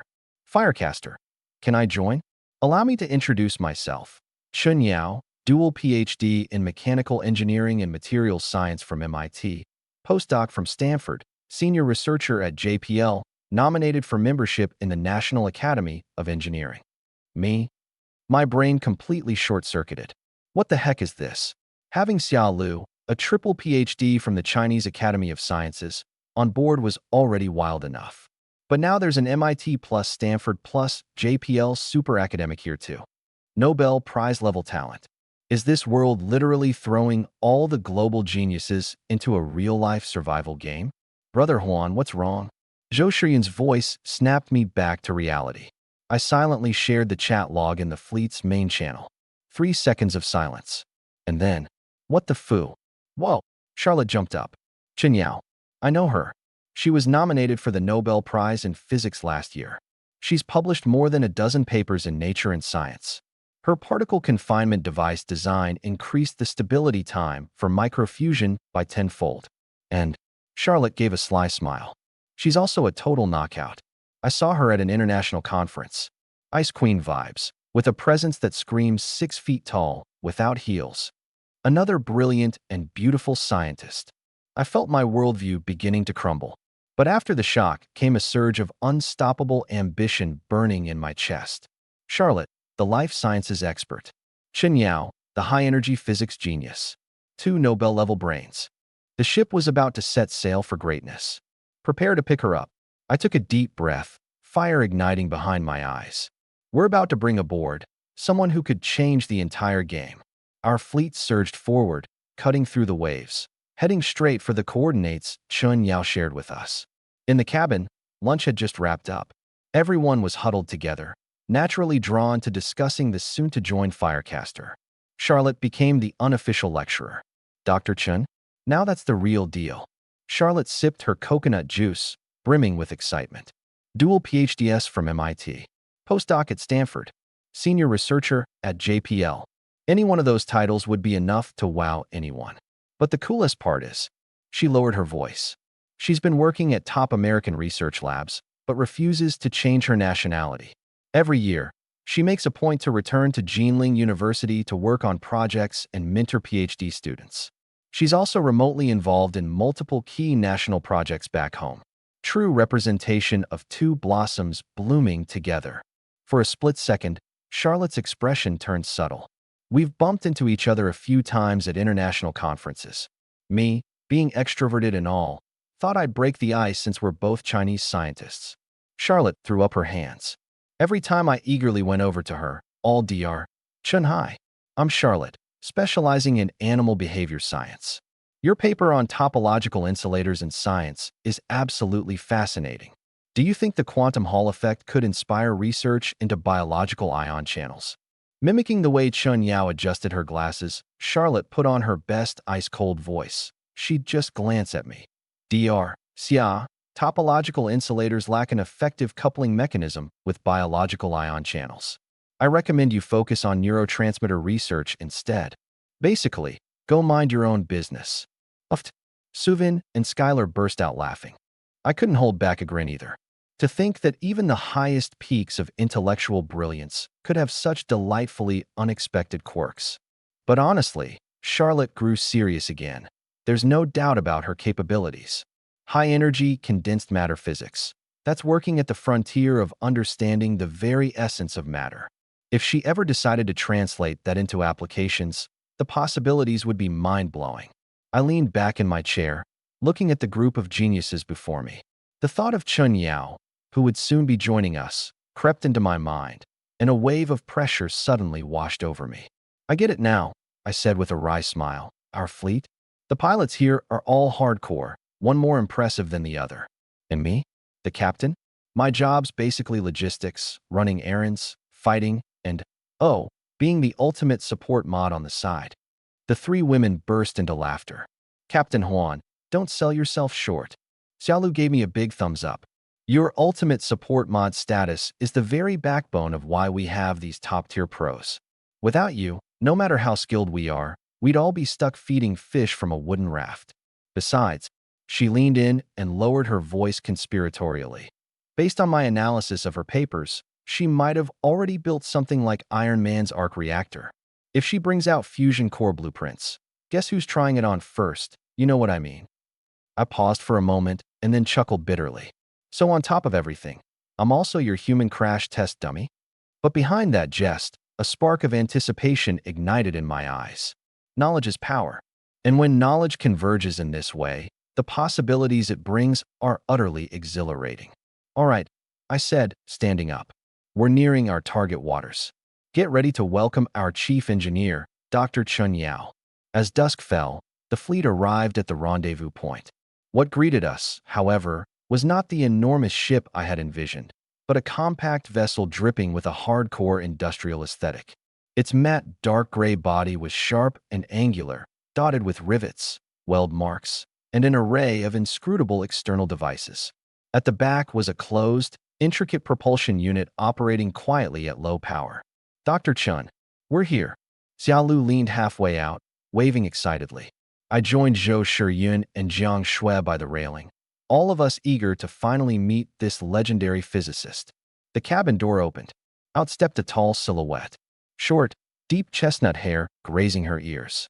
A dark blue coverall, cinched with a tool belt at the waist. Heavy-duty work boots, stained with oil and grease. Her features were intellectual and calm. Fair skin, finely sculpted facial features, and a pair of serene, focused eyes behind glasses. But above all else, it was what she was holding that stole the spotlight. In her right hand, a long-handled sledgehammer, still smeared with bits of something organic. In her left hand, a basketball-sized sea beast's eyeball. She stood there on the deck, her expression composed as her gaze swept over our four massive violet ships. Her eyes lingered on each of us briefly, but only when they landed on Xia Lu did a glimmer of emotion flicker in her otherwise steady gaze. "Dr. Xia, that's me." Xia Lu grinned and puffed her chest jokingly. "Surprised? The infamous shrimp bro on the global server is none other than yours truly." Chen Yao adjusted her glasses slightly. "Not surprised. Identity correlation based on your sentence structure habits placed the probability at 78%. What I didn't expect was for you to join an armed team." Xia Lu's grin froze instantly. "Oh well." I cleared my throat. "Dr. Chun, I'm Lin Huan, captain of the Fleet Genesis. Thank you for fixing the compass. Why don't we board the ship and chat in detail?" Chen Yao glanced at the hammer and the eyeball in his hand. "All right." Jiang Shui tossed down the rope ladder. Unexpectedly, Chen Yao moved with unusual agility. Gripping the ladder with one hand and securely clutching the eyeball with the other, he climbed up in just a few swift moves, landing silently on the deck. "Whoa, long time no see. Talk about coincidence." Xia Lu eagerly stepped forward. "Were you in Jinling before you crossed over?" "Yeah, I was there for a project review. Next thing I know, I woke up on a raft," Chen Yao said as he placed the eyeball on a canvas sheet. "I just didn't expect you to leave the United Survivors Alliance." "Don't get me started. I was only there to scam some initial resources," Xia Lu openly admitted, casually waving her hand before making introductions. "This is Lin Huan, our captain and logistics expert, Jiang Shui, our agriculture officer, and Zhou Shiyun, our medical officer. I just worked on a plantation back home." Jiang Shui blushed. "I'm only an intern." Zhou Shiyun mumbled awkwardly. But Chen Yao shook her head. "Don't sell yourself short. Hands-on experience with plantation management, understanding soil, climate, and crops far surpasses theoretical knowledge. And completing a medical internship? That means you've already mastered systemic theories and standardized procedures." She adjusted her glasses. "Given our current resources, your foundational knowledge is incredibly valuable. Transforming knowledge into actionable capability and maintaining the drive to learn, that hinges on individual talent. I believe you both possess that talent." Jiang Shui and Zhou Shiyun froze for a moment, then lit up with delight at the unexpected praise. I silently raised my estimation of Chen Yao. She might not be particularly skilled in socializing, but her fact-based communication came across as genuinely sincere. "Dr. Chun, welcome aboard the Voyager fleet," I said with a formal tone. "As per protocol, I need to run through the fleet's rules. Shall we discuss them inside the cabin?" "Of course. Understanding the rules is a prerequisite for collaboration." Without hesitation, she picked up the eyeball again, treating it like an important sample. "Everyone else." I cleared my throat. "Right this way." We made our way into the cabin. I kept a steady tone as I outlined the core principles of the Voyager fleet: specialized roles, complementary functions, resource sharing, and centralized coordination. I met her gaze earnestly. "Dr. Chun, we are in desperate need of someone with technical expertise like yours. Research and advanced manufacturing are the largest gaps we need to fill." Chen Yao listened quietly, her pupils contracting slightly behind her glasses. 3 seconds of silence. "85% compatibility," she said finally, her voice calm and almost mechanical. "Role alignment and centralized management ensure optimal efficiency in early stages." Her eyes scanned the group, pausing briefly on Xia Lu. "The structure is sound. The potential is promising. I'll join." "What?" Xia Lu practically jumped up. "That's it. No negotiations." "What? Dr. Xia left?" The vice president shot up from his chair. The squad leader wiped the sweat off his brow nervously. She joined Commander Huan's faction." "Huan." The vice president's expression shifted multiple times as he processed the information. In the post-apocalypse, a doctor's strategic value was akin to that of a nuclear weapon. The squad leader hesitated before quietly adding, "Vice President, before she left, she said, she's actually a veterinarian." "What?" The vice president nearly popped his eyes out of their sockets. A veterinarian? An animal doctor? The doctor they've been treating like a treasure is a veterinarian? Forget it. The vice president slapped the table hard. That Lin Huan isn't any better. 5,000 crates for a lousy blueprint. And it's gear-bound by quality, with upgrades being an absolute money pit. He's totally scamming us. Should we inform Lin Huan? The squad leader asked cautiously. Inform him for what?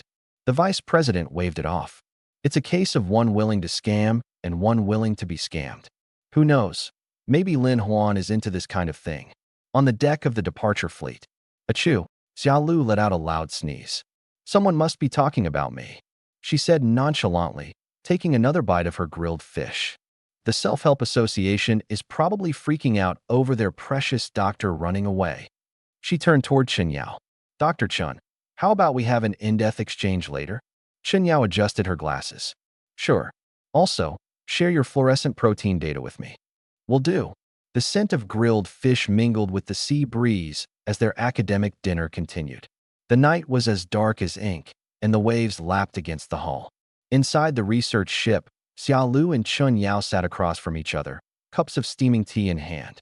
Dr. Chun, I set down my cup, a flicker of curiosity in my eyes. How did you survive those last 2 catastrophic storms and the swarms of sea beasts that came after? All on your own. Chen Yao took a small sip of tea.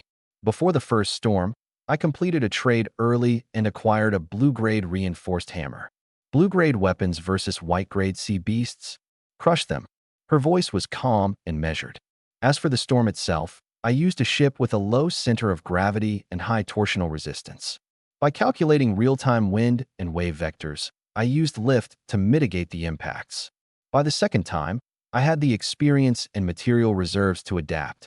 The sea beast's attack patterns are limited: energy blasts, physical bites, and toxin corrosion. Once analyzed, targeted responses are straightforward. Impressive. Xiaolu gave her a thumbs up. Chen Yao's gaze sharpened slightly. What piques my curiosity more is the team captain's enhancement system. If this is some kind of experimental field, then his ability is almost equivalent to having admin privileges. That's very unusual. Xiaolu straightened her expression. The captain calls it the Mecha God system. It's got a mall inside with blueprints, templates, skill cards, you name it. But the core is reward points. They only generate when the captain himself opens crates. I see. A glimmer of understanding flashed in Chen Yao's eyes. It's not the system that's unique, but Lin Huan himself. He possesses the inherent trait to extract reward points.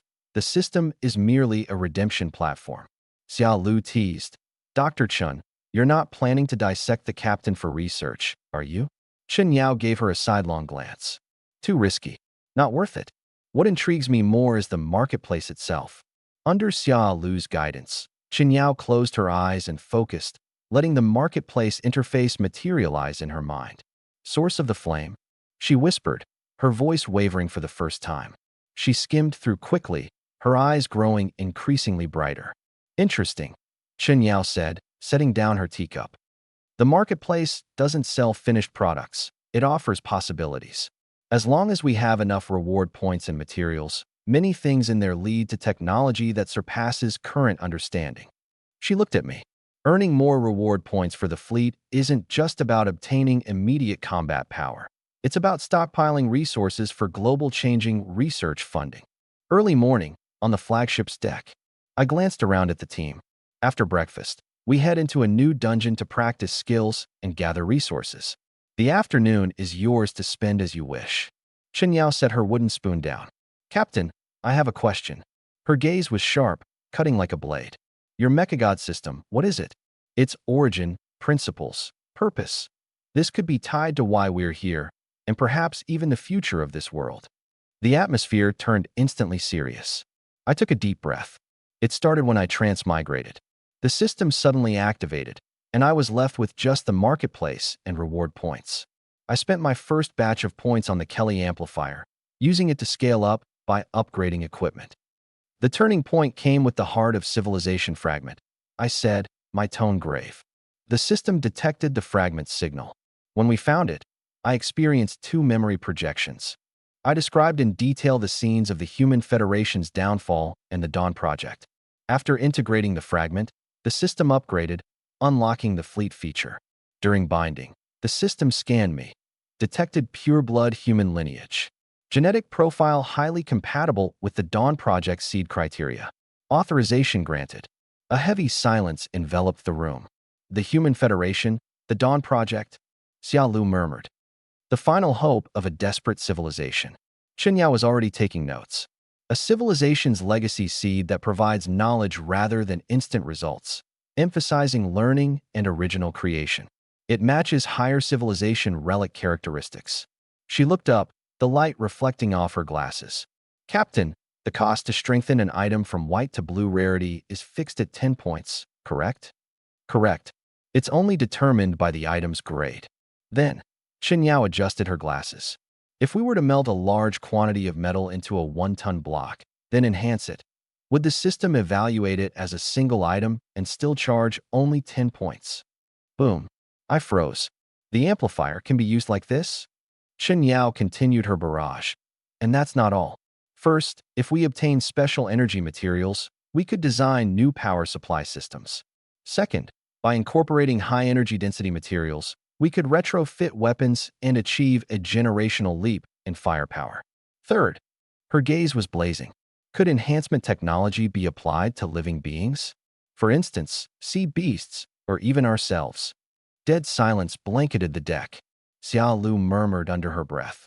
So this is the woman who was almost nominated for a Nobel Prize. I pushed down my shock and steadied myself. Dr. Chun, every single one of your ideas has the potential to change the future. Let's test comprehensive enhancements today. Focus on materials enhancement and weapon upgrades. You'll take the lead in planning. As for biological enhancements, we'll wait until Xia Lu digs deeper into her research. Understood. Chen Yao nodded, her voice composed but charged with purpose. Bold hypotheses, cautious experimentation. I'll create a detailed plan. We'll start by validating material integration enhancements. It's foundational and offers the most immediate benefits. The crew glanced at this new addition to our team, their initial admiration now evolving into something closer to awe. This wasn't just the addition of a top-tier scientist to our ranks. It was as if we had installed a supercharged engine into our fleet. Inside the fleet's meeting room, the air was heavy and serious. I scanned the room. The Sea Beast wave operation is temporarily on hold. Dr. Chun has critical experiments to conduct. In the research vessel, the orange glow of the furnace roared like an inferno. Chunks of copper were fed in, instantly melting into gleaming molten metal. Chen Yao's hands were as steady as a machine, pouring the liquid copper into a mold. A single colossal copper ingot took shape, 10 times the size of a standard one. Proceed, Chen Yao stated curtly. I pulled out the enhancer and invested 10 reward points. A flash of light. Enhancement successful. Quality blue. Holy! Xia Lu leaped from her seat. That massive thing only cost 10 points. Dr. Chun, are you some kind of alchemist turning lead into gold? Chen Yao's face remained impassive. It aligns with the simulation. The system evaluates based on integrity and ownership, not physical mass. She turned away, casually grabbing a nearby wooden block and tossing it out the window. Try enhancing that chunk of wood, she suggested. I attempted it. Failure. The enhancer couldn't lock onto it. Ownership restrictions, Chen Yao noted, scribbling rapidly in her notebook. The target must have clear property rights. This safeguard prevents the abuse of the ability. What exactly does that imply? Zhou Shiyun questioned, her tone concerned. Chen Yao gazed out the window, her voice unervingly calm, as if discussing the weather. If there weren't such restrictions, she paused for dramatic effect. I'd like to create a mathematical model to see what would happen if we enhanced, say, the entire planet or the sun. Would we experience a planetary crust realignment? A shift in gravitational forces? Or would nuclear fusion be instantaneously catalyzed? Dead silence. Xia Lu's jaw dropped, and she visibly shivered, the hairs on her arms standing on end. A chill ran down my spine. This woman's line of thinking had already surpassed the limits of Earth's orbit. Let's put that on hold. I interjected hurriedly, trying to ground the conversation. Dr. Chun, let's focus on more immediate goals, all right? Enhancing planets or suns can wait until we've, say, conquered the solar system. Sea Beast Operation Phase. The battles now felt like routine drills. The enhanced fleet utterly overwhelmed the standard sea beasts, leaving no room for doubt. Dr. Chin feels like someone straight out of a sci-fi blockbuster. Mad scientist, Zhou Shiyun murmured as she kept shooting. Good thing she's on our side, I chuckled wryly. Why did she join the instance? Jiang Shui asked. Xia Lu commanded the sea serpent to herd the armored turtles. She said forming a team increases some hidden evaluation coefficient, leading to better rewards. Plus, she wanted to collect real-world combat data. Anyway, her brain's basically a supercomputer. Us mere mortals just follow her lead. 2 hours later, post-battle cleanup. Chen Yao stepped out of the research vessel. Clang. Dozens of blue daggers clattered onto the deck. What the heck? Everyone was dumbfounded. Test successful. Chen Yao adjusted her glasses. Reinforced copper, decomposed, and reforged. The final products retain blue quality. The production process? 0 reward point consumption. She pulled up a holographic projection, a meticulously designed steam engine blueprint. Next step, power upgrade. Sales are too limiting. We need a steam engine. The materials list lit up. The key. Material templates are consumed per component. To outfit 5 ships with steam engines, we don't need to build 5 separate engines and reinforce each of them individually. We only need to reinforce one set of materials to blue quality, and then mass-produce 5 sets of components. Cost, 1/5. Performance, blue quality. Xiaolu clutched her chest. Dr. Chun, you're not a mad scientist. You're a walking civilization upgrade machine. There was fire in my eyes. This woman, she's scarier than any game cheat. During lunch, the atmosphere around the flagship's dining table was electric. The 50 blue daggers had just been listed on the marketplace and got snatched up instantly. 2,500 wooden treasure chests flooded into the fleet's warehouse. Zhou Shiyun and I exchanged amused smiles. Barely enough time to celebrate when suddenly, ding! Fleet warehouse revenue. Wooden treasure chest X 3,000. What the heck? I exclaimed wide-eyed. Another 3,000 chests? Do we even have anything else for sale? Zhou Shiyun shook her head. Not that I know of. Where did this come from? The cabin doors swung open. Xia Lu strode in, a sly grin on her face. Jiang Shui followed, a faint smile at her lips. All done. Xia Lu plopped down into a chair. See those stacks of cash? You got these 3,000 chests. I was in shock. Child's play. Xia Lu waved her hand dismissively, her eyes glittering with pride. With the increasing number of players in the instance, injuries and poisoning have become the norm. The marketplace's prices for bandages and antidotes are skyrocketing, and there's still a shortage. Using the herbs Shiyun grows, plus my special seaweed and powdered minerals. She waved her arms animatedly. With my limited knowledge of biochemistry, I whipped up highly effective blood-clotting powder and broad-spectrum antidote paste. 30% better performance. Priced them 50% higher than the most expensive competitors. And guess what? Sold out instantly. Some big teams bought out the entire stock. 3,000 chests in the bag. Jiang Shui added. The results are fantastic. We've tested it thoroughly. All the raw materials are self-produced, so the cost is basically 0. Great job. Chen Yao walked in, adjusting his glasses. Developing high-value consumables using existing resources aligns with the theory of comparative advantage. The market demand is clear, supply is scarce, and the profit potential is substantial. Xia Lu, practically wagging her tail like a peacock, suddenly made a silly face at Chen Yao. Dr. Chen, stop praising me. Compared to you, what I've done is nothing. Back before we got here, multinational corporations and national-level projects would hand you blank checks, begging you to solve their technical challenges. And you? You'd never even leave your lab, just happily tinkering away with your particle collider. She mimicked the desperate recruiters. Dr. Chun, we're struggling with plasma containment for controlled nuclear fusion. Academician Chun, we need your insight on quantum computer error correction codes. Professor Chun, the Defense Department is requesting you to lead a new materials initiative. Then, she impersonated Chun Yao's deadpan demeanor. Not interested. The theory is flawed. I don't have time. Ha ha ha. Chun Yao calmly replied. Those projects either had theoretical flaws in their technical approach, were compromised by commercial interference in pure research, or had overly narrow application scopes. Participating would have been a waste of time.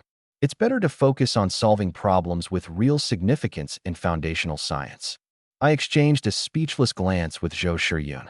One of them is a Nobel-caliber physicist who left national-level projects high and dry. The other is a triple PhD who can slap together a formula and rake in millions. These two legendary figures were now sitting on our scrappy little ship. One was cranking out mass-produced blue-grade weapons, while the other was concocting potions that could make anyone rich, all while reminiscing about their bygone days of filling out blank checks. This is our fleet crew. After lunch, I leaned against the ship railing. Being a captain has gotten way easier. Opening loot crates, earning reward points, hitting up the trading hall to stock up on ingredients, and cooking for these national treasure caliber brains. On the system interface, reward points, 5,000 plus. I had already redeemed the mechanical heart skill card for Qinyao. I didn't completely understand what it did, but the plan was simple. Give the top-tier talent the best gear, cheer him on with a 666, and let the genius carry the team. With this many reward points, I asked Zhou Shiyun with a grin. Should we keep upgrading the weapons or allocate more budget to Dr. Chen's steam engine project? Zhou Shiyun's eyes sparkled. Brother Huan, the world chat is going crazy. Blue-grade vehicles are basically legends now, only available to the luckiest players who stumble upon them in dungeons. Every big faction is fighting over them. But look at us. We've got an entire fleet of purple-grade ships, a steam engine upgrade in the works, and we're mass-producing blue-grade weapons. This isn't just being ahead of the curve, we're dominating it. I nodded. True. But the more ahead we are, the more steady we need to play. There's still 1 week left. The Hidden Realm has opened. I stared longingly at the map of Whale Island, itching to set sail, but Dr. Chen insisted on waiting for the prototype steam engine to complete its testing. She's right. Unknowns bring risk, and being fully prepared is the only way to mitigate it. Captain, Shiyun, Xia Lu and Jiang Shui walked up to the deck, brimming with excitement. Great news. The hydroponic wheat is thriving and will be ready for harvest in just a day or two. Really, I couldn't hide my joy. Where there's wheat, there's noodles, buns, and bread. This is a revolutionary leap in our quality of life. Xiaoxue, you're amazing, Zhou Shiyun affirmed, patting Jiang Shui on the shoulder. Jiang Shui's cheeks flushed. It's mostly thanks to Sister Xia Lu's nutrient solution formula. It's so precise at replenishing trace elements and suppressing harmful bacteria. Xia Lu puffed up proudly. Of course, tailored fertilization is a real skill. But Xiaoxue's meticulous care is what really makes it work. My formula might build the framework, but your care gives it soul. Together, we can make anything flourish. That's fantastic. I clapped my hands. Are the harvesting tools ready? We need plans for threshing, drying, and milling. If you need anything, just say the word. Already handled, Jiang Shui replied confidently. We plan to dry it on the deck of the eco-ship. Plenty of sunlight and ventilation.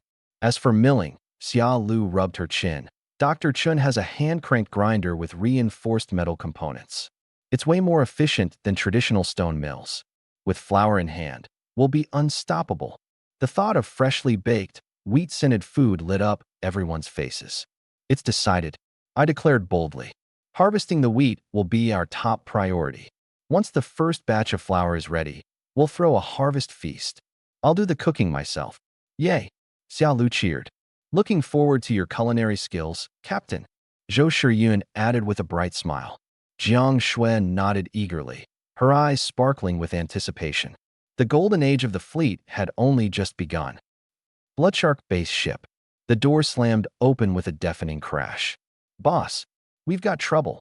A wiry lackey stumbled in, practically tripping over himself. What's with the panic? The Doomsday Raider was calmly wiping his blade, not even looking up. This morning's raid. 2 wooden ships were as good as ours. The grappling hooks were already secured. The lackey gasped for air. Then out of nowhere, 3 speedboats showed up, all of them armed with blue arrows. Arrows rained down like a storm. 6 of our men gone. Lost the boats too. What? Bang. The machete slammed onto the table. The Doomsday Raider shot to his feet, his eyes flashing with menace. All 6. He grabbed the lackey by the collar, practically lifting him off the ground. Who did this? The Union Rescue Alliance. The lackey stammered. Their boats had the emblem on them. And the blue arrows. They looked just like the ones we bought from that mysterious supplier. The Union Rescue Alliance? The Doomsday Raider flung the lackey aside and stood there, chest heaving in fury. Are these cowards insane? They dare touch my people. He paced back and forth in a rage, like a trapped beast. Losing 6 men and 6 ships made him lose face completely. If he didn't launch a ferocious retaliation, how could Doomsday Guild maintain its prestige? Send the order. All squad leaders are to report in immediately. A fierce glint flashed in his eyes. Also, connect to the Killers Guild secret channel. Let Bloodslayer know I've got a big deal for him. Location, Skull Reef. Killers Guild. A lackey froze for a moment, then grinned in excitement. The Unified Rescue Guild thinks they're invincible just because they've got the numbers and resources? Let's see who's really seeking death. The Doomsday Warlord sneered coldly. The Killers Guild lunatics are desperate for supplies. We join forces, hit them hard, and split the spoils 50-50. Boss, brilliant as always. Get moving. Command Center, ARC Flagship. Vice President, mission success, reported the squad leader. Confirmed. It was the Doomsday Guild attacking. They lost 6 men and 6 ships. We only had 2 minor injuries. The Vice President exhaled in relief, but his expression remained grim. The Doomsday Warlord never lets things slide. Retaliation is inevitable, and it'll be ruthless. What should we do? Passive defense won't cut it. The Vice President pondered for a moment. Our confidence lies in upgrading the main base ship to blue-tier strength. The recent Sea Beast raid events have yielded solid rewards. Skill card fragments are proving valuable for power-ups. A sharp glint flashed in his eyes. We'll also order another batch of blue-tier weapons from Phantom Arms. Not just bows, but melee gear and specialized ammunition. Equip more elite squads to grind the dungeons efficiently and build a virtuous cycle of growth. Still going through that guy, Phantom Arms? The squad leader's tone was complicated. In these waters, do you see anyone else who can consistently supply blue-tier gear? The Vice President rubbed his temples. Sure, he hides behind anonymity to swindle the riffraff, but we've seen straight through him. That man's a cut above the rest. His sharpness and skills are top tier. He's smart enough to stay neutral, only doing business. Too bad we can't recruit him, the squad leader remarked with a sigh. Even our best medic, Doc Shrimp, ended up working for him. The Vice President wore a strange expression. To each their own. Maintaining a solid trade relationship is enough for now. Lowering his voice, he added, should we consider having the President personally approach Phantom Arms? Could establish a deeper collaboration. A female officer nearby blinked slyly. Vice President, do you think Phantom Arms might appreciate a capable woman? Our President does happen to be. Don't start with that nonsense. The Vice President scolded her with a glare, though he also appeared somewhat thoughtful. After a moment, he smiled wryly. The President hasn't got time for beauty diplomacy. And anyway, do you really think Phantom Arms is that easy to figure out? For now, focus on immediate priorities. Draft a procurement list, contact Phantom Arms, intensify dungeon squad training, and gather intelligence. Yes, sir. Fleet Flagship Deck. The sunset stained the horizon crimson as the grill's flames flickered. The sizzling sea beast steaks filled the air with a mouth-watering aroma. My private message channel buzzed. Checking the message, my expression turned instantly complicated. What's wrong? Zhou Shiyin noticed something unusual. I projected 2 private messages into the air. United Rescue Council Vice President. Mr. Huan, tensions with Doomsday faction are escalating. We urgently need defensive deterrent weapons. Price is negotiable.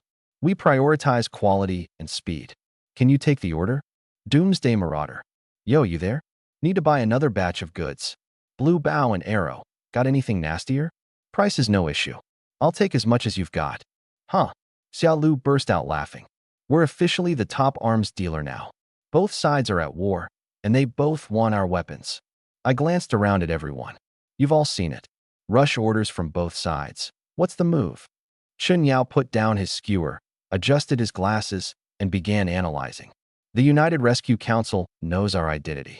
The Doomsday faction doesn't.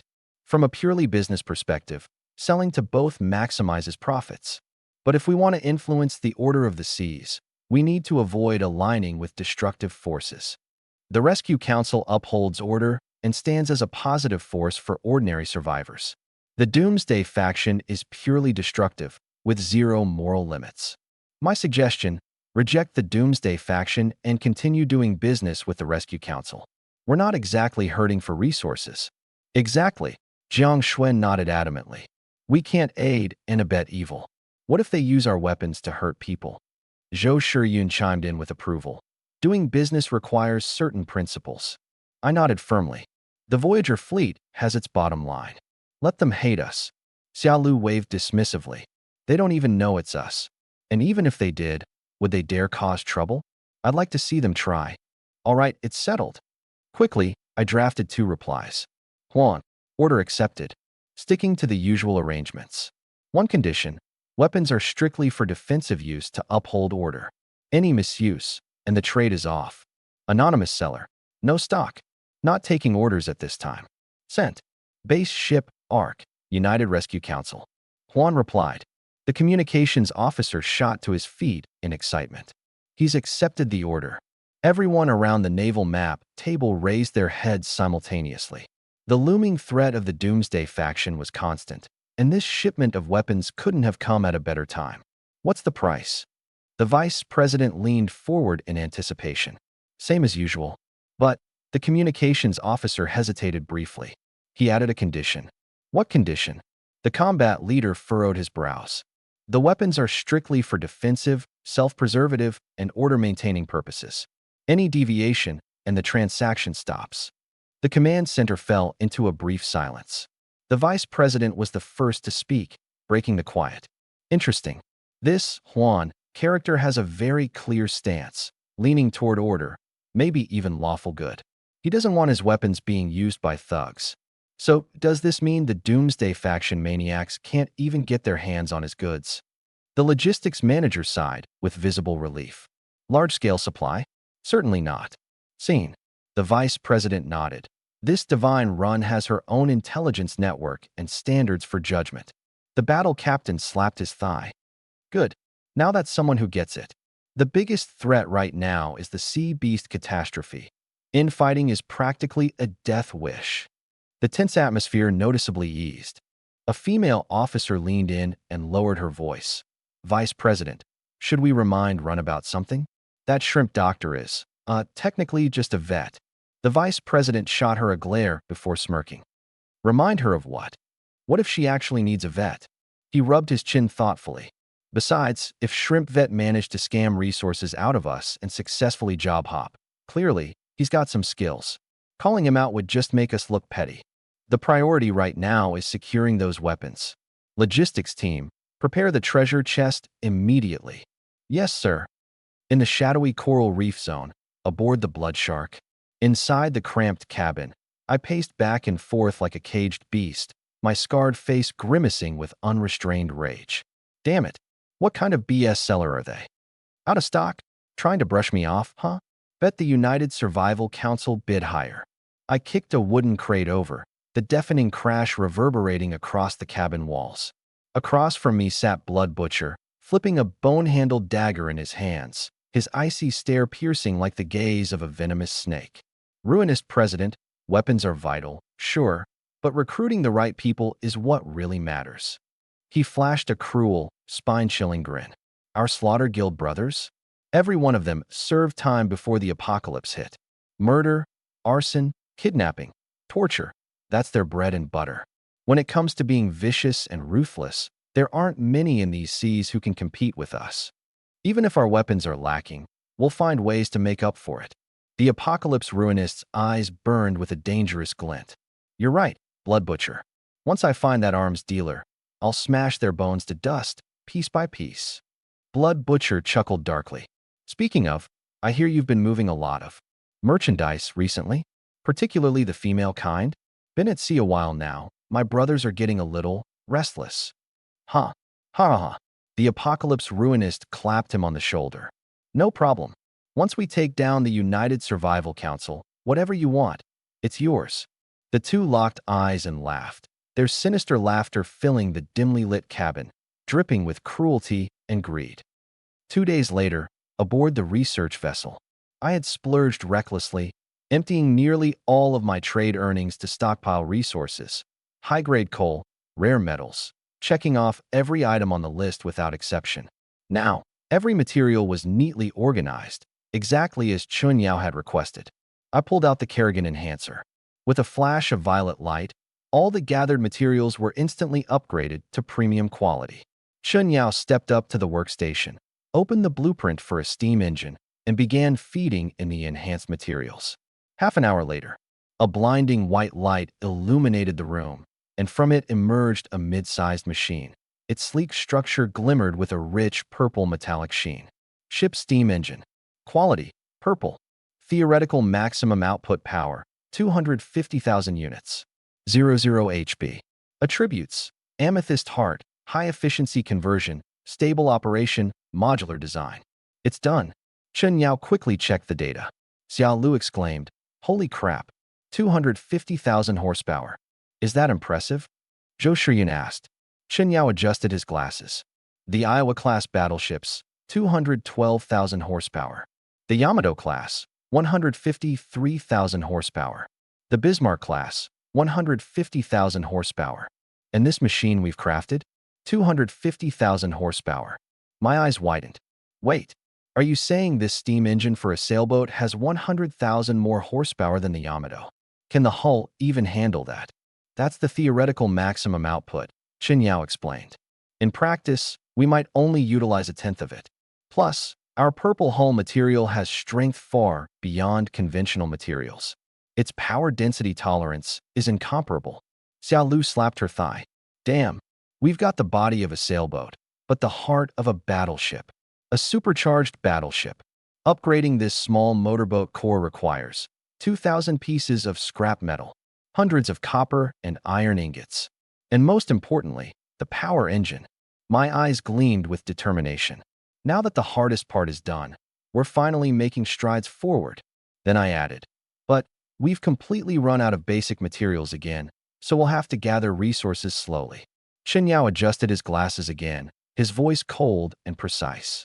In the current waters, 90% of survivors are still barely scraping by on wooden rafts. Medium-sized sailboats are as rare as diamonds. Small motorboats? That's practically a leap into the future. His sharp gaze cut through the room. Power engine blueprints have a drop rate of 0.1%, and the crafting prerequisites are a mountain to climb. Even for us, gathering the materials was no easy feat for any other team. He didn't finish, but the implication was clear: impossible. Our fleet had already glimpsed the threshold of a new era, while most others were still struggling to find enough to eat. That's why I grinned, my eyes shining. Beyond the 5 engines we'll keep for ourselves, the other 5 are our trump cards. Whether we use them for recruiting powerful allies or sell them to the big spenders stuck at the power engine bottleneck, those engines will fetch a sky-high price. I chuckled. Basic materials? With the steam engine, our efficiency is going to skyrocket. Plus, our steady income from selling medicine and daggers? It's only a matter of time. Chen Yao glanced out the window. Xiaoshua's wheat is just about ready to harvest. I'll go research potential steam engine byproducts. Without another word, she turned, heading for the door. The lab's heavy door closed softly behind her. The 4 of us exchanged looks. Chen Yao's say no more, leave no trace style always left us in awe, yet also helplessly dumbfounded. Legendary. Xiao Lu gave the closed door a thumbs up. Dr. Chun is basically a walking supercomputer. Sister Chen Yao is so impressive. Jiang Shui's eyes sparkled with admiration. I glanced at the door, then at the documents in my hand, and suddenly blurted out, "Dr. Chun is from Jinling, right?" I scratched my head and added, "People from Jinling must love roast duck, right? But we don't even have a feather of a duck. How about we buy some duck eggs and hatch them? The eco-ship should be able to regulate the temperature, no?" Puffed. Zhou Shiyun burst into laughter. She looked at my serious expression about the duck-hatching endeavor and compared it to Chun Yao's icy demeanor earlier. The contrast was just too stark. Xiao Lu slapped her thigh, laughing. "Captain, you're incredible. Dr. Chun just built an engine capable of propelling a battleship, and you're already thinking about making her roast duck?" Seamlessly transitioning from the starry seas to the Qinhuai River, legendary. Jiang Shui covered her mouth and chuckled softly. This is what our fleet is like. Genius scientists who dream of the stars, and a thoughtful captain who cares about everyone's daily needs. What's so funny? Researchers need quality protein supplements. I stiffened my neck defensively but felt a little sheepish. Come on, let's go celebrate the fleet's first ever wheat harvest. Tonight, we're making a feast with fresh flour. Let's go. The group laughed as they headed toward the verdant wheat fields, a symbol of hope. Late at night, United Survival Alliance's Outer Waters, watch post number 3. In the dense darkness of the night, only faint starlight dotted the sky. 2 reinforced white wooden boats patrolled the waters. Suddenly, the lookout's pupils dilated in alarm. Through night vision, several dark shadows crept silently, just hundreds of meters away. Enemy attack spotted. 3 o'clock direction. Multiple high-speed targets inbound. The lookout shouted into the Alliance channel. The approaching boats surged forward suddenly, like a pack of bloodthirsty sharks. Shadows moved frantically aboard, and the cold glint of white arrows shimmered in overwhelming numbers. Brace for combat. The patrol captain barked, grabbing his blue longbow. 3 team members swiftly took their positions, 2 wielding blue bows, 1 raising a blue shield. The assailants consisted of 3 raider vessels from the Apocalypse Guild and 2 black boats from the Slaughter Guild. Their ferocious shouting was quickly closing the distance. Fire arrows. Dozens of white arrows rained down like a swarm of locusts. However, thud, thud, thud. The white arrows either missed completely or barely managed to scrape the ships, feebly embedding themselves into the reinforced hull. Hull -18, -22, -15. That's it. The patrol captain smirked, drawing his blue bow to full tension. Blue light gathered at the arrowhead. Target their helmsmen and archers. Free fire. Swoosh. For streams of blue light tore through the night sky. Thunk. Arg. Screams erupted instantly. 1 arrow pierced the enemy leader's throat. Another shot clean through the archer's chest. A 3rd pinned someone's arm to the deck. The 4th narrowly grazed the helmsman's scalp, scaring him so badly he lost control of the helm. A single round of volleys was all it took. 4 arrows, 4 hits. The gap in equipment becomes glaringly obvious. The range, the power, and the precision completely dominate. How is this possible? Someone aboard the enemy vessel exclaimed in shock. Keep going. A 2nd round, then a 3rd. Blue arrows flew in quick succession. With each flash of blue light, at least 1 foe fell. Meanwhile, the damage caused by the enemy's white arrows was negligible, almost laughable. This wasn't a fair fight. It was a one-sided slaughter. The numerical advantage of the Doomsday Union and the Bloodshed Guild turned into nothing more than target practice. Their flimsy ships crumbled faster under the relentless strikes of the blue arrows, leaving heavy casualties in their wake. Retreat. Retreat now. The remaining ships fled in panic, abandoning even their comrades' bodies. Cease fire. Our captain gave the command. Pursuit wasn't necessary. Our mission was only to stand guard. Outpost 3. Enemy assault has been repelled. Mixed fleet from Doomsday Union and Bloodshed Guild. 5 ships, 30 crew. We destroyed 2 ships, heavily damaged 1, and inflicted 15 casualties. 0 losses on our side. Over. The battle report was transmitted through the guild channel back to base.